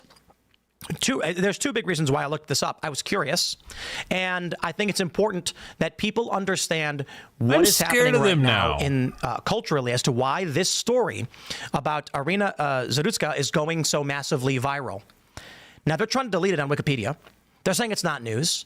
The corporate press is saying it's racist and it's not news, and these people are insane. And because of their lies and manipulations, you're actually breeding racism.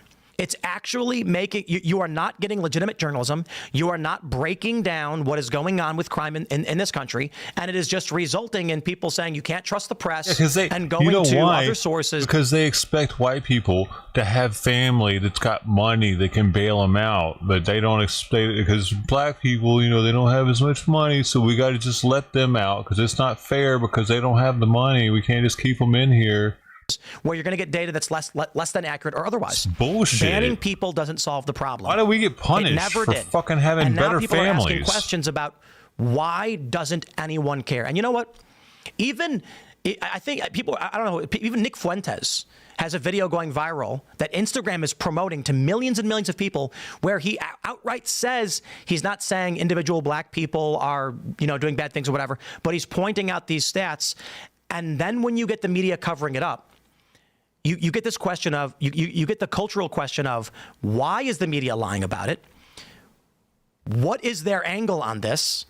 And what are the actual causes that we're not getting able to discuss because you'll get banned or censored? Now, I was saying the pendulum has swung the other way. We can actually talk about these crime stats. And I'm not going to sit here and tell you that, you know, you're going to judge an individual based on the color of their skin. In fact, quite the opposite. You have the privilege to pay. But there's the a reason bond. why this story has gone viral, and it's because people are tired of being lied to about it. Yeah, well, I mean, like, you just have to ask people that grow up in Chicago or Memphis or these, like, we've noticed these sorts of things happening, but you're supposed to just ignore your lying eyes, and the media refuses to report on it. I mean, I don't know. It makes whatever implications there are, it makes you suspicious of, like, why there's such a all-out blitz. It's an agenda. Right, exactly. Let me pull this clip up. We've got this It's going to post happen from in Memphis because ALX it's mostly black people on X. there. He says CNN's former I palace think it's a unit higher Brian Stelter ratio on than X. Chicago.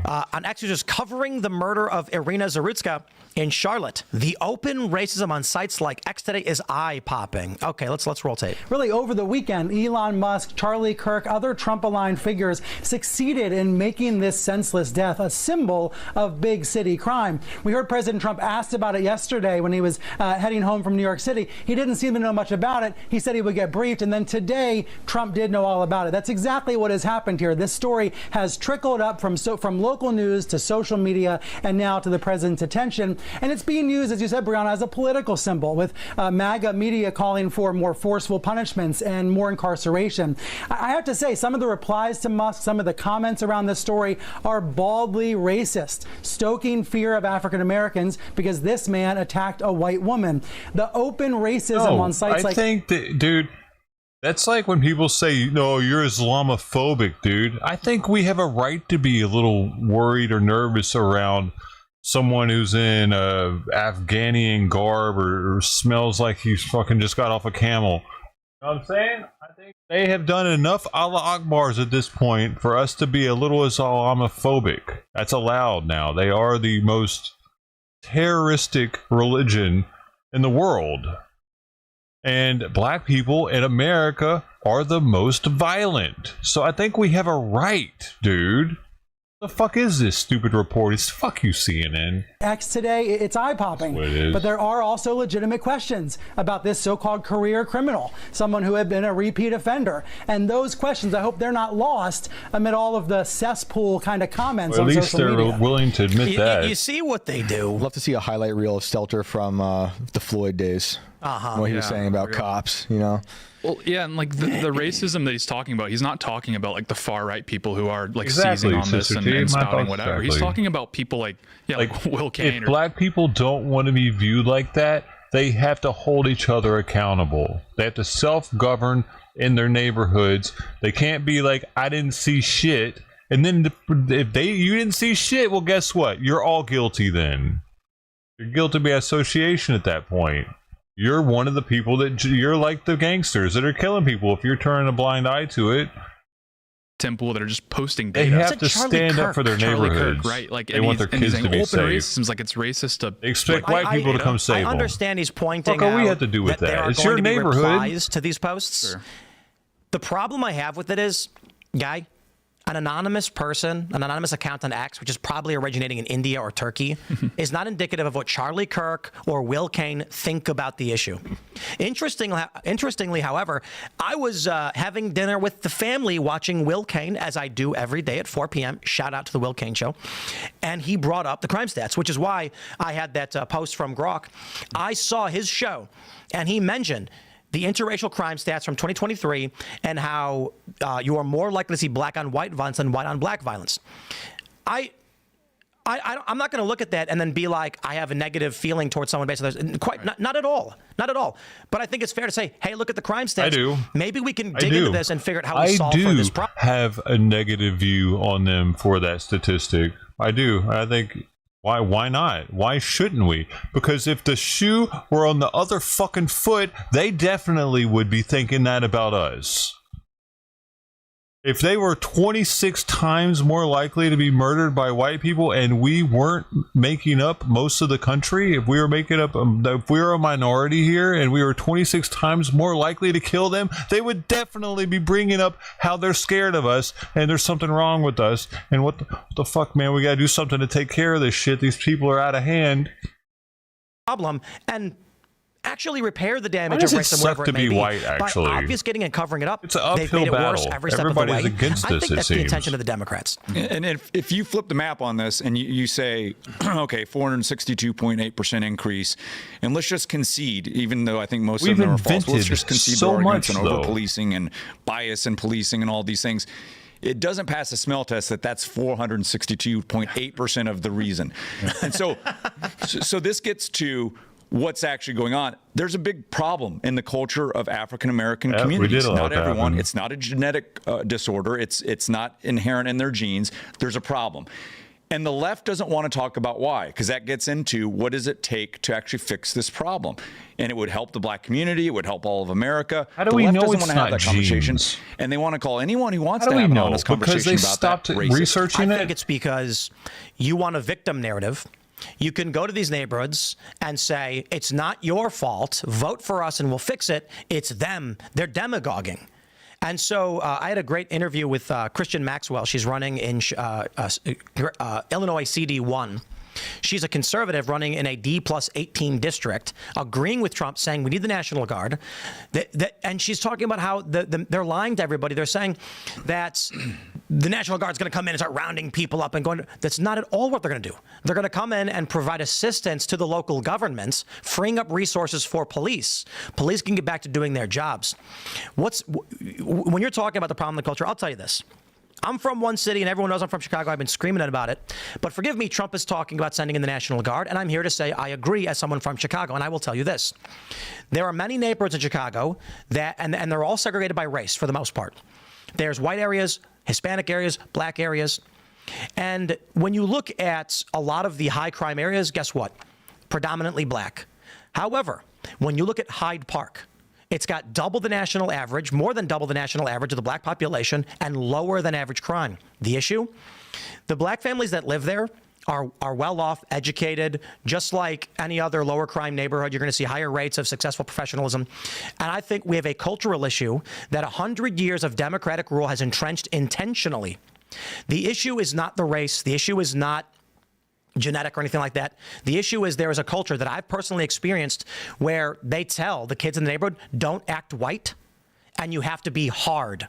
They tell them things like, I swear, I'm hanging out with some of my friends on the South Side, and it's 3 black kids. We were going skateboarding, and when they were talking, one of them said, well, I haven't been to jail yet, but, and I'm like, whoa, bro, don't go to jail? Like, why are you talking like that, man? Because that's what they're told in their neighborhood. You will go to jail. It's going to happen. That's the way it goes. As if they're telling these kids, if you want to go hard and you don't want to act white, you will do things that will put you in jail. And I'm like, man, you guys got to get out of that stuff. Mm-hmm. Make money, get paid. There was one of my favorite stories ever was this black kid in my neighborhood who sold T-shirts. I've told the story a million times. Forgive me, but for those that didn't hear it, and he was ragging on the drug dealers, saying you make more money selling T-shirts than selling dope. And then he told this story about how, not a story, but like literally does. He said he calls the local venues for the weekends, he figures out who the bands are. He calls the bands and says, do you have merch? And if they don't, I'll make merch for you and I'll give you 20% of everything I sell. And he was like, bro, I make like $2-3 grand a week, working 2 days a week. He's like, I go to the print shop. I literally just put the band's graphic, their own graphic on a shirt. I go to their show and I sit there and I sell it. I give the band 20%. I make a couple grand. And he was like, why that? You selling dope, man? It's because the people in the neighborhood are telling them that's the way you do it. Mm-hmm. Even though they didn't make that much money, they put themselves at risk. And then the problem is when I say stuff like this, when I point out the high crime rates, it's people like Brian Stelter and the corporate press who say, you're racist. The actual reality is the cops are doing it on purpose. And I'm like, dude, you're not going to tell me that the gangbangers in the LeClaire courts where I was growing up in Chicago were oppressed, and that's why they came to my neighborhood and robbed all my friends. That's the stupidest thing I've ever heard. Mm. Yeah, well, it's like kind of what you're hitting on is like specifically the cultural component is we shouldn't be surprised at all that there's this huge disparity because I mean within the black community, but broadly in America, there's a huge anti-white rhetoric going on, and it's like you shouldn't be surprised when whites are demonized. You're going to get an increase in violence towards them. I mean, it's getting a little better. Their heads, and it's like it's also a high rate of fatherlessness. It's getting better, right? Like it was at an all-time high during George Floyd. Like we were. Bro, white people were doing some really weird shit. Remember, they were like kneeling down and kissing black people's feet and shit in the streets. Like it was getting really strange. They wanted to make up for what their ancestors did and shit. The whole George Floyd thing really, man, that was wild. They were bending over backwards to like they. It's like they wanted to be white people were acting like they wanted to be slaves all of a sudden for black people. Whip me, please. So it's getting better. Nihilism because they're generationally, they have no meaning because they're seeing what's around. Because Trump's in office, but if he wouldn't have gotten in office and Kamala Harris would have gotten in office, we would have dude. I don't know, man. Republicans might have actually started breaking some shit at that point. Them, and it's a lot of drugs and gangbanging, and so they don't have any life to live for. A lot of these young kids, they'll die young because of it. This is what really blew my mind. White hate. I don't think I've ever had any kind of like traditional red pilling. Like Dave Rubin was a liberal, and then he was like, "Holy crap, something's wrong." I was always kind of middle of the road when I was younger. I was a little bit left, but I'll tell you, in the 2010s, I did a documentary on St. Louis, Ferguson, and I can tell you all about how the structures that were set up during the segregation, during the period of segregation, resulted in a systemically racist circumstance. That is, the cops in the St. Louis jurisdictions are not inherently racist. Like the white cop doesn't say, oh boy, I'm gonna go pull over a bunch of black people. That's funny. What happens is there's like 99 different jurisdictions. So if you have a busted taillight, you have to drive through 5 towns to get to work, and you're only driving 5 miles, you get pulled over 5 times, you get 5 tickets, you can't afford it. These jurisdictions in St. Louis were intentionally set up as enclaves for white people who are leaving the cities because of, it's very, very complicated, but I mentioned Pruitt-Igoe, one of the first project housing systems set up in the United States. It was left underdeveloped. They didn't take care of it. It fell apart. Then crime started to take over, and then it fell apart. Then you ended up with this heavily impoverished area living in a giant slum. White people leave. They created smaller townships. Now you've got all these different police jurisdictions, and you've got pockets of black neighborhoods that are still struggling to get out of that cycle of poverty But what the left will tell you, it's the white cop is racist and hates black people. I'm like, no. The white cop literally has no idea. He's just like, I don't know, man, your taillight was out. You can't do that. You got to get it fixed. But what happens when you've got a whole bunch of small jurisdictions? So in places like Chicago, you had redlining and blockbusting, and that's where the real estate market negatively impacted black families, made it harder for them to generate wealth in their properties, and it did create these weights on these communities. But I'll tell you this, the solution to it is not what the left is offering up. And that's where it got confusing to me when I'm like, hey guys, like when we talk about redlining, that's where the real estate company like would collude to be like only sell to black people in these neighborhoods to keep them out of the white neighborhoods. When they would do something like that, you create impoverished neighborhoods. And when I would talk to the left about this, they'd be like, no, don't bring that up. Just bring up the racist cops. And I'm like, this would solve the problem. Like we can address the problem and make this problem go away. No, they don't care.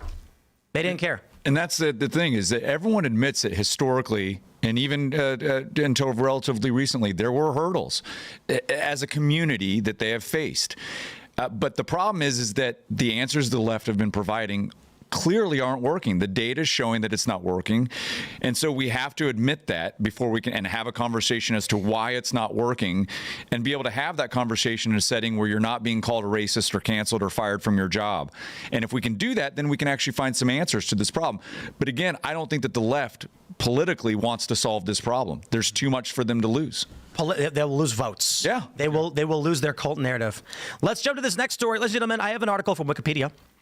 This is titled the Wikipedia Articles for Deletion, Killing of Irina Zarutska. Now, why would this be nominated for deletion? So the article discussing Irina Zarutska's killing was nominated for deletion, and up until just now, it was facing deletion until users came in and said, what the? No, you can't delete this. This is absolutely wild. So the way it works, for those not familiar on Wikipedia, is that you'll go in, it's a nomination for deletion, and then you will add your 2 cents. Keep the article, you'll write keep.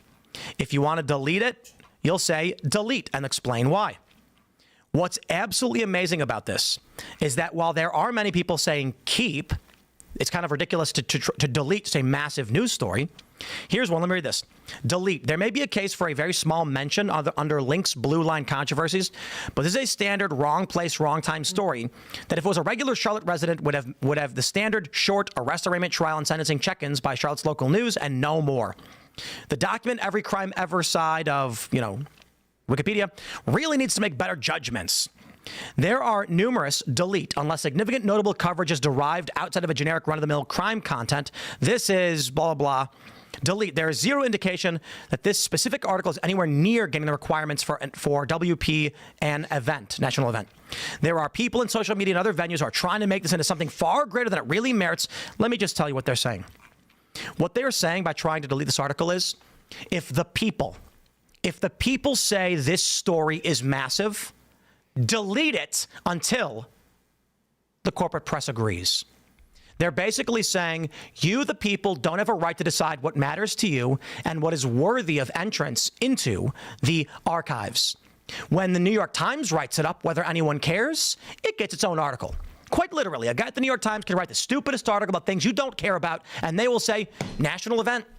But when tens of millions of views, hundreds of thousands of retweets, conversations for days at the national and international level are hitting social media, they say, yeah, but CNN didn't write about it, so delete it. That's the narrative machine right there. That right there is the story. The non-story is part of the story. The fact that it's so big online, and then there's radio silence on mostly all the major platforms. That is a huge thing. It's not like just a one-off thing for the dude. Like I said earlier, guy was arrested many times, and he was saying he was a totally schizophrenic guy, saying he had man-made implants in him. His mother was saying that she put him away. Right. And his mother was like, he shouldn't have been out. Right. Like, it's a huge story.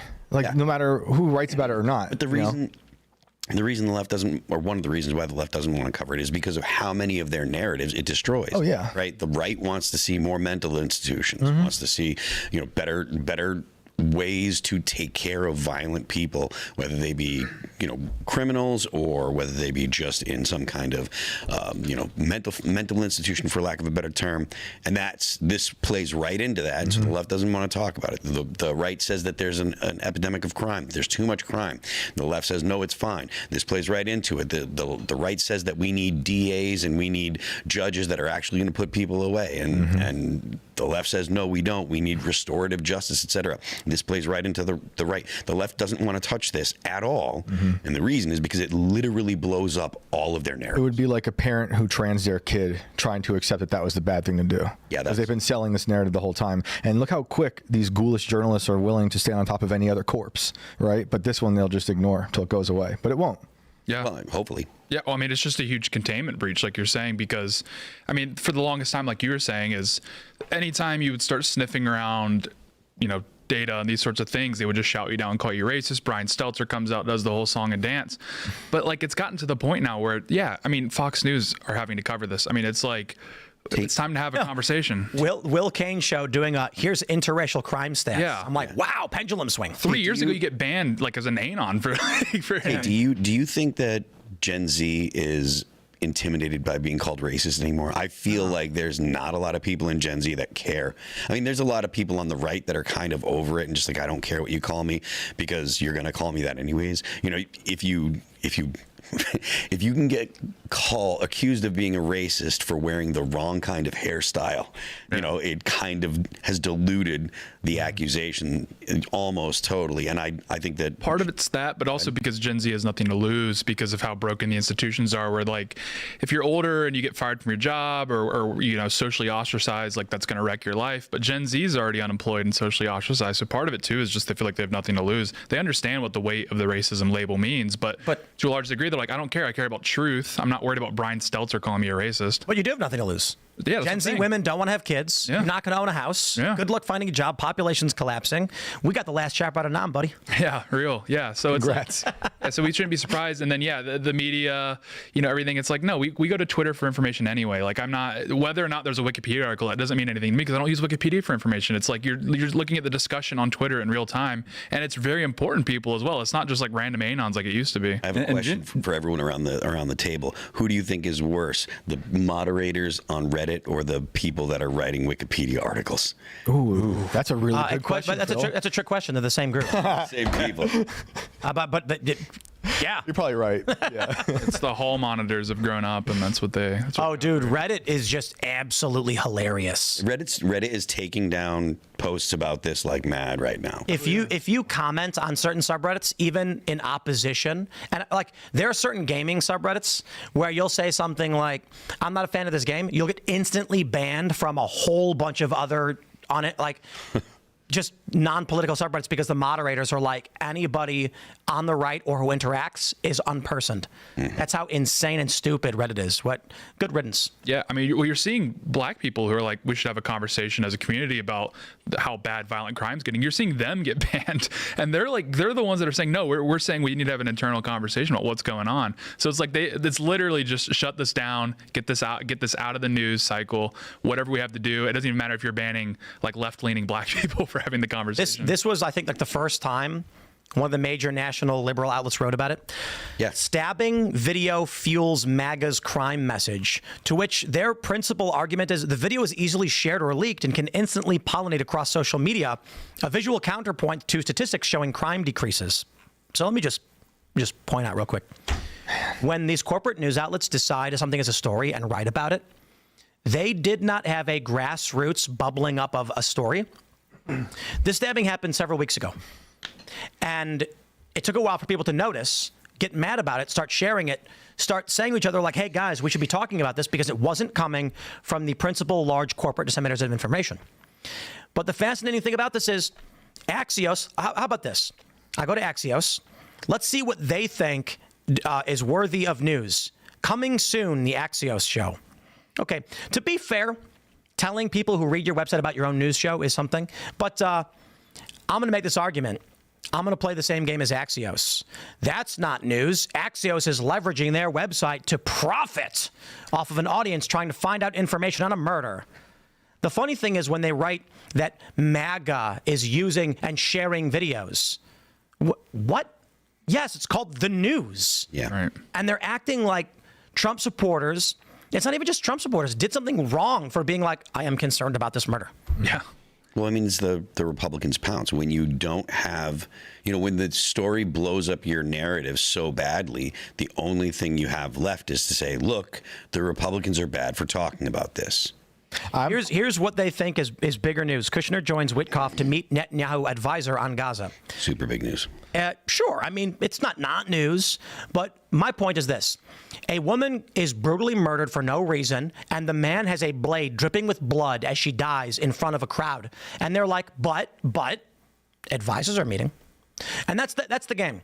I'm not saying that this is not important news. Of course, it's important news. But the idea that Axios would play the game that individuals sharing video make something that shouldn't be news, you just arbitrarily decide when you think something should be on your front page. You hypocrites.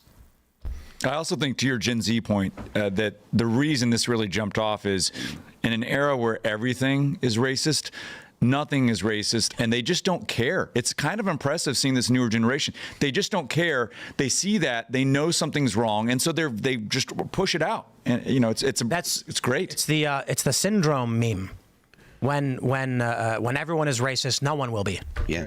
And that's Instagram right now. I'm telling you. Yeah. Like Gen Z on Instagram is just. They're just as racist as they could possibly be. I've never seen a more racist generation. 5 years ago, they were told they were racist for not posting a black square on Instagram. So it's going to go the other way. I think part of it is the fact that the Black Lives Matter narrative has been so utterly destroyed, right? Whether it be the results of having police have body cameras all the time. Yeah. You see so many interactions with police where the person would be saying, "Oh, they were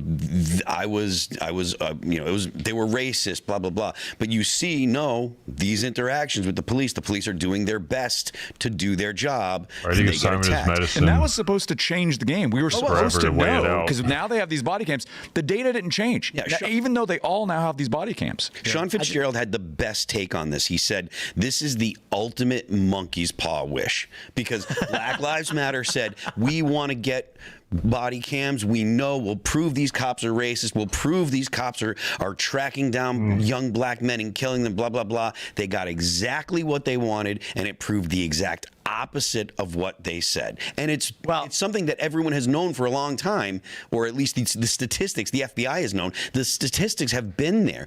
Basically, it's about 12 to 15 unarmed black men are killed a year when interacting with the police. Now, that doesn't mean that they were doing what the police says. It doesn't mean that they were complying with the orders. It just means that they were unarmed and they ended up dead with an interaction with the police. I'd like to say that the ultimate monkey's paw wish was the leftists taking the paw and saying, I wish that this country had a racial awakening. Yeah. And then 10 years later, 100%. A whole bunch of white people are like, let's have a conversation about the racism. This is exactly what the argument that we were making or at least I was making when people were talking about CRT. CRT, critical race theory, literally awakens a critical racial consciousness in the people. When you teach people, there's going to be that kind of mindset to see the world in that way. There's going to be a certain percentage of the people that are going to say, okay, I see this, and I don't care. I don't feel bad. I'm not a bad guy. I'm not going to hate myself or my friends or my family because they're the wrong color. I want to point this out real quick. On Google, I searched New York Times, Irina Zarutska, AI overview. As of September 8th, 2025, there is no evidence the New York Times has published a story specifically about Irina Zarutska. This has become a point of controversy and criticism with some media commentators and conservative news outlets. Other news outlets have covered the story. New York Times doesn't care. Interesting. They could write it up. They just don't care. It's remarkable. What they're telling you is they decide what the narrative will be, not you. Well, I think we're winning this one. We're changing the game. Yeah. Well, like Phil, it's like you were talking about where you're saying with Zoomers, our reaction to this is like, because we grew up, I mean, I'm 24, so I grew up, the Michael Brown, all that stuff happens. I'm a teenager. And then as I'm matriculating into adult life, the BLM riots are going on in 2020, and you see that. But then you live somewhere like Memphis, and you look around and see where the violent crime is happening and by who. And you're sitting there like, okay, who's being victimized here in American society? Is it black men by police officers, or is it like white men and women just trying to ride the train? And it's like, you're supposed to, you're not supposed to believe your lying eyes or whatever. And it's like, yeah. And then you get on Instagram and people are expressing like, no, I think who's being victimized by who is completely, the priorities are completely out of whack. Yeah, I mean, the stats we ran at the beginning of the show, 500 and something thousand. Yeah. White people are victimized by black people, and something like 92,000. 92,000 black people. 462% higher. Yeah. Black on white than white on black. But we're burning cities down for like what, 12? It's white liberals doing it. Yeah, that too as well. Yeah. We got this story from the New York Post, ladies and gentlemen, with the story about Irina Zarutska going viral. On Saturday, another story. Auburn veterinary professor hacked to death by fiend while walking her dog in the park. This woman went to the park to walk her dog when a man allegedly stabbed her to death, and for seemingly no reason. The worrying thing is that these stories happen quite a bit. In 2022, the number was 542,000 black on white crimes and 96,000 white on black crimes. I normally don't care to pull these stats up. I got to be honest. The Will Cain show pulled them up. I don't really care because I'm like, listen, people shouldn't be allowed to be violent. I don't care about your race. The cops should arrest them, and we should have a right to defend ourselves. And I don't know if it matters for me as an individual walking down the street, the race of the individual who's coming to cause harm to me. What matters in that moment is, can I protect myself and defend myself? In Democrat-run cities, the answer is no. Mm-hmm. If I call the police, are they going to help me? In Democrat-run cities, the answer is no. Certainly, there is a sociological element where we can say there's an interesting phenomenon where black on white crime is 462% higher than white on black crime. Certainly. That's not going to protect people in the short term. Mm-hmm. These stories are happening, and they're picking up steam, and the Irina Zarutska story is going viral, and this story is now starting to go viral because people are tired of, one, being lied to by the left about police brutality. And I'll tell you this personally, Chicago is tired of 100 years of Democrat supermajority with nothing being done about the crime. Nothing. And so when Trump says National Guard, now he said Chicago's going to learn why we call it the Department of War. Okay, I get it. It's not very delicate, Trump. But I don't care. I say, Trump, send in the troops. And I got these liberals tweeting me like, you really want National Guard on your trains? Yes. Yeah. It's wild. I tweeted, if there was one National Guard member on that train, this wouldn't have happened. Mm-hmm. And I get these liberals being like, and now you want National Guard members on trains? And I'm just sitting here thinking like, I've been on the train with the National Guard before. I have been in cities during riots where National Guard was deployed, and they're on the trains. And you know what happens? It's gonna terrify you. I say, howdy. And they go, how's it going? And then I get off the train. What do they think is going to happen? I'm going to get a cheeseburger. I know it's bothering me. If I can't carry my gun on the train, I would like a National Guard member with a rifle, loaded, please. I'm going to... on the Zero train. I got to push back on that one. I don't like the government again. telling me I can't carry my weapon and then sending in troops with guns. That's how they get you. Sure. However, that being said, this is a jurisdictional issue where Chicago causes problems for gun owners, and Trump, the federal government, says we're going to put a stop to what they're doing. In fact, the Supreme Court, the federal level, made it. It was 2010 McDonald v. Chicago, where the Supreme Court was like, you can't stop people from carrying weapons outside their house, Illinois. And they were pissed. And they put up a bunch of signs all over all the city buildings with big, like, no gun with a line through it. Like, you can't do it. Supreme Court, the federal government came to protect us from the tyranny of the Democrats in Chicago. Right now, they're stopping us from defending ourselves. So in this capacity, I say, send in the National Guard. Yeah. Armed or otherwise, I literally don't care. I would rather be on a train with 50 National Guard doing jumping jacks and hoorahing or whatever than one gangbanger. I think it would be better if not. Look, I know that Chicago's got problems. There are plenty of cities that have problems. It might be a better idea for the Trump administration to send the National Guard into blue cities in red states. He'll get less pushback from the governments. From the governors. He'll see, real, tangible results, and then you can blame the Democrats for why there are blue cities in red states that have less crime than the blue cities in the blue states. But they're not really. That's the problem. Red states, their cities are slightly smaller, and when they do have bad crime, it's not anywhere near as bad as Chicago. Chicago, look, shout out to Baltimore. Baltimore's bad, but Chicago is, in terms of crime, in my opinion, Chicago is the capital of the country. I'll tell you why. It's not the highest murder rate per capita. I think it might have the overall highest murder rate in general. But the issue with Chicago is the institutionalized criminal activities, the corrupt politicians. It's been that way since the forever. I'm like, bro, it's been 100 years. Prohibition. 100 years of Democrat rule, and Al Capone, that was the crime area. It never stopped. There's been gangs and gangbangers and crime in Chicago forever. So it's not just murder, it's organized crime. You've got the cops operating black sites and torturing people. It is miserable. Trump, just send in the feds, take it over, shut it down. All right? They are not abiding by the Constitution and protecting the rights of the American citizens who live there. And as someone who was from there, I wish I didn't have to leave. I like Chicago. But I always tell people it sucks. And it sucks that I have to say that. I think Chicago's got the best food. That's how I feel about New York. You know, I had to leave New York because of how crazy it was when we were living in Brooklyn and going to Manhattan a bunch and getting threatened on the trains all the time. I got to say, though, I think this problem is beyond even the National Guard. I think there's so much nihilism in these criminals and mental illness. I don't even think seeing a guard is going to stop a lot of them. They might be taken down immediately, but like in terms of NYC, Hochul put the National Guard in the subways, and you can go look up how many insane things have happened in the past 10 years. When she did that, where the Democrats are all pissed off now, but she did it. Come on, and good, do it. Right. So I'll tell you this: if in Chicago, I can only speak for my neighborhood. And I know, I'm telling Shane this. You guys already know this. I talked about it this morning. My neighborhood, we had 47th Street. North of 47th was all black. It's called the LeClaire Courts. It's been demolished by the Democrats. They just flattened it, along with, they just saw all the other black neighborhoods and project housing. Black teenagers, men and women, boys and girls, would come across south into the predominantly white and Hispanic neighborhood where I lived and just mug you. This flash mugging. 5 guys surround you, frisk you, and take everything and then break, and they're gone. Everything you have is gone. Cops wouldn't do anything about it because they were like, if we were to come here every time, we'd be arresting so many black people, they'd call us racist. So we won't do anything about it. You take 2 unarmed National Guard, you put them in the park, it stops immediately. I guarantee it. And so I grew up like 10 minutes from Newburgh, New York, and it was one of the most dangerous cities around. I think maybe top 50. It's really bad. And the feds came in after it was declared to be one of the most dangerous cities. And it didn't really change anything. They had the feds around. They had the things that Baltimore has, the things that go off if they hear a gunshot and they alert the feds.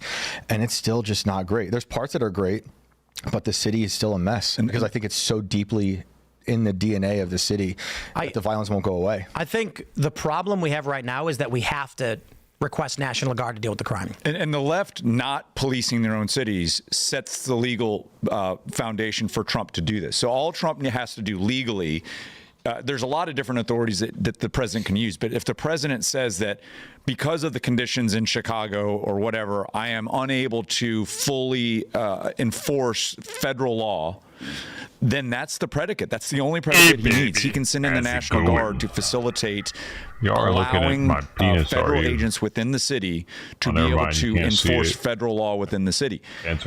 That case would not, the predicate would not exist if these dim governors and dim mayors would simply just make their city safe. Is it a sustained occupation of the cities by the National Guard? Because once you pull out, if it does help, which hopefully it would, once they leave, does it just go right back to where it was? So it's different. Yeah. I mean, perhaps, but I do think that politically it's important to point out that these cities can be safer. It is an actual decision to make these cities unsafe. It's not that just crime is existing. It's that they're deciding. They're actually deciding to allow it to happen. Oh, I saw Giuliani do it. The city where I was living. Bukele demonstrated that crime is completely optional. And if you're a citizen of Chicago, the message you're receiving from the government is your life is expendable and we hate you, because you're just saying, okay, can I have a firearm to protect myself from crime? No. Can I have the National Guard here to protect me from crime? No. And it's so the message is, we are conducting an experiment here. Your life is expendable, and it's simply a cost of enacting this experiment. That's what the government is telling their people. I've been hearing that from the government my whole life. Yeah. No matter what. At every possible angle, there is a war on all of us. And the crazy thing is, we have a condition here where the left is doing this on purpose. And then when the president uses actual legal statutory power, constitutional and statutory power, to try to alleviate fixes for citizens in their own communities, the left then says that we're fascists. Is it so self-fulfilling prophecy? Yeah, exactly. Just enforce the law. Yeah, they're able to call him the thing they've been calling him forever. Now they have proof, quote unquote. I just wish we didn't have to rely on federal National Guard deployments to deal with family, crime, don't I? and that Democrats actually bothered to deal with the root of what's causing the crime instead of lying and playing politics to cover it up. I think we talked about this just a moment ago with the narrative on racism from the left, and not talking about the cultural issues affecting the black community in our major cities. That's not the only source of crime, but it is a large camera on like I used to. And instead, the Democrats play this game where they want to keep a voter base entrenched and locked in with the Democratic Party, so they never solve the problem. So they have a permanent issue. Don't get me wrong. Republicans have been accused of this when I think it was 2012? I can't remember when Republicans had the ability to overturn Obamacare. Maybe 2014. I can't remember. We had on one of the Freedom Caucus guys who told us. Leadership came to him and said, "You're the deciding vote on overturning Obamacare. Vote no, so we can keep the wedge issue. So we can keep yelling on TV about Works out. This is politics in America. They don't actually care to solve our problems." I mean, look at James Fry.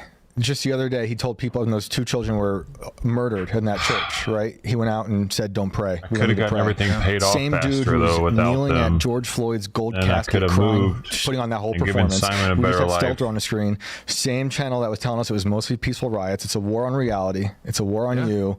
And yeah, I don't know how it stops. These people live in a completely different dimension. Let's jump to this post. We got I this want from him to Right be able to Angle News experience a different Network. place with Earmuffs the for the patio. kids. Graphic language. They say this gang member is issuing a warning to President Trump, stating not to send troops to Chicago, warning that the gangs will beat the National Guard. Check this out. Hilarious. Trump, do not send the National Guard to Chicago, gang. Do not, I repeat, do not do it. We are a different fucking breed out here, nigga. We are not Los Angeles. Nigga, we are not Washington, D.C. Nigga, this is Chicago, nigga. What a niggas joke. gonna fight back. I'm telling you, them niggas go fight back, gang. Whatever, I don't give a fuck what you talking about. Bullshit. Bullshit. They ain't trying to go to fucking prison over dumb shit, dude. Come on, man. Or die over dumb shit. No, they ain't gonna be hitting the streets for fucking ICE raids. There ain't no way that happens. The only reason why National Guard will go is for the ICE raids, to protect the ICE people. Switches, gang. They not going for that shit, bro. I know a bunch of y'all finna say, "Oh, it's the National Guard. They can't do anything about it. They must go in Chicago." Nigga, do y'all know that it's more bad people than good people, bro? There are over 100,000 gangs in Chicago by the city. You know what, though? He's not wrong about Chicago, man. I wouldn't be surprised. He's literally making the argument for the National Guard. First of all. Second of all, switches do not compare to fully automatic belt-fed machine. You can have a switch on your Glock, but no one cares when you're taking a 245. 245. It's not even that. What's they the have body armor? Helicopters. Yeah. Like, come on, dude. He's actually largely right. What I would say he's wrong about is telling Trump not to send the National Guard because they'll fight back. Bro, like my friend, he's got to logically assess. Training? He's they're right. Not even, the gangs they're may not fight trained. back. I don't they're think gangsters. they will. They may. They do got switches. They are crazy. Chicago is very hard. It's harder than Los Angeles and New York. Chicago gangs, they don't mess around, man. That being said, but they're not accurate. You know what I mean? When I think of a gangster, I don't think of that dude's going to the range and honing his accuracy with his pistol, with his sidearm, or with his main rifle. They're not doing that. They pop their gun out like bullets going fucking everywhere, dude. They're lucky to hit something. They gotta be 5 feet in front of it to hit it. That's the difference. They're not trained. It'd be a joke, dude. They would get fucking annihilated. Plus, they're not trained to handle the pressure, to stay calm under pressure. If you graduated boot camp, they know you can at least not crack under a bunch of pressure. The gangsters, not so much. On the contrary, these motherfuckers are known for flying off the handle and not having emotional control. So we all know that wouldn't be the case. I do. This is what I was saying this morning to this guy. You will I don't one think day. this guy's actually a gang member. They say he's a gang member. Bro, I'm going to tell you, the leaders of the gangs, in most cases, will not tolerate you bringing heat on the gang. If the National Guard comes to Chicago and gang members decide to go fight the National Guard, the leaders of that gang are going to be like, why are you putting me in the poorhouse? How are we going to recruit and sell drugs if you are getting Trump to send troops into our neighborhood? They're not going to fuck with the National Guard. If the troops come into our area, we go to a different area. You get into a fight with National Guard, and now you're out of business. It wouldn't be worth it. It'd be for no reason. Why would you do that? He did post a follow-up to this. I saw. I haven't shared it or anything, but I saw that he actually was saying, "Yo, I'm not in the gang." He was kind of walking it back because. Yeah, that's why I said they call him a gang member. I'm like, this is not a gang member, dude. Yeah. I know many gang members. Not really. It's been 20 some odd years. I left Chicago 16 years ago. In my neighborhood, half the people were in the gangs. The gangs were all over the place. They were hanging out at the park. They were selling dope. When the cops would show up, they'd leave. They'd be like, I don't want the heat. I don't want to go back to jail. And I agree. Want to fight. I agree with you. I tend to think that they would not mess with the National Guard. And if they did, it would be the dumbest thing that they could possibly do. Because if they do that, they are now, the Trump administration could fully invoke the Insurrection Act at that point. And you'd have DEA, you'd have ATF, which should be abolished, but you'd have ATF there. You'd have all of these federal agencies plus active duty military on the streets if they decided to go that route. So I agree with you. I think that they're smart enough to know that this is probably a temporary thing, stay out of their way. Yeah. The word would get sent out. But part of me is like, bro, I dare you, man. Yeah. If one National Guardsman gets a graze from a bullet from a gang, the Chicago gangland narrative is over permanently. I'd like to talk big game on this one, but I actually don't know if Trump would do it. But in the event something catastrophic happened to the Guard and Trump says, that's it, the Marines are going in next, Chicago gangs will cease to exist. Yeah. So, in reality, if a National Guard member got wounded or something in a fight, I don't think Trump would escalate to the end of the world. But if the gangs actually decided to go full scale on this one and go to war with the National Guard when they came in, and Trump did respond, give it a year or two, and there'd be no gangs in Chicago ever again. Well, let me say, as a Marine infantryman, I'm 47 and a shell of what I used to be, but they would be chomping at the bit to get at that one. It would be not even a contest. Well, and these are National Guardsmen that have a chip on their shoulder because they would be presumably from Illinois, and they've seen what Chicago's inflicted on the rest of the state. So A, they'd be going with a chip on their shoulder, and then B, like you said, they even look at a National Guardsman the wrong way. Trump's going to make like Bukele's crackdown look like a little birthday party. Like it would be everyone in, every agency you've never even, three-letter agencies you've never even heard of would be in there. Nobody would take their side, right? Like if the National Guard is there and some dude zips or power. Damn, that's 42 grams. Democrats are going to be like some protein in that thing. Oh, Fairlife. I used to get that milk. It's like ultra pasteurized or something. It's pretty good milk. I used to get the whole milk. You get that one before? It comes in a plastic jug. You get the microplastics in there if you want to get the good milk. There's ultra pasteurized and there's ultra homogenized. No, ultra. What's the other ultra? Ultra pasteurized, ultra. Something else. It's a filtered, ultra filtered, maybe. Maybe. I think ultra filtered is where they're able to take out the lactose. Hold on. Zips up private. Democrats will take this up. Yeah. Well, Democrats are going to be like a local Chicago daycare worker, and he's like a gang-banging sex trafficker. Yeah.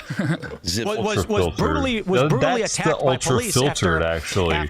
The Fairlife is the ultra filtered stuff. Yeah. The ultra pasteurized stuff you don't have to refrigerate. I have some of that actually. It's pretty nice. It was on sale at Costco, deep discount, so I stocked up. I don't have much left though. I've been going through it. That's why I'm getting fat. Whole milk, ultra pasteurized. It's ultra pasteurized. It's been heated so hot that there's no biological, nothing could live in that at that point. And then as long as it doesn't get any air in there, then it stays good for I don't know how long. It's like the milk from National Lampoon's Vacation. That's how he was able to go on the vacation. Ultra filtered though, which is what his protein shake there is. That's different, dude. Oh man, I lost my window. What the fuck? This is important. Why do you want an ultra-filtered milk? Ultra-filtered milk, also known as UF milk, UF skim, or dia-filtered milk, is a sub-classification of milk protein concentrate that is produced by passing milk under pressure through a thin porous membrane to separate the components of milk according to size. Yo.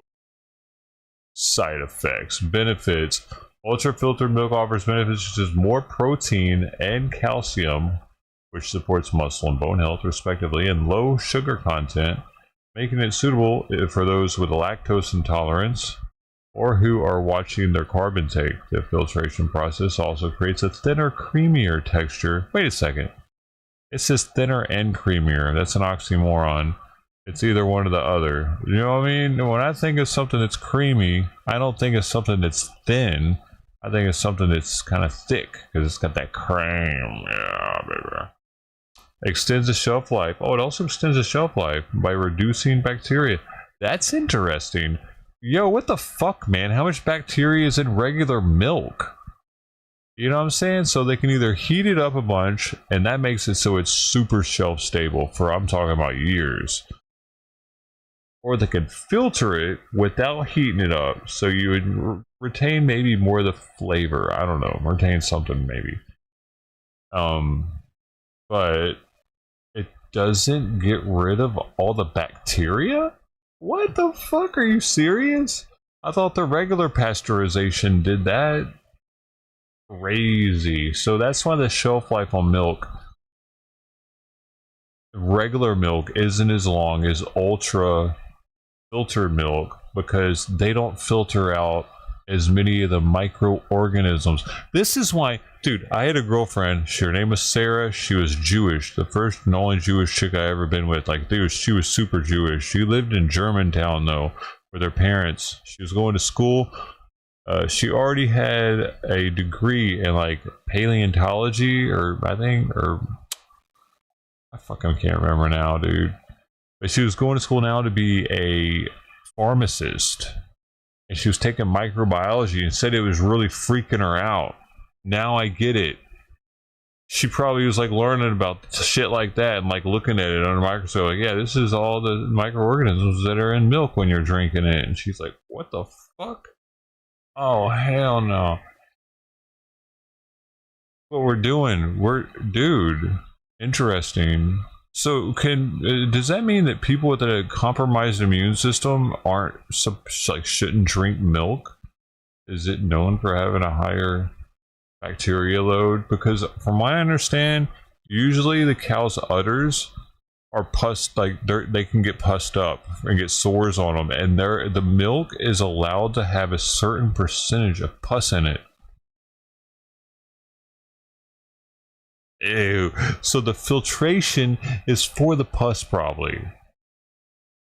But doesn't the pasteurization kill that? That's what I'm confused on. That's what's really confusing to me. Accidentally tripping and dropping his switch and unloading on a bunch of National Guardsmen. Right. I can see the politicians there spraying love slugs into the air. I can see the politicians actually being upset that the gangs are gone. Well, dude, after 100 years, you have to think they want the gangs there. 100%. Yeah. Or in the gangs. Yes. Like I'm going to go ahead and assume that Brandon Johnson got defeated and never left, and he's been. There it is, right there. No, pasteurization does not kill all microorganisms in milk. It is a process designed to kill disease-causing pathogens and most spoilage microorganisms, but it does not sterilize the milk. It destroys vegetative cells of bacteria, but most bacterial spores survive, as well as most heat-resistant bacteria. However, the reduction in microbial load significantly extends milk's shelf life and ensures its safety for consumption. Wow, dude, milk's kind of getting grosser by the second. I have ultra pasteurized milk. It kills everything, so I'm fucking, man, now I'm extra sold on the ultra pasteurized milk, actually. Since the beginning. I'm gonna look this, that kill everything ultra. Yeah, I mean, look, if you see, if Americans, most Americans, real Americans, what the fuck, ultra pasteurized milk doesn't even kill everything. Really? It's not hermetically sealed. It says it's not considered a sterile product because it's not hermetically sealed. What is that? Isn't it? See, some 20-year-old, 21-year-old private get zipped up by, a gangbanger and get sent home in a box. It's over. Part of me doesn't really believe Trump would go hard on Chicago because look at 2020, he didn't send in the troops. But I actually would lean more towards not 100%, but greater than chance probability. If something did happen to a National Guard serviceman or woman, Trump would probably go nuclear because the risk to the military, if not protected and defended by the air has the president, the bacteria in it. Yep. One of the biggest priorities that they had, especially with Hegseth coming in, was trying to figure out how to get recruitment back. Getting the DEI out of the military and telling the brave men and women in this country, we got your back. You sign up, you join up, we got your back. We're going to make something that's going to make you stronger, something to be proud of. If a Guard member got shot and Trump was like, no, that's going to be terrible for morale. And it's going to make Trump look like a pussy.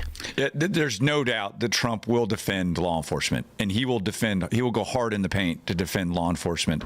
But I think that, the point is that none of us actually want this to go in this direction. I don't think any of us love the idea of the military going into. It would be way better if the left would just secure their cities, police their cities, put career criminals in jail for a long time.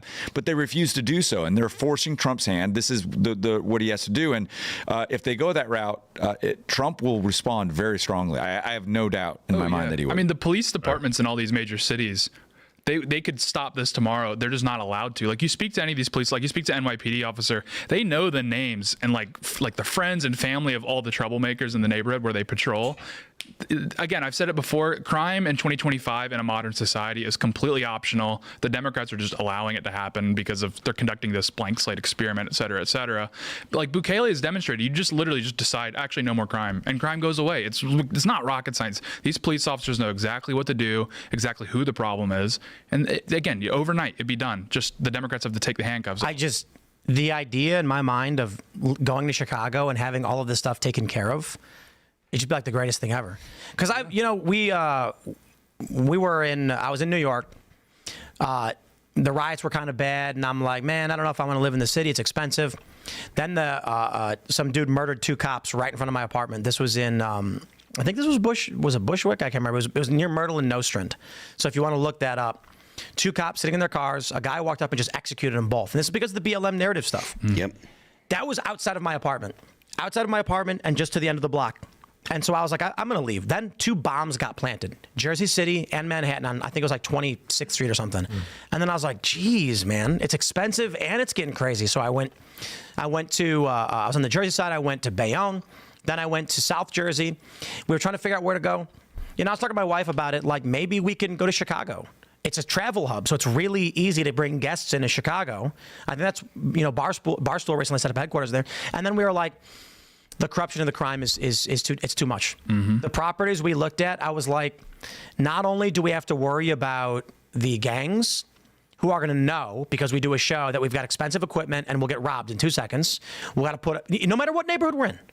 Then we got to worry about corrupt city officials too. They're going to come and they're going to shake us down all the same. Yep. Just stay away from Chicago. That's sad, really. Well, yeah, I mean, you're seeing, especially with like young people, this huge demand for walkable cities and that sort of thing, and they're having to build these like master plan communities out in the rural areas. And I'm like, these cities do exist; they're just off limits. Like, if you're a young person, you're not allowed to live in Chicago because it's just like a total, like basically a form of suicide in a lot of ways. Because it's like these cities are just so out of control. And so for young people, and just people, everyone of all ages, like massive chunks of your country with really otherwise nice real estate is just completely off limits because of violent crime, and it's just totally unacceptable. I just want to wake up on Christmas morning with the snow falling and the Christmas tree set up and, the sun is just rising and the kids are running for the Christmas presents and not have to worry about bullets flying and gangbangers and crime and women getting stabbed on the train. And it seems like Democrats in all the major cities want the opposite of that. They want me to wake up. Instead of seeing a Christmas tree, they want me to see shattered glass in my living room with trees and pine fragments just trailing out, and I can see it going to a car that speeds off with all my presents. That's living in Democrat cities. Yep. Well, they're prioritizing the the rights of extremely violent criminals over the rights of 99% of the population that just wants to live their lives. It's weird. They want the whole country to be destroyed. That's why they had the borders open. Yeah. Wide open. I just don't understand it. I feel like it's, we hear these stories about private equity firms that will buy up a company, sell off all its assets for a profit, and just destroy it. And it's like, there's a play there, right? The company makes $1 million a year. Not a very big company, but if you buy the company for $5 million, sell off all the machinery and all its assets, you'll make you'll sell it for all the assets sell for $5.5 million. So you buy it for $5 million, you make $500,000 and destroy the business. That's what it seems like Democrats do politically. They say instead of long-term success and growth, gut the system, extract as much as you can from the taxpayer, burn it down and run. Mm-hmm. The left did that in New York City during lockdowns. All these small businesses were destroyed. Everyone left, and they bought up all the buildings, and they took over the hotels and put illegals in them, and gave them debit cards. Let's go to that next story from the DHS press release. ICE launches Operation Midway Blitz. You guys know why I love that name, because I'm from Midway. And so when I saw that, I was like, really? Are they going to my neighborhood? Today, the Department of Homeland Security announced Operation Midway Blitz in honor of Katie Abraham, who was killed in a drunk driving hit-and-run car wreck caused by a criminal illegal alien, Julio Cuculbol, in Illinois. This ICE operation will target the criminal illegal aliens who flocked to Chicago and Illinois because they knew Governor Pritzker and his sanctuary policies would protect them and allow them to roam free on American streets. Wow. They say below are just a handful of the worst criminal illegal aliens, including gang members, drug traffickers, kidnappers, and rapists who were released because of Governor Pritzker's sanctuary policies. And they're going to mention this guy, 47-year-old battery, aggravated assault, DUI, trespassing. This guy, domestic violence assault, drug possession, drug manufacturing, procuring prostitutes, aggravated unlawful use of weapons. I mean, it's crazy. I'm going to say it again.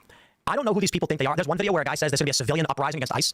And I'm just sitting here thinking, like, I don't know who these people think they are. But you know what I think happens? Illegal immigrants come to this country, they move to Chicago, and then say, we will fight you, we're staying. And me and my friends are like, dude, we don't know who you are. We have no but escalate to the end of the world. But if the gangs actually decided to go full scale on this one and go to war with the national guard when they came in and Trump did respond, give it a year or two and there'd be no gangs in Chicago ever again. Oh, let me say, as a Marine infantryman, I'm 47 in a shell of what I used to be, but they would be chomping at the bit to get at that one. It would be not even a contest. Well, these are National Guardsmen that have a chip on their shoulder because they would be presumably from Illinois, and they've seen what Chicago's inflicted on the rest of the state. So A, they'd be going with a chip on their shoulder, and then B, like you said, they even look at National Guardsmen the wrong way. Trump's going to make like Bukele's crackdown look like a little birthday party. Like everyone in every agency, every three-letter agency you never even heard of would be in there. Nobody would take their side, right? Like if the National Guard is there and some dude zips up going on? It went backwards. Democrats are going to be like a local Chicago daycare worker, and he's like a gangbanging. Say that again. Was brutally attacked by police after accidentally tripping. I fucked up. Going live.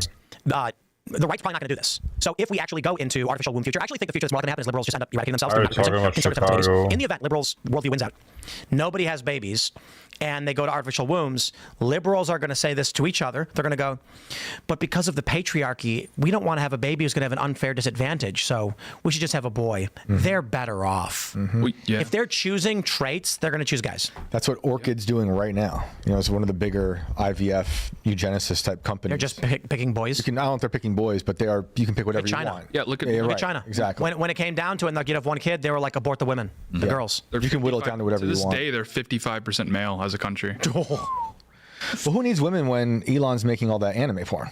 True. Hey, nationally, strip clubs are going out of business. Around here, there are a bunch of places where it'll be like, I'm not going to call any of them out specifically, but it'll be like so-and-so's, and there's a big white bar, and this is club. And you're like, I know what word was under that big ball, like that big white slab you put on the sign. And you go in, and I already did mention one, Images. We used to you drive past it on 340 when you're out in West Virginia, and we always drove past it. That's a strip club. Like, none of us want to go there. Until Richie Jackson one day texted us saying, hey, I'm at Images. It's not a strip club. And we were all like, Richie, were you looking for a strip club? No, it's the bar. And it's great. They got wings and food, and it's really nice, actually. But the stage has mirrors. And so we went there and did karaoke, and it was awesome. And the karaoke guys were up there, and everyone was singing. Everybody was in their late 40s and 50s. And the stage where we sang karaoke has mirrors on it for obvious reasons. Old people don't care as much about going to the strip club, I guess. There's not enough young people, and the boobs are free online. Strip clubs are gone. Yeah. And also, no one has cash anymore. No one has dollar bills. Too expensive, dude. Now the strip club, the women are wearing about this other day. Square readers. Yeah, exactly. You tap your card, and then you got to tap the 5, and then ask you for a tip. Yeah. And you're like, tip? I just gave you money. That's what the tip is. Yeah. Exactly, What's it called? Tap. We used to have to go to what was called an adult arcade back in the day before the internet. If you wanted to like see some quick porn and get your nut out, you could go into this room inside of the porn shop. It was just a porn shop. It wasn't even a strip club. You go into the porn shop and they would have a TV and you could put quarters in it or dollars in it and it would give you time to watch porn. You beat off. And some places had like a real person and a thing would go up and she'd start dancing in front of you. It wasn't a strip club though. It was just a porn shop. Porn shop would have them and it would say adult arcade. Definitely wasn't a strip club. Peep show. Yeah. Called end tipping. Those are all Is that what it's called? For sure. I don't know. Where like literally everything asks for a tip now, no matter where yeah. you go. Everywhere. They said adult arcade. Dude, we would pass it when I was a kid. It was like Tammy's number 1 through 7 or something. There were a bunch of them in Memphis. And we passed one. I think it was Tammy's number 4. I think it was on Summer. And I asked, like, Mom, what's an adult arcade? You know, I'm like 8, 9 years old. And she's like having to try to explain that shit because it said on their sign, Tammy's number 4, adult arcade. It was just a porn shop that had that. That was the arcade. It wasn't like a video game like I was thinking. Imagine having to explain that to your kid, dude. Everyone wants a tip. The casino is my favorite because the cashiers have tip jars. I was like, what is it adult about? I always What tip are the they cashiers. having sex on a video game or something? I try to be nice to everybody and they know me there. I was thinking. But I do that. I knew do what find it sex fascinating was, that you you know? tip your dealer, you tip your server. When you win a slot machine, you tip the lady who comes to the slot machine to cash you out. And then when you go to the What do you have cashier to to tell get your me? money back, you got to tip the cashier too. And you can Venmo the treasury now if you want to help take care of the debt. Oh yeah, yeah. Or whoever the IRS will take a Venmo as well. Yeah, Trump should if he like throws out a banger Truth Social, you should throw a little tip in there. It's like that was good. Yeah. Dude, it is. My theory on why women don't want to have kids is because they're more socially There weren't oriented. people at the Tammy's places. So it was society just says it was a porn be a shop. girl They boss. sold porn in so the when front. they're asked, they don't want to. They don't want to And be they had ostracized. the fucking they want to fit arcade in. shit in the back. So when they're asked, "What do you want?" they go, "To be a girl boss." There weren't And any they look around. people I think willing to they're have lying sex in that there or service. anything. I think There they wasn't actually enough want room. kids. This I think place they're was lying about tiny. not wanting kids. Yes.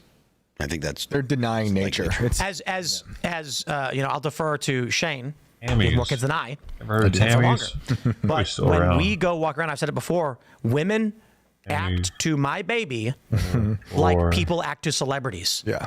Like we're walking down the street and women are like, "Oh my God, I want to see your baby. Can I see your baby?" And I was in an elevator and Tammy's some old lady adult goes, bookstores. There is she like still leans over and I'm like, women love babies. just walking They by still them on the exist, street. dude. You Yeah, got the baby in the Yeah, stroller. there's one but, open right just by now. nature, like they have to be led. So it's like as a Tammy's society, adult until you entertainment prioritize store, children and say, Memphis, no, this is what we Tennessee. need to be doing, they're never going to 32 actually Google decide to have reviews. children, even if they desperately want them. And they'll just keep lying to surveys.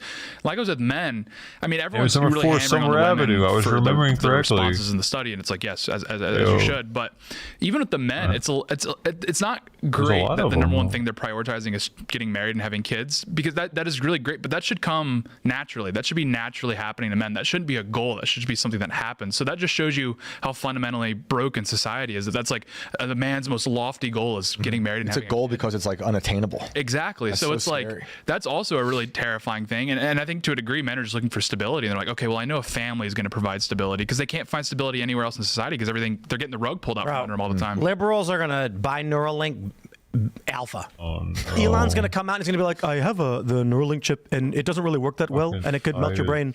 And then all Gen Z is gonna be like, I'll take 10. Oh yeah. And he's gonna be like, well, it's got a 93% chance of killing. Don't care, just plug it in, and if it works, let's go.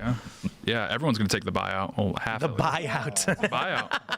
Oh yeah, like look at what we're facing, and then it's like there's like the goon machine. Yeah, people they're gonna take the buyout. There's no question about Goon it. machine. Yeah, that's what. Yeah, but what I think is going to Where's happen my is mayonnaise actually at? this is funny because there's the meme where women are like, men only want one thing, and it's just because I'd be willing to bet large sums of money that if Elon Musk did come out with a Neuralink device and said harem simulator or Noble Knight Dragon Warrior quest, they'd choose Noble Knight Dragon Warrior Quest. And I mean that somewhat facetiously. If he said, in this version, you will be a leader respected by your peers, accomplishing great things, and you will go on great missions and great quests and seek adventure, and you will eventually find love. This one, you'll be in a room with dozens of naked women who will do whatever you say. Most guys are going to choose the adventure, quest, success, and goal stuff. That's already present at a micro level, because men know, like, the data is out, the cat's out of the bag, that pornography does destroy your willpower and that sort of thing. So men are making that decision every day already. They're choosing to watch pornography. I agree with those stats, but I don't think that's why men would ultimately choose the ultimate quest. I think this is why, while porn is a massive industry, AAA games tend to be straightforward, adventure, mission-oriented, and we don't see the $3 billion release being Harem Quest. Those games exist. Guys do buy them. But I think, like, your average guy probably looks at porn or something, but the games they play are not solely focused on those things. Guys get dopamine releases when they feel like they've reached level 2. It's the origin of video games. It's the origin of sports. When they feel like they've upped their stats, when they've broken a new record, they get a massive dopamine release. Mm-hmm. So I think that's where they'd actually go. And like, young women will be like, but guys only want sex. I actually think women care more about sex than guys do. But I'll put it this way. Probably. If you were to zoom out to outer space like an alien, you'd probably find out that men and women care about sex basically the same. However, when you zoom in, women think guys who are always, like, looking at naughty magazines or whatever are obsessed with sex. But there's an inversion of this. In a guy's day-to-day life, they care about finding the end of that tunnel, solving the maze, defeating the dragon. And women gossip with each other about men. So it's pretty equal. Men and women were humans, so they're all basically the same, but it's macro versus micro. Guys passively will be like, yeah, sometimes I'll do this. Whereas women are, earmuffs for your kids. Do you guys know about this new best-selling novel, the Minotaurs thing? Oh yeah, you've seen it. You've seen it. Pop culture. I'm in. What is it called? Milking Farm Minotaur something? Yeah, something like that. One of the best. Degeneracy, Tim. It's called Degeneracy. So you remember 50 Shades of Grey, and this is my point. The best-selling novel for women was BDSM erotica, porn for women, and like. What's like the best-selling media for guys? GTA or like some video game or Fortnite? Yeah. Or like, I guess Fortnite doesn't quite, you don't buy it, but you're buying into it. There's a new book going viral. It's not super new. It's a couple years old. That's got like 60,000 reviews, 5 stars. All women buying it. It is about a millennial woman with college debt who is desperate and about to lose and get evicted. So she goes to work on a glory hole farm for Minotaurs, where she's a hooker for gigantic bulls. Human anthropomorphized bulls. And there was this one excerpt that I hope is not real, but it was like, I saw this go viral on X. One of the scenes in the book is the woman is on a dinner date with one of the bulls who she milks in milking sessions, and they order dinner. And when the bill comes, the Minotaur grabs the check from her and then looks at her and says, "Listen, I know you're a strong woman and you have the money to pay your own half of this bill. But we're at different points in our careers, and I can easily afford to spoil you. And if I can, I will." To which she says, at that moment, if he wanted me to, I would have on the spot. That's what they're reading. Oh, my God. I'm looking at the cover right now. You're looking at it. The cover is crazy, dude. They're reading this kind of stuff, and then they're unwinding to like murder documentaries. It's like, women, is everything okay? Ladies. No, nothing is okay. What's going on? Nothing is okay. Meanwhile, Gen Z guys are like, I want to have a family. Yeah, we're like, we're going to family. We're hopping on Fortnite with the squad. Meanwhile, what the ladies are up to. What's going on over there? Can we just do an honorable mention and play this video real quick? Smells and tastes like the butter we're all familiar with, but without the farmland, fertilizers, or emissions tied to that typical process. Well, that's terrible to following that story. Breakthrough, it's happening right here in Batavia. In the middle of an industrial park in a suburb west of Chicago, something unprecedented is happening. So you're using this gas right now to like cook your food, and we're proposing that we would like to first make your food with that gas. These are demons. The company is called Savor. Savor, and you better believe it. Their pioneering tech uses carbon and hydrogen to make the stick of butter you see on this plate. This is pretty novel to be able to make food that looks and tastes and feels exactly like dairy butter, but with no agriculture whatsoever. That lady was And also no made in the long ingredient list the average person can't pronounce. It's really just our fat, some water, a little bit of lecithin as an emulsifier, and some natural flavor and color. How? Yeah. Fats are made up of carbon and hydrogen Who chains. is our The goal in that? here, replicate those chains without animals or plants. And they did it. They tell me to simplify. They take carbon dioxide from the air and hydrogen from water, heat them up and oxidize them. The final result? It looks like a wax, like a candle wax at first. But they're fat molecules, like the ones in beef, cheese, or vegetable oils. Sustainability is why we are here. It's all done releasing I feel like the people who eat this, their kids are going to come out like Sloth using from no Goonies. farmland to feed cows. We're like not at full capacity in this facility yet. And even though we're standing in a factory setting, in addition to the carbon Slop footprint water. being Good much eye, lower for sir. a process It's like very this, good. right? The land love the slop water, footprint is like 1,000 times lower than what you need That's in the main ingredient. agriculture.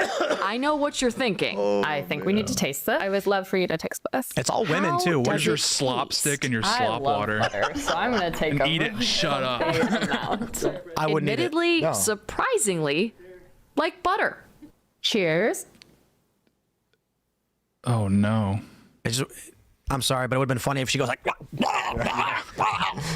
We're tasting butter. Like the next show, she Another looks like the reason they Toxic say Avenger. this makes an impact, no palm Just oil, a a trauma significant movie straight contributor through. to deforestation and climate change. That's not all. Why are we Of the eating tree 51 oil? billion tons of greenhouse gases emitted every Look year, at the bright side. No seed oil. 70% is from the Or no production seed of oil. fats and oils from animals and plants. So when could you get a taste yourself? Oh, boy. Right now, they're working directly with restaurants, bakeries, and food suppliers, releasing these chocolates made with their butter in time for the holidays. Do they tell the Savor butter customers? in either its Merry current Christmas. manifestation or with our partners. We expect that to be on the shelves kind of more like around 2027. Under Their teams here in Batavia, Illinois, and their home lab base in San Why Jose, not? California, backed by Bill Gates, who wrote in his blog, quote, Makes sense now. the idea Yeah. of switching Shocking. to lab-made fats watched and a oils story may about seem this strange recently. at first, but their potential to significantly reduce our carbon footprint is immense. Believing butter Ian was right. can make a difference. Ian was saying that what's going to happen in the future is now he was wrong about the why. He said that we're going to be pulling carbon out of the atmosphere to make graphene because he's obsessed with graphene, and he's wrong. That being said, they're pulling carbon dioxide out of the air, fusing it with hydrogen from water to make fake fat, I guess to make actual lipids. If this scales to mass production, they will be pulling carbon dioxide out of the atmosphere to mass produce butter. And you won't know if you're eating this at some point. You're gonna have to be on top of this. This is the same guy, Bill Gates, who's got the appeal thing going on with all the fruits, where you don't know, you might not know if it's wrapped in this clear coating. He's putting cheddar. stuff in. It's weird. You know what a cheddar is? No. You ever have a That's cheddar? cockroaches, isn't it? Cricket. Cricket. So my assumption is they realized if they put cricket on the back of a ingredients label, you'd be like, I ain't eating that. That's gross. So they call it a cheddar protein. Well, here's my question. So we've got sustainable butter and we've got Minotaur glory holes. Seen that To liberal before. women, which one is more pornographic? Yeah. I think they're taking both. It's just the future. It's One like helps you the other. You get your glass of slop water. You got your cheddar. This doesn't sound too bad, guys. Come on, you know. Digital children. And then like her explaining the ingredients list, like she rattled it a little too quick. She was like, yeah, it's just like water and gas and like the blood of a virgin and some salt. And you're like, whoa, whoa, whoa, whoa, whoa. Next to the slop water is a woman held up on chains, screaming. Literally. Yeah. So, yeah, I will not be drinking the slop water. Will not have the slop stick. There you go. I'm I not don't doing really- it. Bill Gates. Or nice if try. problem with the needs to ban this science of it. immediately. Yeah. What is- Can we raid him, Yeah. Bill Gates? What is? As long as it doesn't have trans I don't know what fats in slop it. water is. When I hold on. Flint Right. water. Hold on. I'm not kidding. When I Google searched slop water wiki, Just try the wastewater. what do you think? What do you think him up? Minotaur. Okay. I don't want Okay, hold on first. Water slope, a type of canal inclined plane, is the first one. Well, that's not what I meant. The second one is oil discharge monitoring equipment. It says ODME is based on a measurement of oil content in the ballast and slop water. Okay, well, what is slop water? The third search term, Fallout Wiki. Then it's slop definition, followed by the Vault Fallout Wiki. So for some reason, when you search for slop water, the first search is Fallout, the video game about a post-apocalyptic dystopia where the country and planet was wiped out in nuclear war. Dude, you're a fucking moron, Tim. Slop water is contaminated water and oil mixture that results from industrial cleaning, drilling, and oil production operations, particularly on offshore rigs and tankers. It contains hydrocarbons, drilling muds, chemicals. Like, it's fucking wastewater, dude. It's common sense what the fuck slop water is. It's probably a mixture of oil and water that's waste product of them making this whatever the fuck butter stick. Yeah. I don't know what slop water is. I'm sure someone's like, oh yeah, slop water refers to contaminated water mixed with oil, drilling fluids, and other waste primarily generated during offshore oil and gas drilling. That's the closest one to it, actually, though, because they're dealing with oil and water combinations. Version of butter, I feel like there might be some like validity to its existence. But if it's just they just spend a lot of time on slop water to make butter, I don't really. This is also see the purpose. to help Bill Gates do the cow genocide, as he wants to do clearly, and block the sun at the same time. Yo, check this out. They said, this is very interesting. One thing I will say that probably means something entirely different, but watch the video and pause at 138 and tell me what you're in the tank in the upper left. It says T905 slop water. Yeah, it says slop water. I don't know what slop means, but it's definitely an editing oversight. Slop water is contaminated water byproduct generated during oil and gas drilling operations, particularly with oil or synthetic-based muds. It contains hydrocarbons, chemicals, and solids which prevent its overboard. I'm going to be honest. I think they're recycling petroleum byproduct waste. Oh, very possible. And they're not saying it because nobody will want it. So they're like, hey, stop being from this drilling and this fracking, you have this sludge. What do we do with it? And they're like, what if we extract carbon? There's going to be probably some overflow of them combining the two. Like, so as far as I'm concerned, like, in principle, if you can have a company that can actually manufacture things that are chemically the exact same as things that occur in nature, I don't have a principled problem. You don't believe the moon is real. It's not. Okay, it's not. So but let me finish my sentence then. I don't have a problem with that in principle. But I don't, as far as this goes, I don't see the point of being like, oh, we have this manufactured, we managed to create it out of, however the means they do. I don't see the point because generally, like, unless it's trying to limit the amount of factory farming there is, maybe that might be legitimate. But I don't think it's for people to butter. I think it's to get people prepared to eat other things that are fake. I just think it's time I become king because I would just go in and arrest these people. I just don't. I'm sorry. I'd be like, ma'am, you're under arrest, and she'd be like, but I just want quiet, jail. Please get in the vehicle. There's no trial. You were making. They do say, dude, though, that cows produce more hydrocarbons than automobiles. That's what I've heard that. Cow farts, man. You go to jail too, just because all of you are not right to jail, believe it or not. I think it's an inside joke with Bill Gates where he's like, what can I put on these tanks that people, these idiots will still eat it? Right. Put slop on it. They fell for it. They're still eating it. This slop. It's right there. Look at this. It's right there. Yeah, oh my God. And they put T905 to make it extra ominous. That's a technical term for slop water. The future is disgusting. Bill Gates is an evil man. Yeah. Yep. He's like, what's wrong with eating the slop butter? People are acting like fucking children right now. Carbon. Mm-hmm. Yeah, as a means to limit carbon, I'm not so down with. I'm not buying that there's a massive problem with global warming. I know that there is a slight increase, but it's something like it's been predicted to be like 2 or 3 degrees over the next 100 years or something. My entire life, I've been listening to people doom cast about how by the year 2000 the seas are going to rise. By the year 2010 the seas are going to rise. By 2020, I mean it was Al Gore that was saying in 2006 in the movie An Inconvenient Truth. He was saying that all of these catastrophic things were going to happen by 2020. It was 5 years ago. Nothing has happened. Not one. In fact, there was an increase in ice on the globe last year. So I don't buy any of the global warming BS at all. I'm not a scientist, so I can't definitively say one way or the other than I agree with you. But I can say this definitively, that fake butter is not going to solve the problem. No, it's not. If there is one, it will not be part of the solution. I'm not a scientist, but what I can say is offering mortgages on Miami beachfront property should be fraud based on the narrative from the government. If Miami's going to flood and sink or whatever, then it's fraud when these banks offer loans on properties and insurance as well. Not in the abundance. So, why did Barack Obama buy beachfront property on, was it Martha's Vineyard or was it Nantucket? Like cows wouldn't exist naturally. 15 years ago? Yeah, I don't buy it at all. Well, what you understand, Phil, is that Barack Obama is such a great leader, he's so confident that we will overcome climate change. That he knows it's worth it because we'll win. My favorite is a picture of the statue of Liberty, like 1901 and a picture of it in 2025. Insane. And it how shows many the water cows will be like clumped in together, or sheep, or whatever they got out there.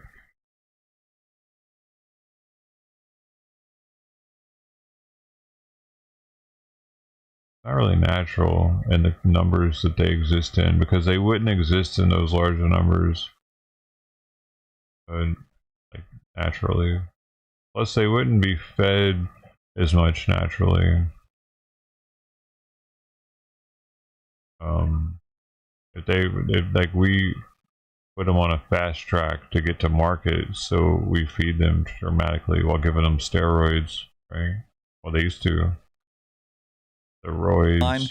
And it's exactly the same. Exactly. We're going to fix this all one glass of slop water at a time. Indeed. We're going to go to your chat, so smash that like button. Share the show with everyone you know, and join us at timcast.com. Get in that Discord server. What is that? It's a chat room.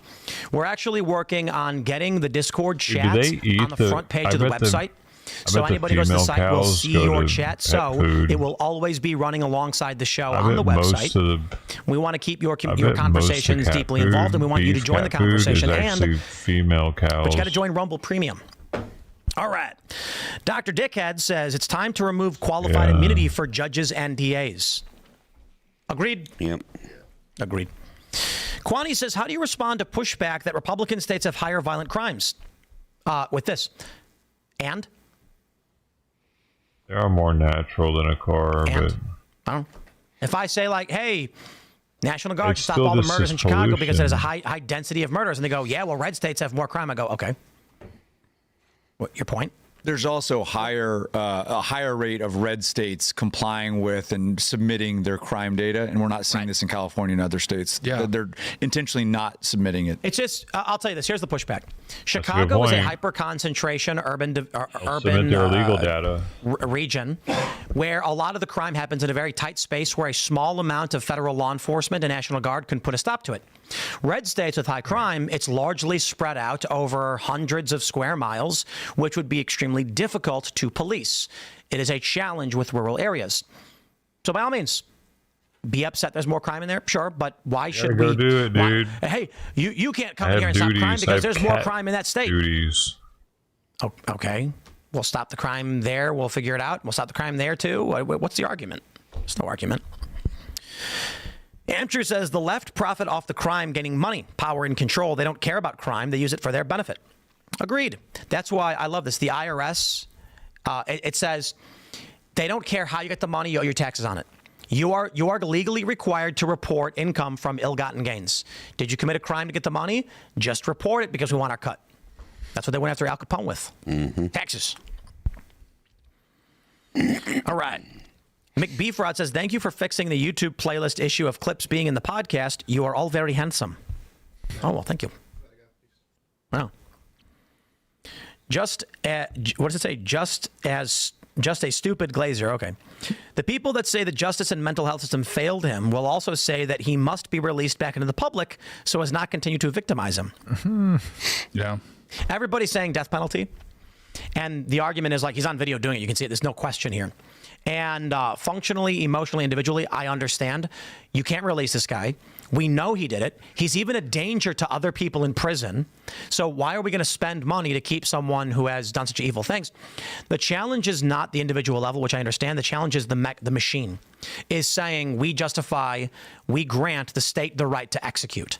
And the problem there is Kamala Harris will kill you. When I did that story about catching pedophiles, I, in the story, imagined a lot of things happening to them that would take their lives. And I can't let the state have that ability. I think we can't trust him to do it. I want this guy. He can't be in polite society. He needs to be removed from society forever. You know, the island. Put him on El Salvador. Put him on the island. Yeah, there you go. I mean, this is what's crazy. What's preferable? If you came to me and said, Tim, we are not going to pay the bills for this criminal. He's a threat to even other prisoners. So death penalty. And you say, Tim, no death penalty. Then I say El Salvador, and the Democrats are like, no, and I'm like, if the option is death penalty or El Salvador Supermax, I say El Salvador, let them deal with it. Exile them. Yeah, put him on one of Elon's space rockets. I mean, there's no easy answer, to be honest. Like, in this capacity, it's one of the greatest examples of the challenge in this question. Again, he's a repeat offender, career criminal, violent, attacked others before, will attack again, attacks for no reason. You put him in general population in a prison, he will attack them, so he's going to go in solitary, and then we got to pay the bills to lock a guy up forever in a box where he can't do anything, even though we know he's evil, and we can't, that's a difficult question. North Carolina does have the death penalty. Oh yeah, there are plenty of states. I think 25 states. Democrats are going to argue that this poor man is a victim of the system or something stupid. Michael Malice made a great point one time. He said, "Look, I never understood." Well, this is one of the many that Michael Malice has made. But he was talking about the death penalty, and he was saying, I never understood how in the U.S. people say you can't give him the death penalty because he's mentally ill. And he's like, I always thought that was the best reason. Yeah. Right. Which sounds horrible on the face of it. But like, if someone is not going to get better and they don't understand that what they did was wrong, it's actually better for society if they're not allowed to be in society. And you can make the argument that the death penalty is more humane than putting someone that doesn't understand why they're in a cage for the rest of their life. Let's always say with the court system, and they're like, he pleads insanity. He's too insane to stand trial. I'm like, isn't that the best reason to put someone in jail? No, but the insanity plea. This is what I love about. You go to prison forever. Right. When you plead insanity, you get life, and the trope in movies is that you get away with it. Like, you murder someone and say, well, by reason of insanity, we're going to release them to medical care for a year. No. You murder someone and you don't know right from wrong, they say you're going to a medical facility forever. So 20 years becomes a life sentence. Yeah. Yeah, the British had the right idea with Australia. We need asylums. But I'm going to run, Tim. Thanks for having me. I'll see you guys later. Head on over to Inverted World Live on YouTube and Rumble. We'll be live at 10 o'clock. Phone lines will be open. We'll see you all there. Anyone can call in. Anyone can call in. Tell us a crazy story. It'll be fun. Yeah, and we got Y2K 2.0 coming up tonight that we're going to talk about. 2038. And Sasquatch did it. Sasquatch was through a portal doing it, and we'll talk about all that later.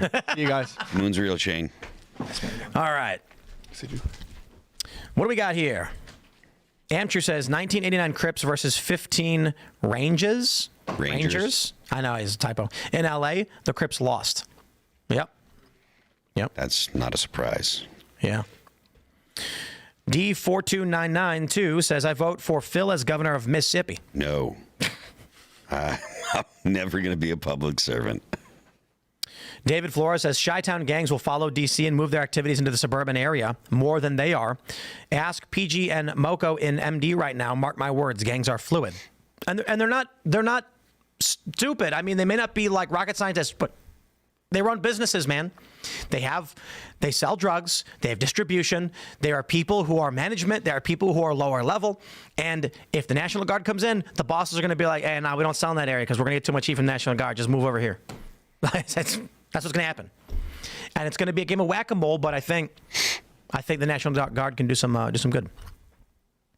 KMX says, my farmer husband was 30 years National Guard, retired now in Illinois. Regular Central Illinois dude in a Chicago unit. Most National Guard are pretty chill. Yep. Indeed. Yeah, they're the bros. They're good guys. They bros for sure. T-Bomb85 says, gotta love it. Tim comes back, tells everyone he worked so much he almost died, then proceeds to tell everyone he has a new channel. And I'm recording an additional half an hour every day. Something's wrong with me, I guess. I don't know. Subscribe to youtube.com/@TimPool. The goal for this channel is going to be more random cultural commentary and maybe even some vlog stuff, just kind of random. Today, I commented on this viral video of a cop who was accused of being high. So whereas like Timcast News, my morning show, and it's like the news articles and cultural issues that are relevant at the time, the Tim Pool channel is just whatever I feel like. And so there's a viral video of a cop who was accused of being high, and I don't think he was, and I talked about it. I think he was dehydrated and probably sick. And the guy's screaming in his face, you're going to get fired. You're high on the job. And like, I don't think he's high. One evil chef says, crazy, no one has mentioned this. Did you know that the Marines, since they began, by law, are directly controlled by the president? Yeah. It's in the original bill. That's why it takes an act of Congress to go to war, but Trump is able to send Marines. Interesting. Mm-hmm. They're the president's 911 force. Do they communicate that to you guys? No. Well, I was an enlisted infantry guy, so they basically just say, go shoot at that stuff over there, and we follow those orders. But presidential authority is interesting. And that's why I think the president often relies on National Guard and then Marines for various reasons. The missions you went on, were they almost always you were going to shoot, or were like, what was the balance of you're securing an area, you're not in active combat? So I was in Iraq 3 times, and most of that was just us walking around waiting to be shot shot at or blown up. Just a total waste of time. I'm fairly anti-Iraq war, pro-killing Islamic radicals, but anti-Afghanistan war, anti-Iraq war. For that reason, we were just walking around and being very reactionary to and targets. So that's kind of why I asked, because I figured even if you're infantry, it's not like every day they're saying, okay, here's your list of people you're going to go kill them now. No, and you'll walk around for 2 weeks and not see a thing, and then all of a sudden you'll have an IED go off, and that's why they always say complacency kills, because you'll go out on these patrols, and after 2 weeks of nothing, you start not paying attention, you start not seeing things, you start not looking around corners as much as you should be, and then boom, they get you. I heard stories where like there'll be like a convoy, and then a little kid will walk in front of the convoy with a bomb on him. Things like that. Yeah, that happens a lot. And for whatever reason, the Muslims over there love to hit vehicles and less so people. So our solution to that was just stay out of vehicles. I mean, sounds ridiculous, but we just would walk everywhere, all over Iraq. We were walking because it was safer to walk somewhere, to walk 5-10 miles somewhere than to get into a Humvee, because they wanted to blow up the Humvee. They like doing monetary damage, at least in that war. Maybe it was different in Afghanistan and elsewhere. So yeah, just stay out of the vehicles. What do you do if like you're driving in a truck and some little kid's like 50 feet ahead of you just stands in the middle of the road? Does like the convoy stop, or like? Yeah, I mean, generally speaking, if it's a child, yes, they would stop. And if they saw something like a bomb was strapped to them, then they'd have to make a real moral choice at that point of, protecting themselves or taking the kid out. I never saw a situation like that, but I do think that the RO rules of engagement would allow you to take out an enemy combatant, even if it was a child, if they were approaching you with a bomb. And that's just, as a dad, like that tears me up. But you have, at the end of the day, you have to protect the man on your right and left. So I've heard these stories, like they know that we have rules, and they know that Americans don't want to kill kids. That's right. And so I've heard stories like this. I don't know. That's just insane, man. Brutal. All right, what do we got here? John Ruff had a question for Shane, but Shane's gone. He says, why don't you trust the people with the death penalty, but you do with 2A? Well, I can answer for that because Kamala Harris. It's like it's an easy answer, but like the story is, there are people who were supposed to be released from prison, but she kept them for slave labor. There was a guy who was on death row, and there was exculpatory evidence that she blocked from, So certainly, I think we can all agree there are dangerous people, and for the protection of society, I know there are people who make the moral argument that retribution matters, and someone who kills should be killed because it's retribution, and that's all that matters. I don't think that way. My question is, are we safe? And with someone like this guy who killed this woman, no, not with him. Then there's a question of, we know he did it. He's on camera. He did it. He's going to do it again. He did it before. You put him in jail. He's a threat to the prisoners. They're like, what do you do? And then it comes down to this. Do you want to create a system by which, when you are complacent, 2 weeks later, Kamala Harris now has a kill switch? That's the challenge I have, where I'm like, dude, I get it. Evil people must be stopped, and they can't be rehabilitated, and we have to protect the innocent. But what happens when Kamala Harris is handed that kill switch? We're all focused right now on this one guy, and there's evidence. We see the video, and we're like, this is the time where we say death penalty. 2 weeks from now, we're going to be talking about taxes or tariffs or something, and whoever that person was who was handed that button, in California, it was Kamala Harris. It literally was. She's going to be like, quick, no one's paying attention. And she's just going to start killing people, man. That's what freaks me out. Not an easy question, not an easy answer. Let's see. We'll grab some more. There we go. Mauricio 91 says they left all the kids to single mothers. That's what's wrong. Do you guys see that viral video from Charlie Kirk? And there's a black man who's arguing with him and says, you claim that 2/3 of black men abandon their kids, but 54% of black men don't even have kids. And Charlie's like, yes, and of the black men who do have kids, 2/3 leave their wives. And the guy didn't understand that. Many such cases. Yeah. That's why these street debate things are funny. Joe Spinell says Congress can put a stop to these judges by removing their own self-imposed judicial immunity that originated from English common law. Oh, man, this is a big story that actually we pulled up, but we didn't get to. Millennial Mama says, is the story about Greta Thunberg's boat getting attacked by a drone real? Well, according to all the reports I've seen, yeah. Greta Thunberg's flotilla was struck by a drone. I don't know. That got sent to me. I thought it was a joke. Is that real? I found like 7 or 8 different sources all saying it happened. Oh, geez. Yeah. But what was it, like a small drone? Yeah, I mean the boat was still floating and stuff. Yeah, it was a little fire. A drone. It was a small drone that came above it, released a bomb. That doesn't sound like Israel. Yeah. Did Greta Thunberg get bombed by Palestinians? They labeled would it be an the attack. first time that the left did something to then capitalize off of, and then if it was play the victim card. If it was the Jews, they would have sent a page. Wait. Right? She said they were bombed in Tunisian territory. So why are they blaming the Israelis? I can't stand these psychotic retards. They're in Tunisia and they got bombed by a small commercial drone, and they're like, Israel did it. It was the Jews. I mean, maybe, but it's just like, yo, what? You don't know who bombed you? You're in Tunisia. And also Can we pull up if how it was far Israel, they probably would have sunk the boat. Like Israel's good at. Why would Israel hit They're their stupid boat? And taking Just out doesn't targets. seem like they're operating, reality. I just want to point this out. For you guys. Okay? Here's a map. Here's Israel. You see Israel over here? Yeah, move the mouse. Here's Tunisia. Tunisia is where they are. So Israel traveled 2,000 miles to drop a commercial drone firebomb on their boat? Yes. And miss. Okay, maybe Netanyahu is sitting back there and he's like, I think what we got to do is use a commercial drone from Best Buy and drop a firebomb on our flotilla in Tunisia so we can claim it wasn't us, but get her all angry so she blames us, and then we can say she's crazy. Like, sir, wasn't she just in Israeli waters? No, but it'd be funnier in Tunisia. What is even the max distance on these like low-end commercial drones? Like Half 50 mile? miles, or No, half a mile.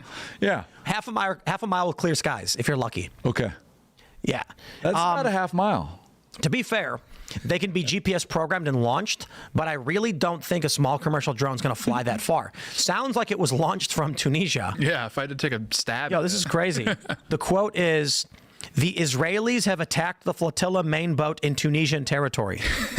Game of Thrones star Liam Cunningham said that. What proof do they have that Israel used a small commercial grade drone to start a fire on their boat? You just need to feel it. It's vibes.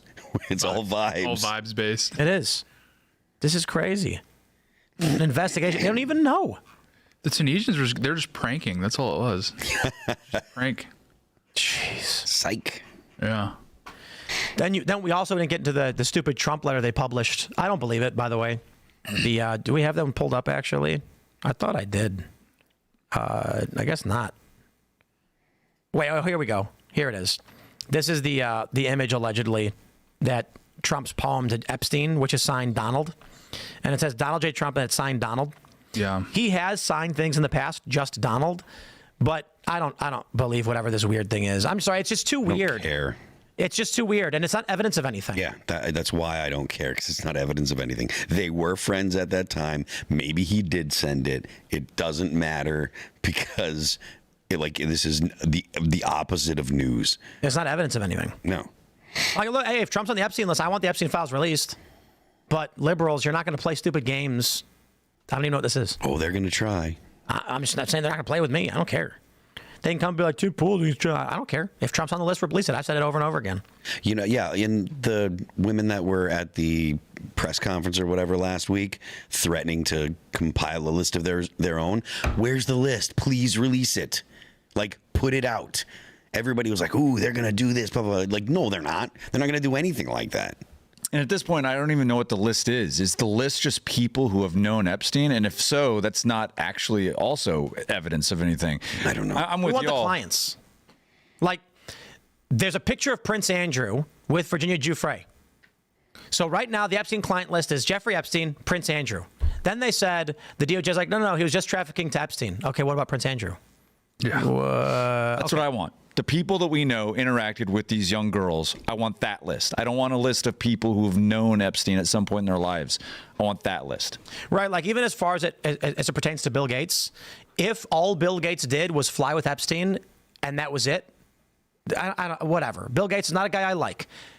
Was Bill Gates, is he implicated in the underage girls? Oh, then release all of that. So I think Thomas Massey and Ro Khanna's bill is good. I'm like 60% on it. I think they are working on releasing the documents. I don't trust them to do it. That's why I'm kind of like, yeah, well, we'll let Massey cook on this one, but release it. However, it is weird now. They're saying that Trump was an FBI informant. That's interesting. Whatever that means, we'll see. All right, what do we got here? Jump Data says the left will somehow simultaneously justify using IEDs on Tesla dealerships and ambush federal officers, and then become surprised Pikachu face when the salty sergeant first class gets deployed to deal with their insurgency. Yeah, that's a good point. Real. All right, my friends, we're going to go to that uncensored portion of the show over at rumble.com/TimCastIRL. If you want to call in, you got to join the Timcast Discord at timcast.com. Sign up, and you can actually call in and talk to us and our guest. And we're going to be putting the Discord chat on the front page of the site, so it'll be simultaneously running with that show. Very, very cool stuff. You can follow me on X and Instagram at Timcast. Wade, do you want to shout anything out? Yeah, my name's Wade Miller, of course. Wade Miller _USMC on X, and you can find our organization's website at americarenewing.com. That's americarenewing.com. Cool. Yeah, come find me on X and Instagram at Real Tate Brown. Come watch Pop Culture Crisis this week. I'm co-hosting with Mary. She's allowing me to talk, which is, maybe a terrible indictment on her judgment. I don't know, but yeah, come hang out. It's gonna be a good time. I am Phil That Remains on Twix. The band is All That Remains. You can check out the band on Apple Music, Amazon Music, Pandora, Spotify, YouTube, and Deezer. Don't forget the left lane is for crime. We will see you all at rumble.com/TimcastIRL in about 30 seconds. Thanks for hanging out.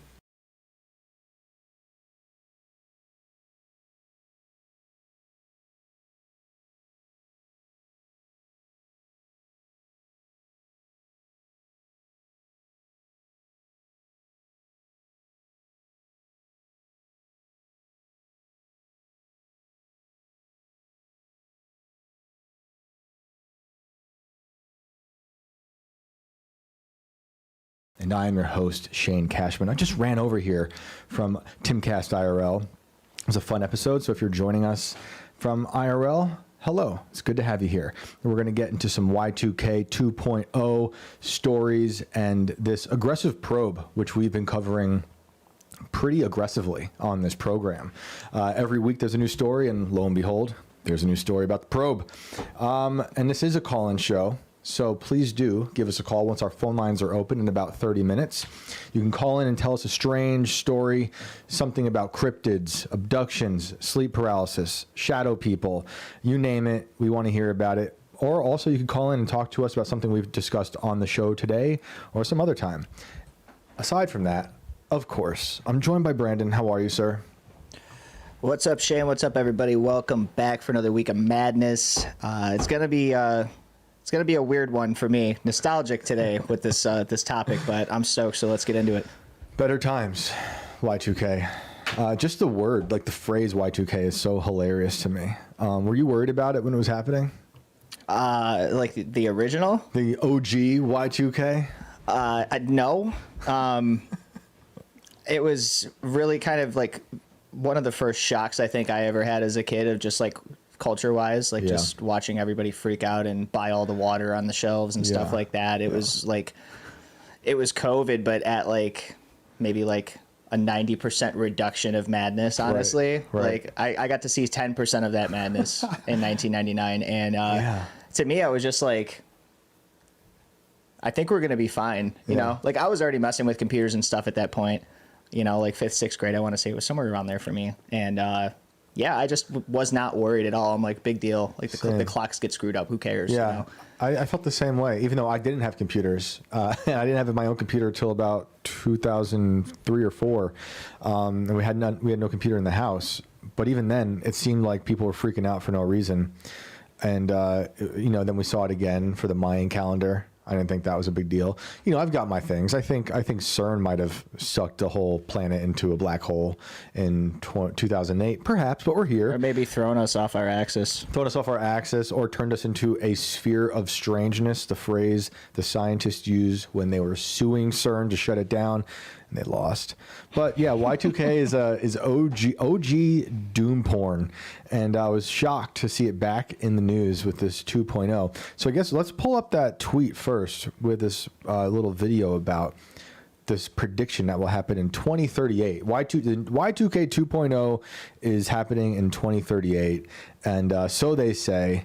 And basically we're running out of time. That's the gist of things. Let's tune in here. I can read it really quick first. Yeah, go ahead. From Mario Narwhal, RIP Internet, 2038 may be the end. In 2038, your computer might think it's 1901. Why? Because a huge number of systems will run on 32-bit timekeeping, which counts time as seconds since January 1st, 1970. That number maxes out on January 19th, 2038 at exactly 3:14 and 7 seconds UTC. After that, the clock snaps back to 1901. And anything like banks, hospitals, transportation, or your grandma's pacemaker could glitch, crash out, or crash or straight up stop working. On the flip side, if history has taught us anything, it's that we can do a pretty good collective job of ignoring any issue that's nearly that far off in the future. And now, what do you think about that?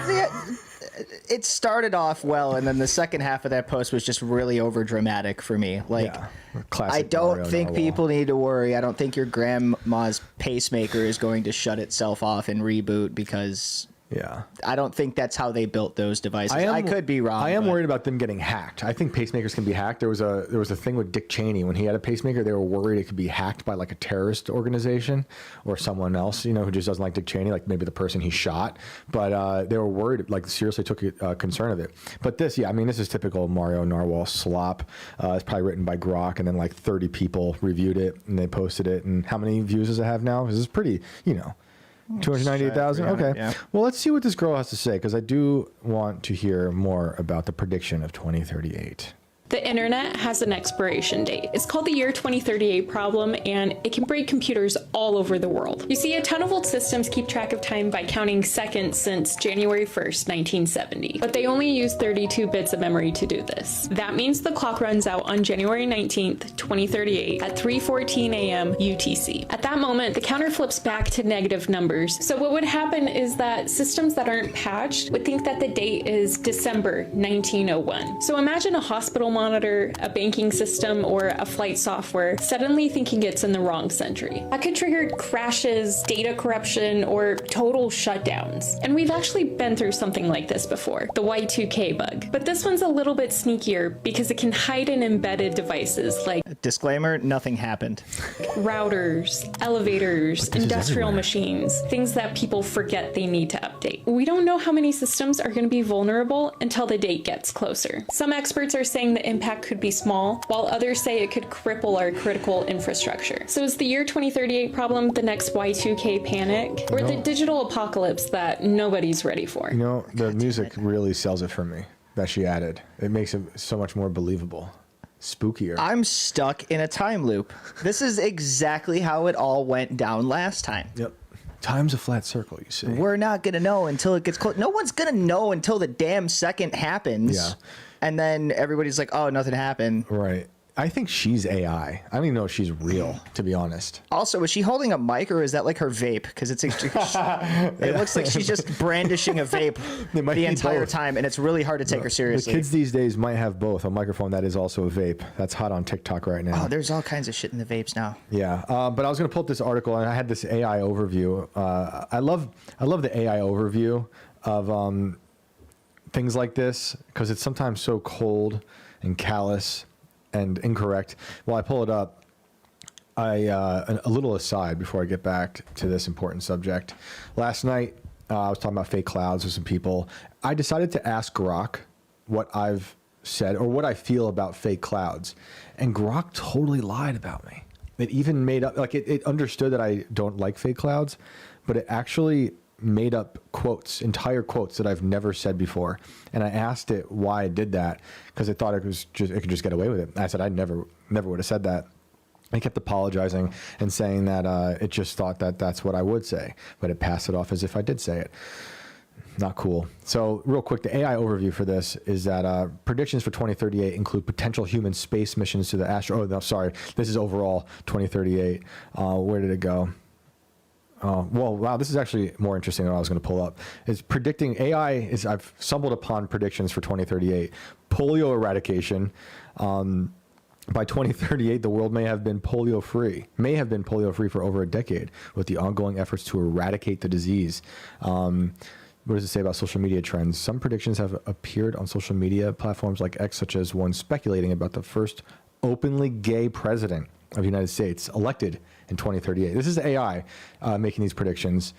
Major tech companies like Apple, Microsoft, and Google may face the challenges as operating systems and services become commoditized. Commoditized? Am I saying that right? Requiring them to adapt to maintain relevance, which will be them implanting it into your brain.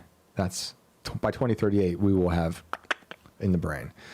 What else? What is AI predicting about AI? AI is expected to drive another transformation, building on the shifts of the Industrial Revolution and creating an even more tangible, bit-based, idea-based world of services where it crushes and devours all of humanity forever. Sounds about right. But basically, the AI overview was like, this is going to fail. It's basically saying what she says. It's going to fail. The systems are going to fail because they're running out of time, and they won't know how to tell time. And that my favorite part was that it will probably not be catastrophic. Probably. I always love that. But I was just going to read a little bit more about this. The apocalypse, as the Register is calling it. Okay, here we are. A stark warning about the upcoming apocalypse, also known as the year 2038 problem, has come from the past as National Museum of Computing System restorers have discovered an unsettling issue while working on ancient systems. Robin Downs, a volunteer who was recently involved in an exhibition of Digital Equipment Corporation gear at the museum, was on hand to demonstrate the problem to the Register in the museum's large systems gallery, which now houses a running PDP 1173, which is third generation series of like 16-bit microcomputers. So the machine's software had already been patched for the Y2K problem, where using 2 digits to store the year caused headaches when the century rolled around. Y2K, Downs explained, was mainly an application programming issue. Mostly, it was application programmers not taking into account 2 digits. The year 2038 problem is a different beast, indicating the PDP 1173, Downs said, this machine isn't running Unix, but we have a C compiler on it. And the C compiler is from 1982, so it has various issues. And if you understand that, call in and tell me more about it. Do you? According to Downs, a great name, by the way, the operating system was patched for Y2K in the late 1990s, but doesn't use the same time structure for its internal date and time. So the C compiler on this already now, when you ask it what the time and date are, it gets it wrong. It returns the correct time, but the wrong date. So they're saying annoying, but solvable. The team worked around the issue. However, when Downs was testing it by moving the system clock forward, something unexpected happened. He moved the clock forward. I was finger banging, and everything seemed fine. In 2037, the year before the apocalypse is due, the program crashed. It turns out, said Downs, the time function has another bug. Great quote. Undocumented, she was from Hawaii. Unknown, where at the start of 2037, that's why I ended up getting stationed there, bro. They got the deuces on me. Just crashes. That night, so 1999, New Year's Eve, I was hanging out. That we didn't know about. The year 2038 problem occurs in systems that store Unix time, the number of seconds since the Unix epoch, which was, like we said earlier in the video, January 1st, 1970, an assigned 32-bit integer, 64-bit is one modern approach. But legacy systems have a habit of lingering by saying everything is basically saying everything's outdated. Yeah, no one wants to upgrade, basically. Yeah. Everything's gonna die. Yeah. Chief in the Navy, his brother, systems, you know. Our crew was just an they're not kidding. Yeah. His brother was an E7. Some of the software that a lot of these companies are using, Midnight, and I've seen this firsthand. I can't disclose any of the companies, but I've seen this firsthand and worked with some of these with this software, and this shit is ancient. Basically, the way that this works is they will go and purchase. Say you had a successful business, maybe not so successful one day, decides they're going to liquidate all of their assets. Here comes a company that buys out basically Pepe all of their systems, much. maybe not so much the workers, but all of their systems and the software that comes with it. Right. If some of these people have developed their own software for POS systems or nostrils. point of sale, they'll buy those programs every breath too, is blocked. get all of the information for them from how to run it, have their techs learn this information so that they can support it. And they try to push that as long as they possibly can to save money on their business going forward. Instead of adapting, doing something new. Yeah. That's fascinating. I mean, I see it everywhere, you know. And these are big companies too. Really? Some of these guys, man, like big companies. So, you know, I really hope a lot of these people get out of the Stone Age, but this is part of the reason why. Yeah, I mean, they're giving people enough of a time to look into this. If it's going to affect all these things that, like she was saying, you might not think to update like an elevator. He's already gone to. You know, I'm sure they're going to write a lot of articles every week. No, yeah, for the like next 10 years. For us, this would have been like, oh, hey, Y2K is happening, but it's 1987. Yeah. You know, right, so that's a pretty big heads up. You know, a big heads up. It's a fair sized heads up. But just to pivot really quick, the internet is dead, and maybe it doesn't matter at all. And one of my favorite transhumanist psychopaths, vampires that lives in Silicon Valley, Sam Altman from OpenAI, recently tweeted about how maybe the dead internet theory is true. And that is interesting considering how closely he works with this stuff. And it's something Elon has also talked about. It was a big conversation when Elon was buying Twitter, because when they were talking about the value, what it was valued at, they would use like what people sell advertisements for anything on the posts. And, you know, you would find, I'm sure you guys have seen it, you'd find that a ton of posts were just filled with bots. So it'd be some major artist putting out a new album, and you go and look at the comments, and it's all bots. Another example of this, just from today, talking about this deranged murder with that refugee in North Carolina. You know, I was just looking around, poking around Twitter, and I found bots associated with that. Literally every one of them saying the same thing about finding the Irina video, right, about being stabbed. And I was looking to see if they had actually released the whole thing, because everything is just, it stops, right? And I don't really want to see it, but it's strange when you don't see the whole thing. They make me watch 9/11 happen every like 30 seconds on Twitter, and I have to see George Floyd, you know, pumped into my eyeballs all of 2020. And it was just odd to me that you couldn't see the whole thing, despite like I don't really want to see it, but I was curious, you know, who's posting it and who's making money off of death videos, because that's all we see on Twitter. If it's not Elon's porn, it is faces of death constantly. But anyway, hundreds of accounts, the same exact wording. And that's just like these bots I was talking about, on these artist comments or anything. They just say the same thing, step and repeat, same exact quotes. And so that affects, you know, how many people are actually viewing the posts that people are paying to advertise on.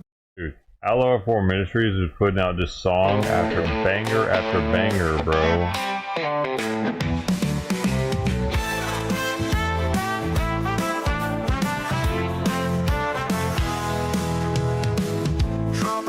Against the blackened sky, lightning cracks, no time to cry.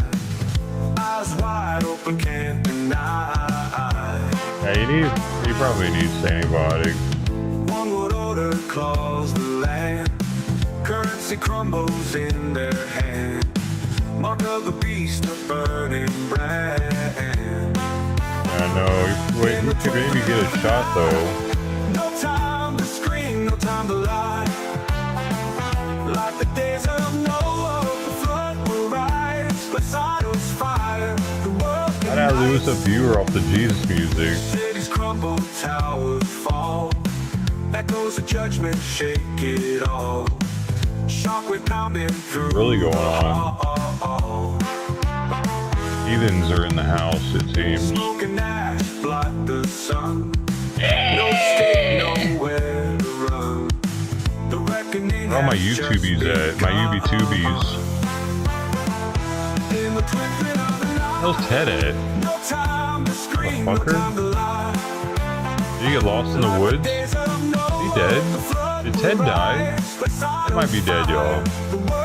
Hey, I'm excited. I'm gonna start telling everybody because Ted actually might be dead. We haven't heard from him since he was in the woods. And you know what I mean? Crazy shit can happen out there. You never know, Sister D. Always be prepared for the person to be dead. Probably dead. I mean, when they disappear, they could be dead. The chances are going up by the hour. You guys like this song, don't you?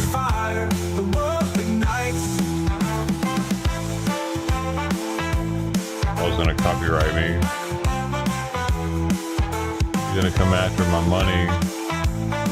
Playing his awesome song. Hey, Mama, he did say it's awesome. Mama. Mama. Mama. Mama. Mama. Mama. Mama. Mama. Oh, he liked my song, Mama. Mama.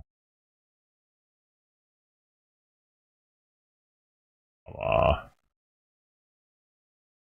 Oh, you like my song, Mama? I'm gonna keep making them. You like my song, Mama?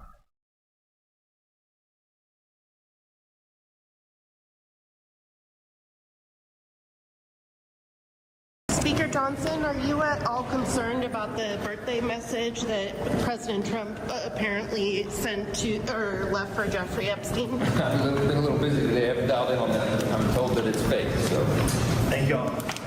I know what you were getting at. No, I want to know if you saw the birthday book and they should give you. No, I haven't seen it yet. But as soon as I look at it, I'll let you know what I think about it. I always do.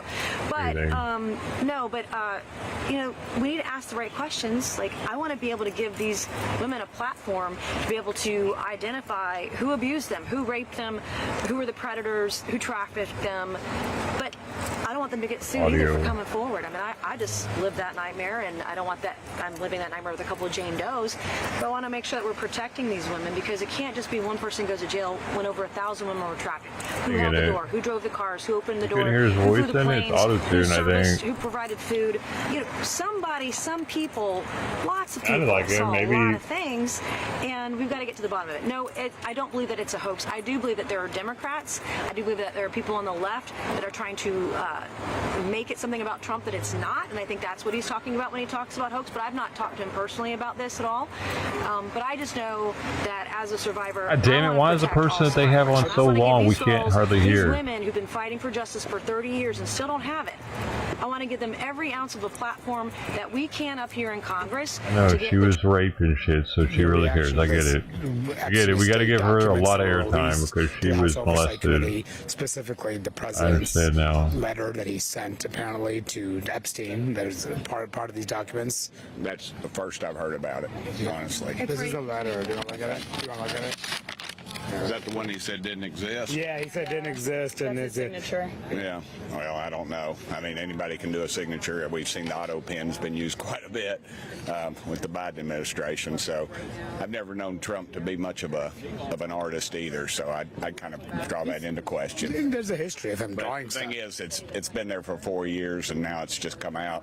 I just don't buy it. So you think really someone might have just forged this somehow and sent this to the somehow? It's so easy to do. I just don't buy any of it right now. Next question. Oh my God. Senator Jeffries, could we please get your reaction to the birthday note that Oversight Committee released today, and what are the next steps in the Epstein inquiry as far as Democrats are concerned? Yeah, well, I have more to say about the birthday note, but right now I'm going to let Robert Garcia and the Oversight Committee Dems speak to that. I got to go check to see if. Last question. If Speaker Johnson does not approve your picks for I'm right when the sun's going down. Will Democrats still participate in this? We're not going to deal in the realm of hypotheticals, but what's interesting is that Republicans have brought this situation on themselves. They blindsided us by dropping this January 6th subcommittee into a rule in the dead of night so that it wouldn't have to be comprehensively debated on the floor of the House of Representatives. And so they have decided they want this January 6th subcommittee. It's going to be housed before the Judiciary Committee. Jamie Raskin, as the top Democrat on the Judiciary Committee, will be an ex officio member according to the protocol that has been previously set forth by Democrats and Republicans. Eric Swalwell is the top Democrat on that committee, a member of the Judiciary Committee. Jasmine Crockett, a member of the Judiciary Committee. And Jared Moskowitz, a member of the Judiciary Committee. And Republicans will regret that they've decided to go down this road. Thank you very much.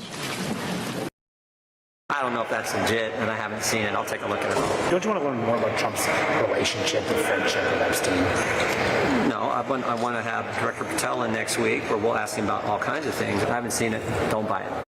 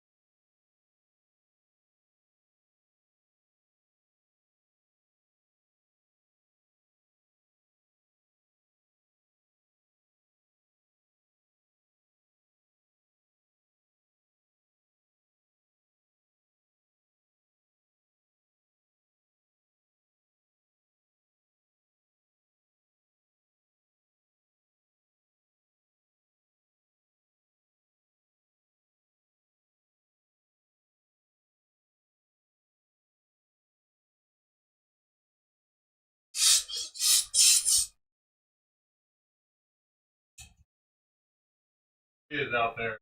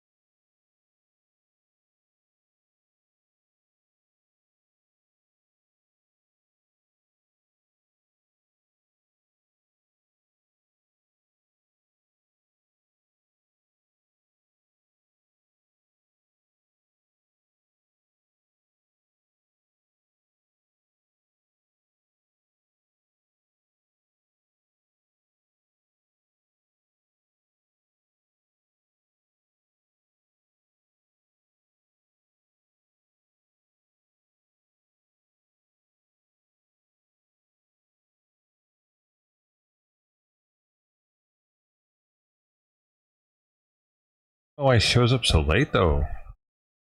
He really does. Like, showing up, it's already dark, man. And he'll be up on top of the wall right there. He doesn't, so I don't even know he's there. I have to open the gate to see that he's out there.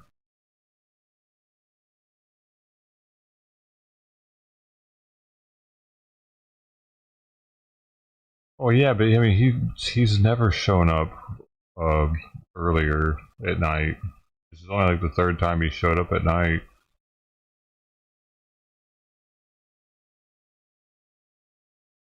I mean, it's not. That's not why he's doing it on accident.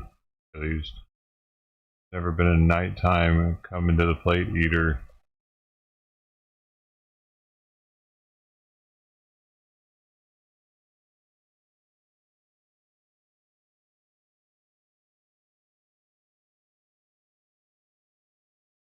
He doesn't realize that I feed earlier. He's not that hungry. But I put about 2 cans down right there. He's still eating.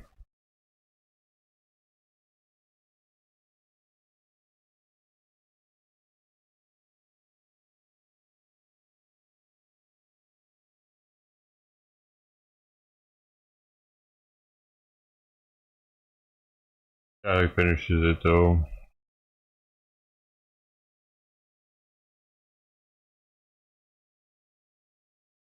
Maybe he just doesn't feel as secure there at night.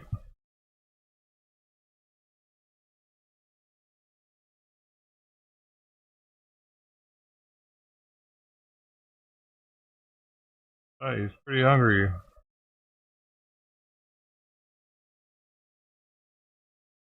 I was sure to pet him just in case, like, nobody's loved him at all today. At first I just petted him a little bit and I ran off. I decided to come back and pet him a little, like, more relaxed and more loving. In case that was the only pets he got all day. I try to pet the ones that'll let me.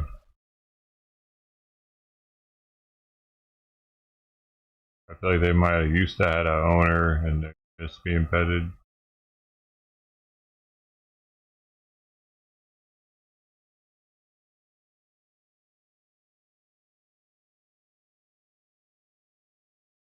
He's still going at it.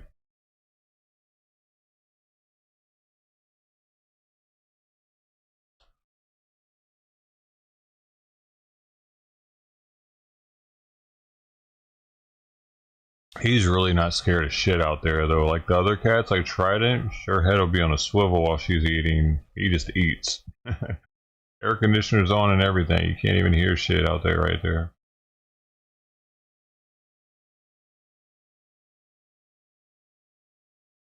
DNR bond, is that a thing?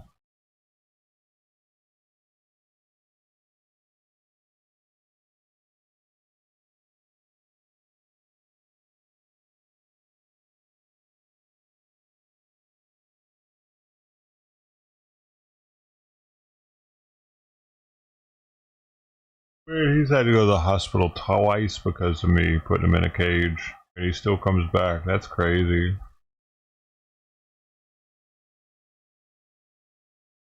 Maybe he understood the second time when his balls finally started healing.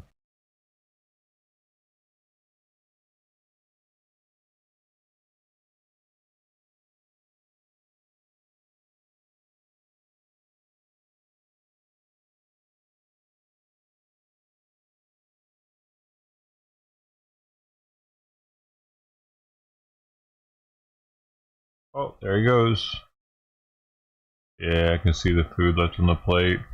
I'm gonna let him go, and then I'm gonna get it. I'm gonna give it a couple minutes. Otherwise, he'll still be there, and then I'll end up scooping it in the middle, and he'll eat some more, and I'll just save it for the morning. If you ain't hungry enough to scrape it off the corners, then we'll save it till the morning.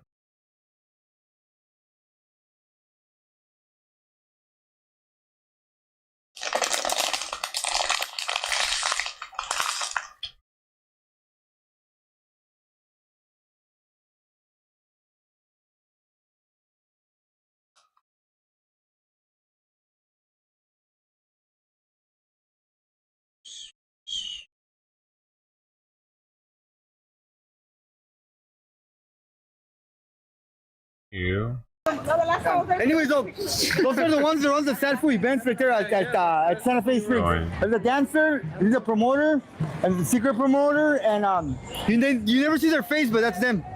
The lovely people. Firme gente. Yeah. Anyways, that's the back. Those are the backstage shots now. Backstage shots. We have here for Little Monday. Yeah. Go ahead, describe it. Keep describing. Okay, so we got here. We got Greg. He's right there walking around with a blue muscle shirt. He's the one that runs the show here too. And he's looking at the cars. None of them fit, but the orange one, which is his car, the hot rod over there. Oh, okay. Right, but yeah, that's it, homies. Nice seeing you though. How's everything? Saludos to everybody all the way from Orange County. That's right. I didn't know this is Big Bad Roland, right here representing, collaborating with all the lowrider fucking enthusiasts. You know what I mean? Right? I saw you're there on your sick ass Lexus, dog. Oh, yeah. Last you did it with me, huh? I was on my Chevy. Yeah. He's fucking laying in the litter box, dude.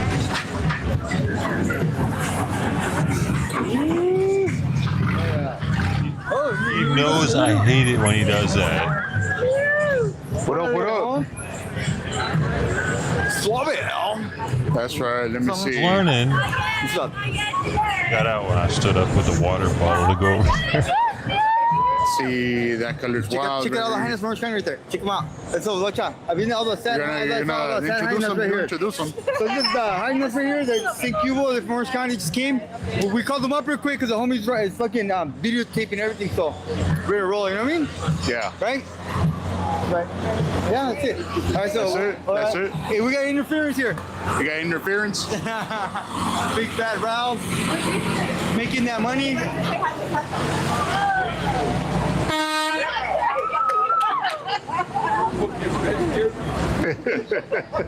Right, this guy. That's right. You came solo? Yeah. My girl just got out of work. Yeah. She'll show up later. Maybe it depends. Oh yeah, homie.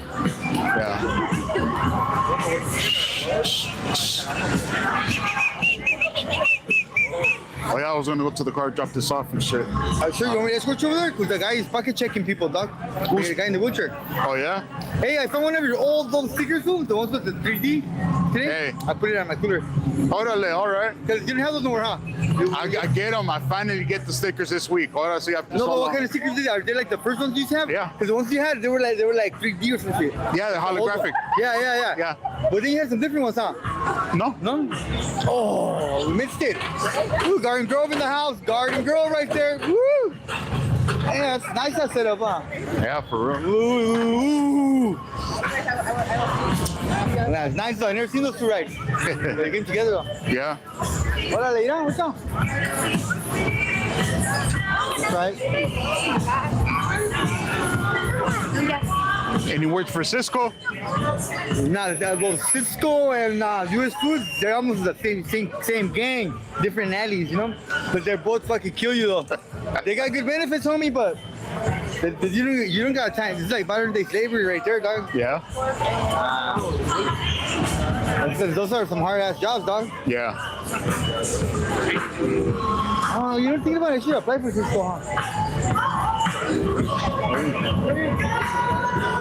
See, Chicano Power, that shade of pink, like mauve. I don't know what that is. Those gold ones, right, Lonnie? Those were nice ones. Chris hit the light on them. Chris knows what's up. If you guys know, I prefer gold over chrome. I mean, I'm not hating on chrome, but to me, gold just hits a little different. You know? That touch, that shiny, beautiful, and it goes inside like we see it, it feels good, huh? Yeah. Let's see, you already know this place is like a mile from my home. Oh, then come on through, man. My life matter, come on through. Sneaky 014. Smiley face GL, saludos from the Big Bad IE. That's right, shout out to all la raza. Riverside, That's homie. right. All that raza from the IE Inland Empire. You guys out there, I don't know how you guys do it. It's hot as fuck. I was on Riverside on Saturday. Oh, it was hot as fuck. My camera turned off like a few times porque it overheated. That's nothing. You compare that shit to Blight or fucking Arizona. Oh, valiendo madre. Ahí, güey, se te renten los pinches zapatos, güey. Yeah. Dale, saludos, los. Right in those, see, we get that breeze. We cry with 90, 95 degree weather, but. Ole, go get the dancers, the dancers. No. Es que. No se puede. Oye. Están morridas. Oh, the dancers? Yeah, no. From far away? Están morridas. Good thing. Let's see. Lark Barquet, I caught a rat show at the Orange County Grove a couple weekends ago. They were pretty good. Hello. Orange Grove. So, let's kick it out, dog. The delivering food for less. Trino, what up? What's up, everybody? Shout out to Trino. That's right. Hey, it was real good seeing you yesterday out in San Pedro, homie. Safar, what up? I was a little late. Not too late, homie. I'll do a second lap right now. I was just gonna drop this off at the ride because I don't want to be holding on to it while I walk around. See, to show what it is, homie.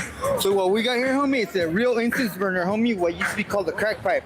Right now, the homie's pushing them out at 3 cc's for $5. Fucking air freshener though. Huh? Air freshener. That's what it is, man. An air freshener, not a crack pipe. Yeah, but back then you go. I'm telling you, cause you know what I mean. A little something that's microwaving, you know. But yeah, this would be like the old school crack pipe. You know what I'm saying? Then you get an incense burner. You get this. Oh, you better go do this. What the fuck? Go. All right, homie. All right, homie. I'll be here, homie. Ahora después, carnal. Good seeing you. Yeah. Ooh, look at that one. That's what I'm saying. Out of Nora. Yep. Ooh, look at those batteries though. Ready? Oh, he's ready. I see San Pedro Funk. What up? San Pedro. Let's see. San Sebastian. Good afternoon. There are comments off again. Nope. I'm paying attention this time. This heat has been out of control. It's starting to cool down, thankfully. Yeah, it actually feels nice out here. Like I said, let me go drop off this shit.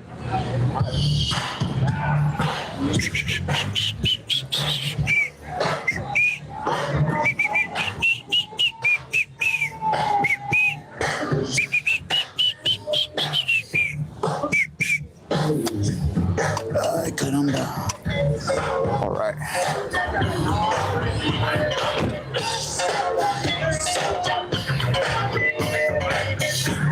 All right, guys, let me see. Let's see, this heat has been out of control. I'm gonna, Frost of USA, I'm gonna miss the summer wardrobe the beautiful ladies wear. This guy. Orale, Herb Ghost, the first dono of the night. Muchas gracias, carnal, I appreciate that. Much love and respect, homie. Let me see, hold on. Damn it, it's que I'm wearing my little, oh shit, guys. Look who's pulling up. It's the Pee-wee. Pero hey, thank you for the dono, homie, for real.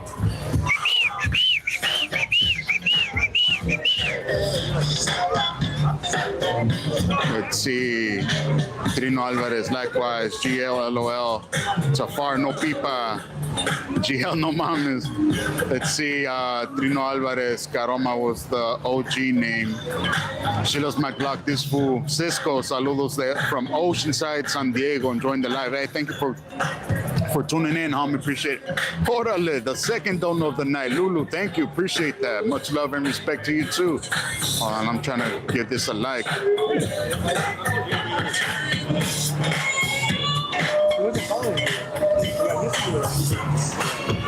Okay. Thank you, Lulu. Appreciate that. So 2 donos already. Much love, guys. Anything and everything helps, guys. So seriously, like from the bottom of my heart, muchas gracias, because I know the feria right now is tight for everybody. So that means a lot. Thank you, guys. So.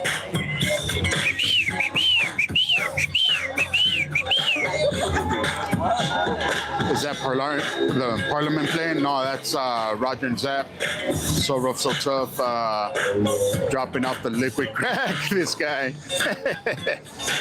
I will say that about the summertime ladies looking fine. Sock check. Oh, you missed it, homie.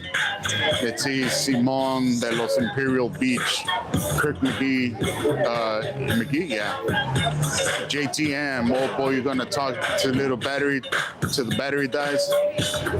Nah, man. Lulu, what up? What up? I'm out here. Actually, this is a different phone. This is a new phone, so the battery's a whole lot better. That's for sure. So let's keep it going. Let's keep it cracking. What up? What up?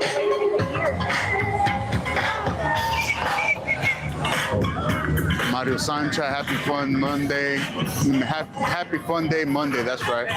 James V. Smith, good evening from Phoenix, Arizona. Be safe, everybody. Shout out to everybody from Arizona, that's right.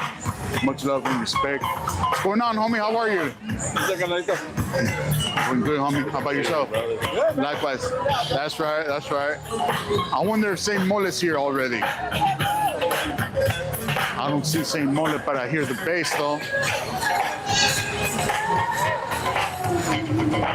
What up, homie? How you doing, man? How you doing, bro? Good, and yourself? All right. That's right. Oh my goddamn fucking gate's so hard right now, dude.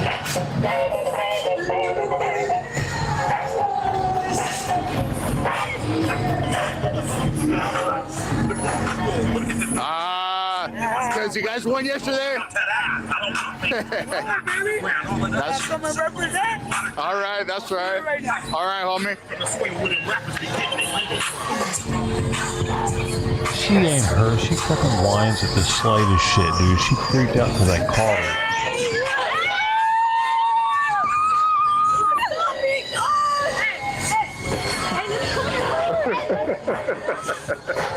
Tiene pegue the homie, I guess. Oh, let me get these rides before I go back to the ones over there. Let's see.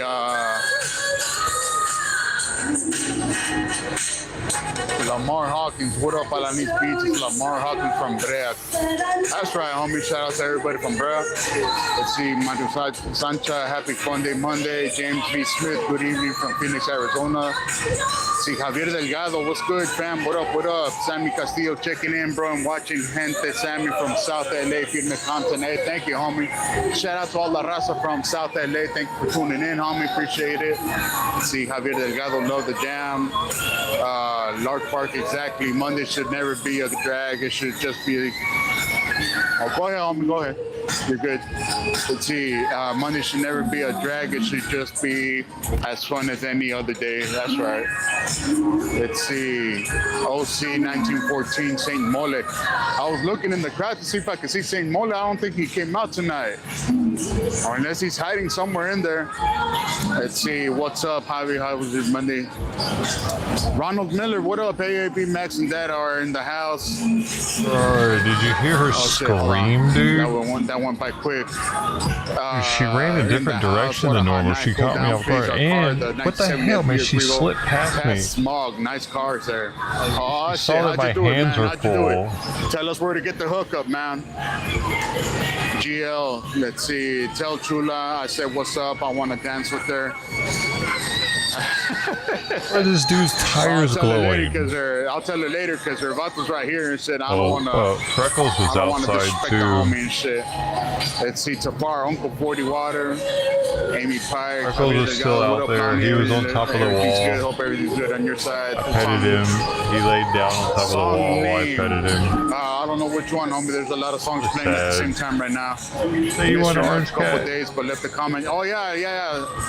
I did get to read it, homie, and everybody that drops a comment, if I don't respond right away, don't take it personal, because I'm trying to do a whole bunch of things at the same time. Oh shit! This little ride got bags right here.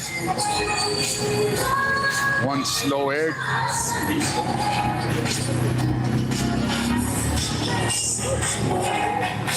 Let's see. Really a sweet cat. You're just supposed to hang out. I'm playing right now. I got two different songs playing, that's why. I got music from over there and then music from over here, but I don't know which one you're referring to. What's going on with my camera? Well, either way, I don't think I know this one that's playing over here. Let's see, 190 viewers and only 68 likes. Come on now, hit that like. That's right, homie. Thank you. Sammy is here, familia. Good to see you, fam. That's right. Welcome, Sammy. Cuba Canal, Sammy Castillo. Let me see. Yeah, bro, couldn't get any better. Thanks, bro. Someone ID this song. What's up, big homie? I did it. Where's YouTube at?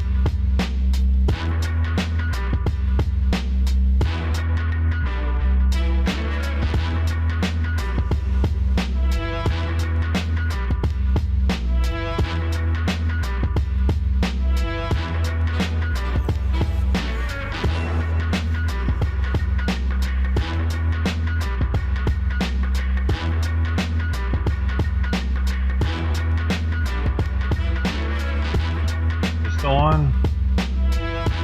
Oh yeah, kind of. Down there.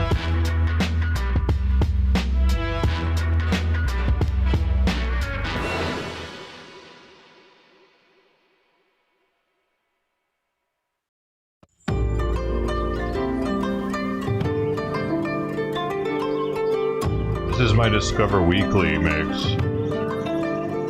I get to decide whether it's good or no. I am Kaiman Sowell. I am Kaiman Sowell. I am Kaiman Sowell.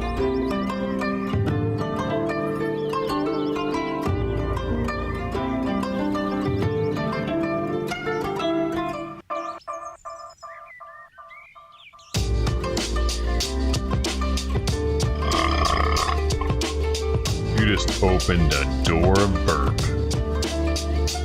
Wait till you see what's on the other side.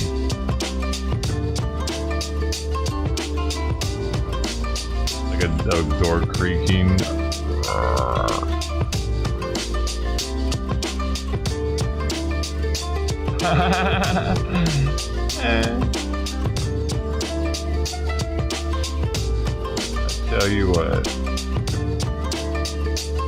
I tell you what. I should start YouTube over with a gaming stream, actually.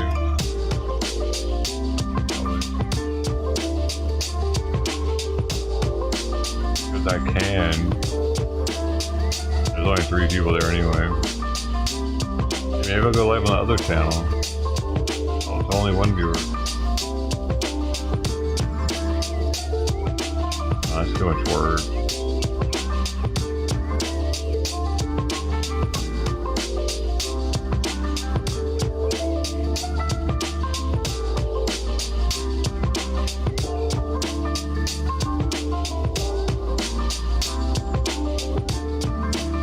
my drive for the one viewer.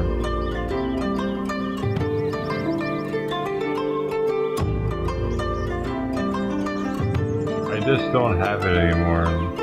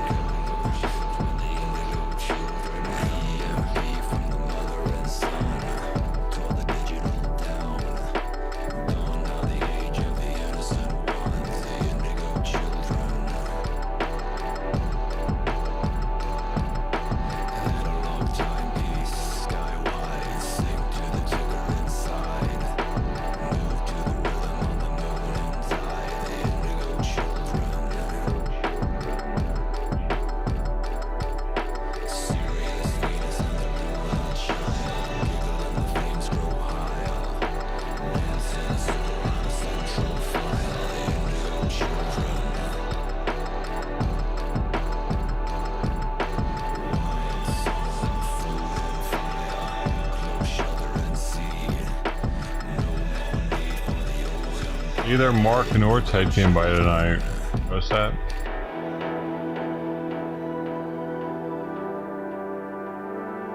Some sort of collaborative effort.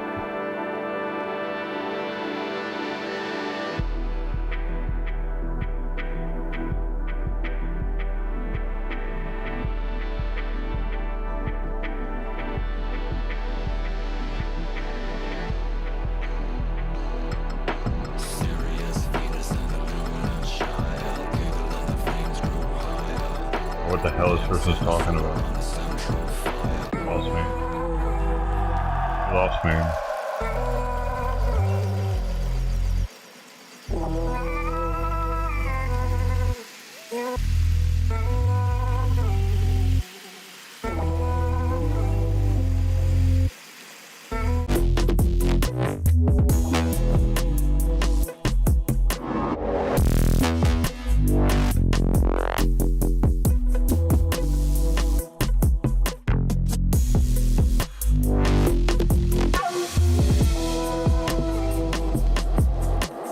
Double Dare. I remember that.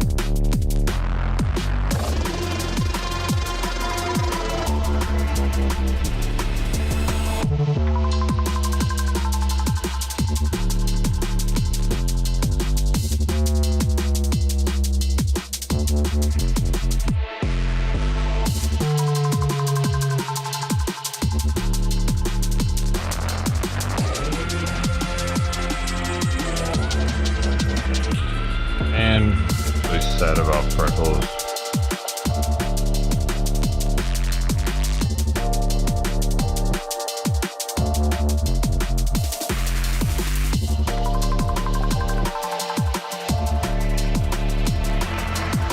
They're a terrorist organization, and they always want to try to save us. But national security are about the people that are just going to say, all right, gotta relax. Fuck this, it's anarchy. Let's do it our way. You know? Yep. And then you've got this mass unruly mob of people that are just going to. And now here's human music.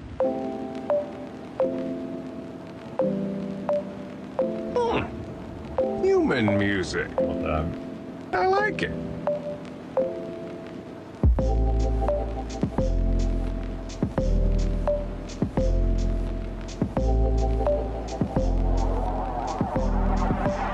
I like it.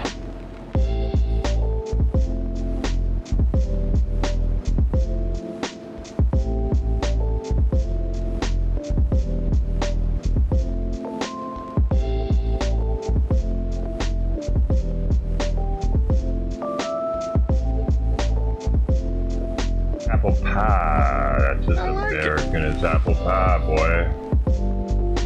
That's as American as my penis. And that's as American as it gets. Yep. Beer. That's as American as it gets.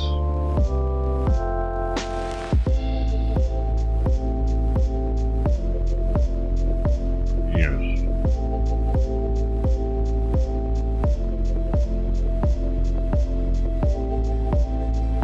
In America, land of the penis, home of the cock and balls. Dick be driving this country. Dick be in charge. Ladies, if you don't like it, find another country to live in.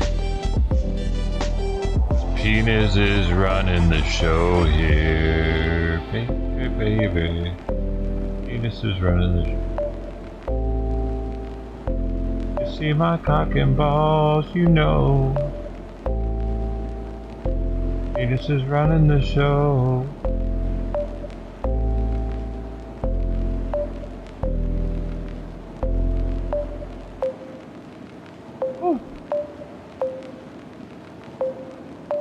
That was an instant classic.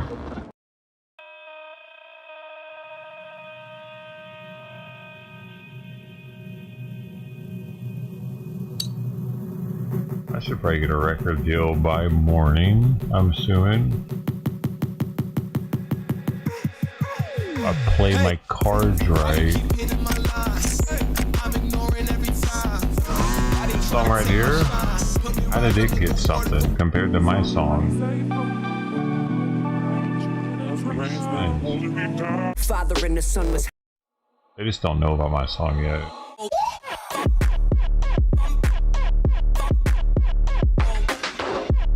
Probably. I mean, I see we lost a viewer off my song, but that doesn't matter, mean anything to me. That person has no taste in music.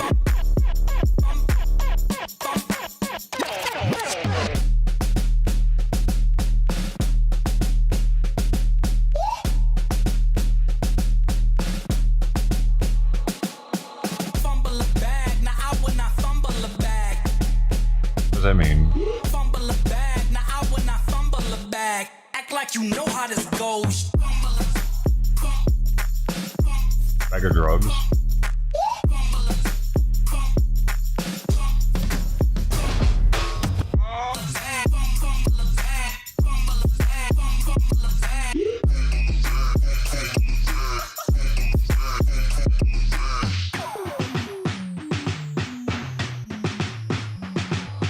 Fumble a bag, now I will not fumble a bag. Act like you know how this goes.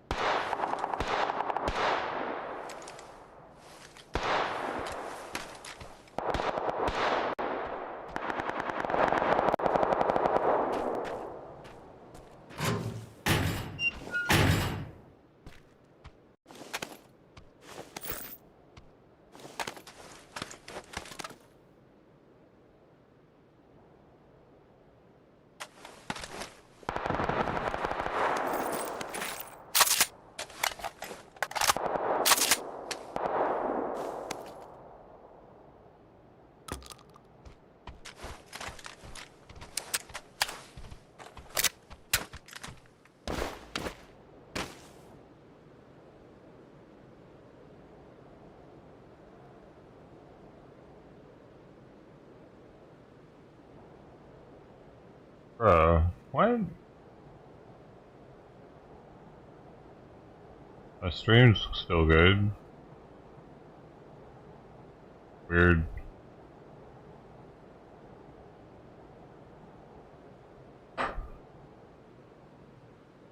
This is the first.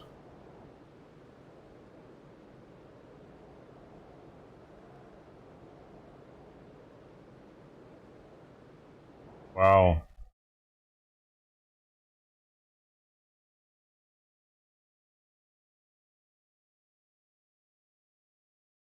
Damn. They do me like that for.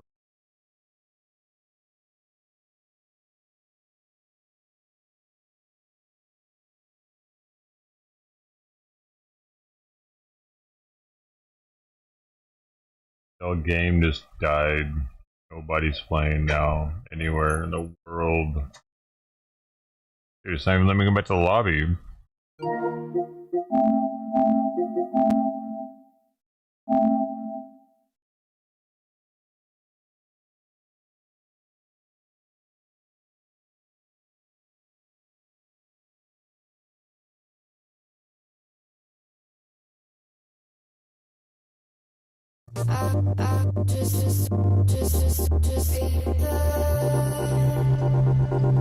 Where's my mayonnaise at?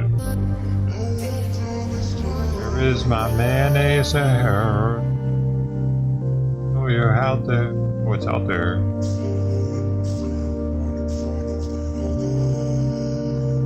Oh my gosh, why didn't he put it under the mailbox?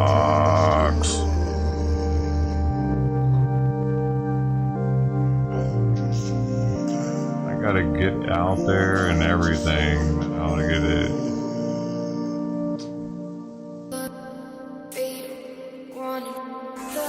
That's a pain in the ass. Can I connect the server? What's going on right now?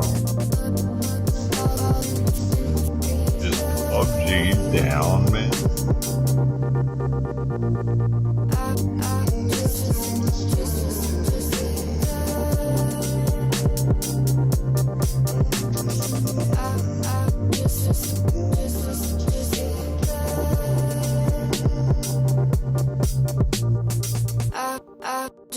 What's going on? I don't see anything on it.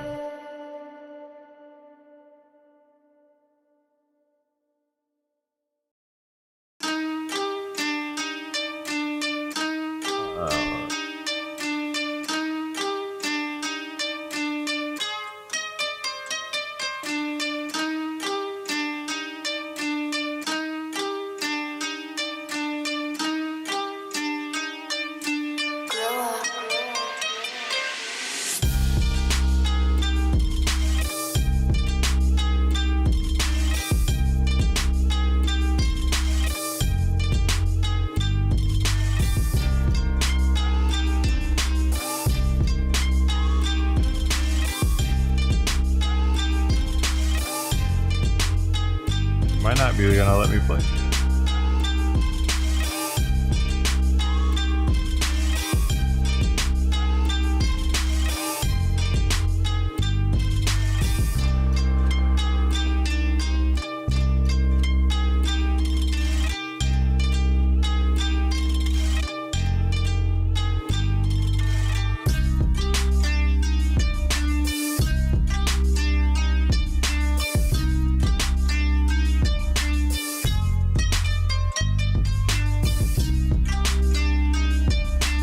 Doesn't look like I'm allowed to play anymore.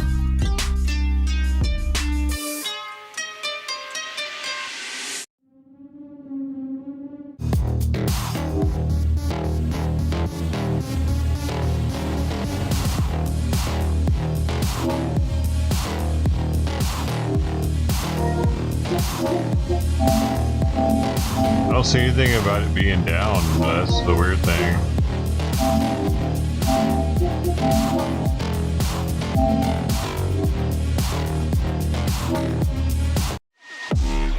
Go, go, go. New York, the niggas will tell you I'm loco. In the band is to put the rap game in the chokehold.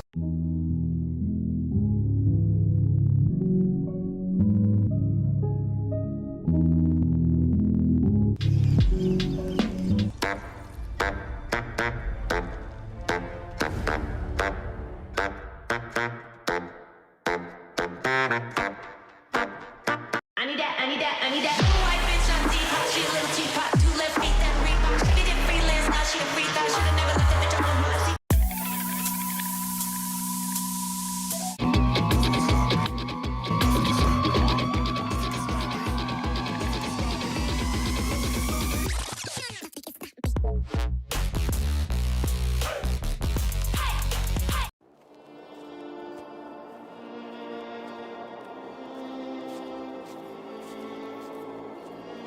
I don't know what the fuck is happening here.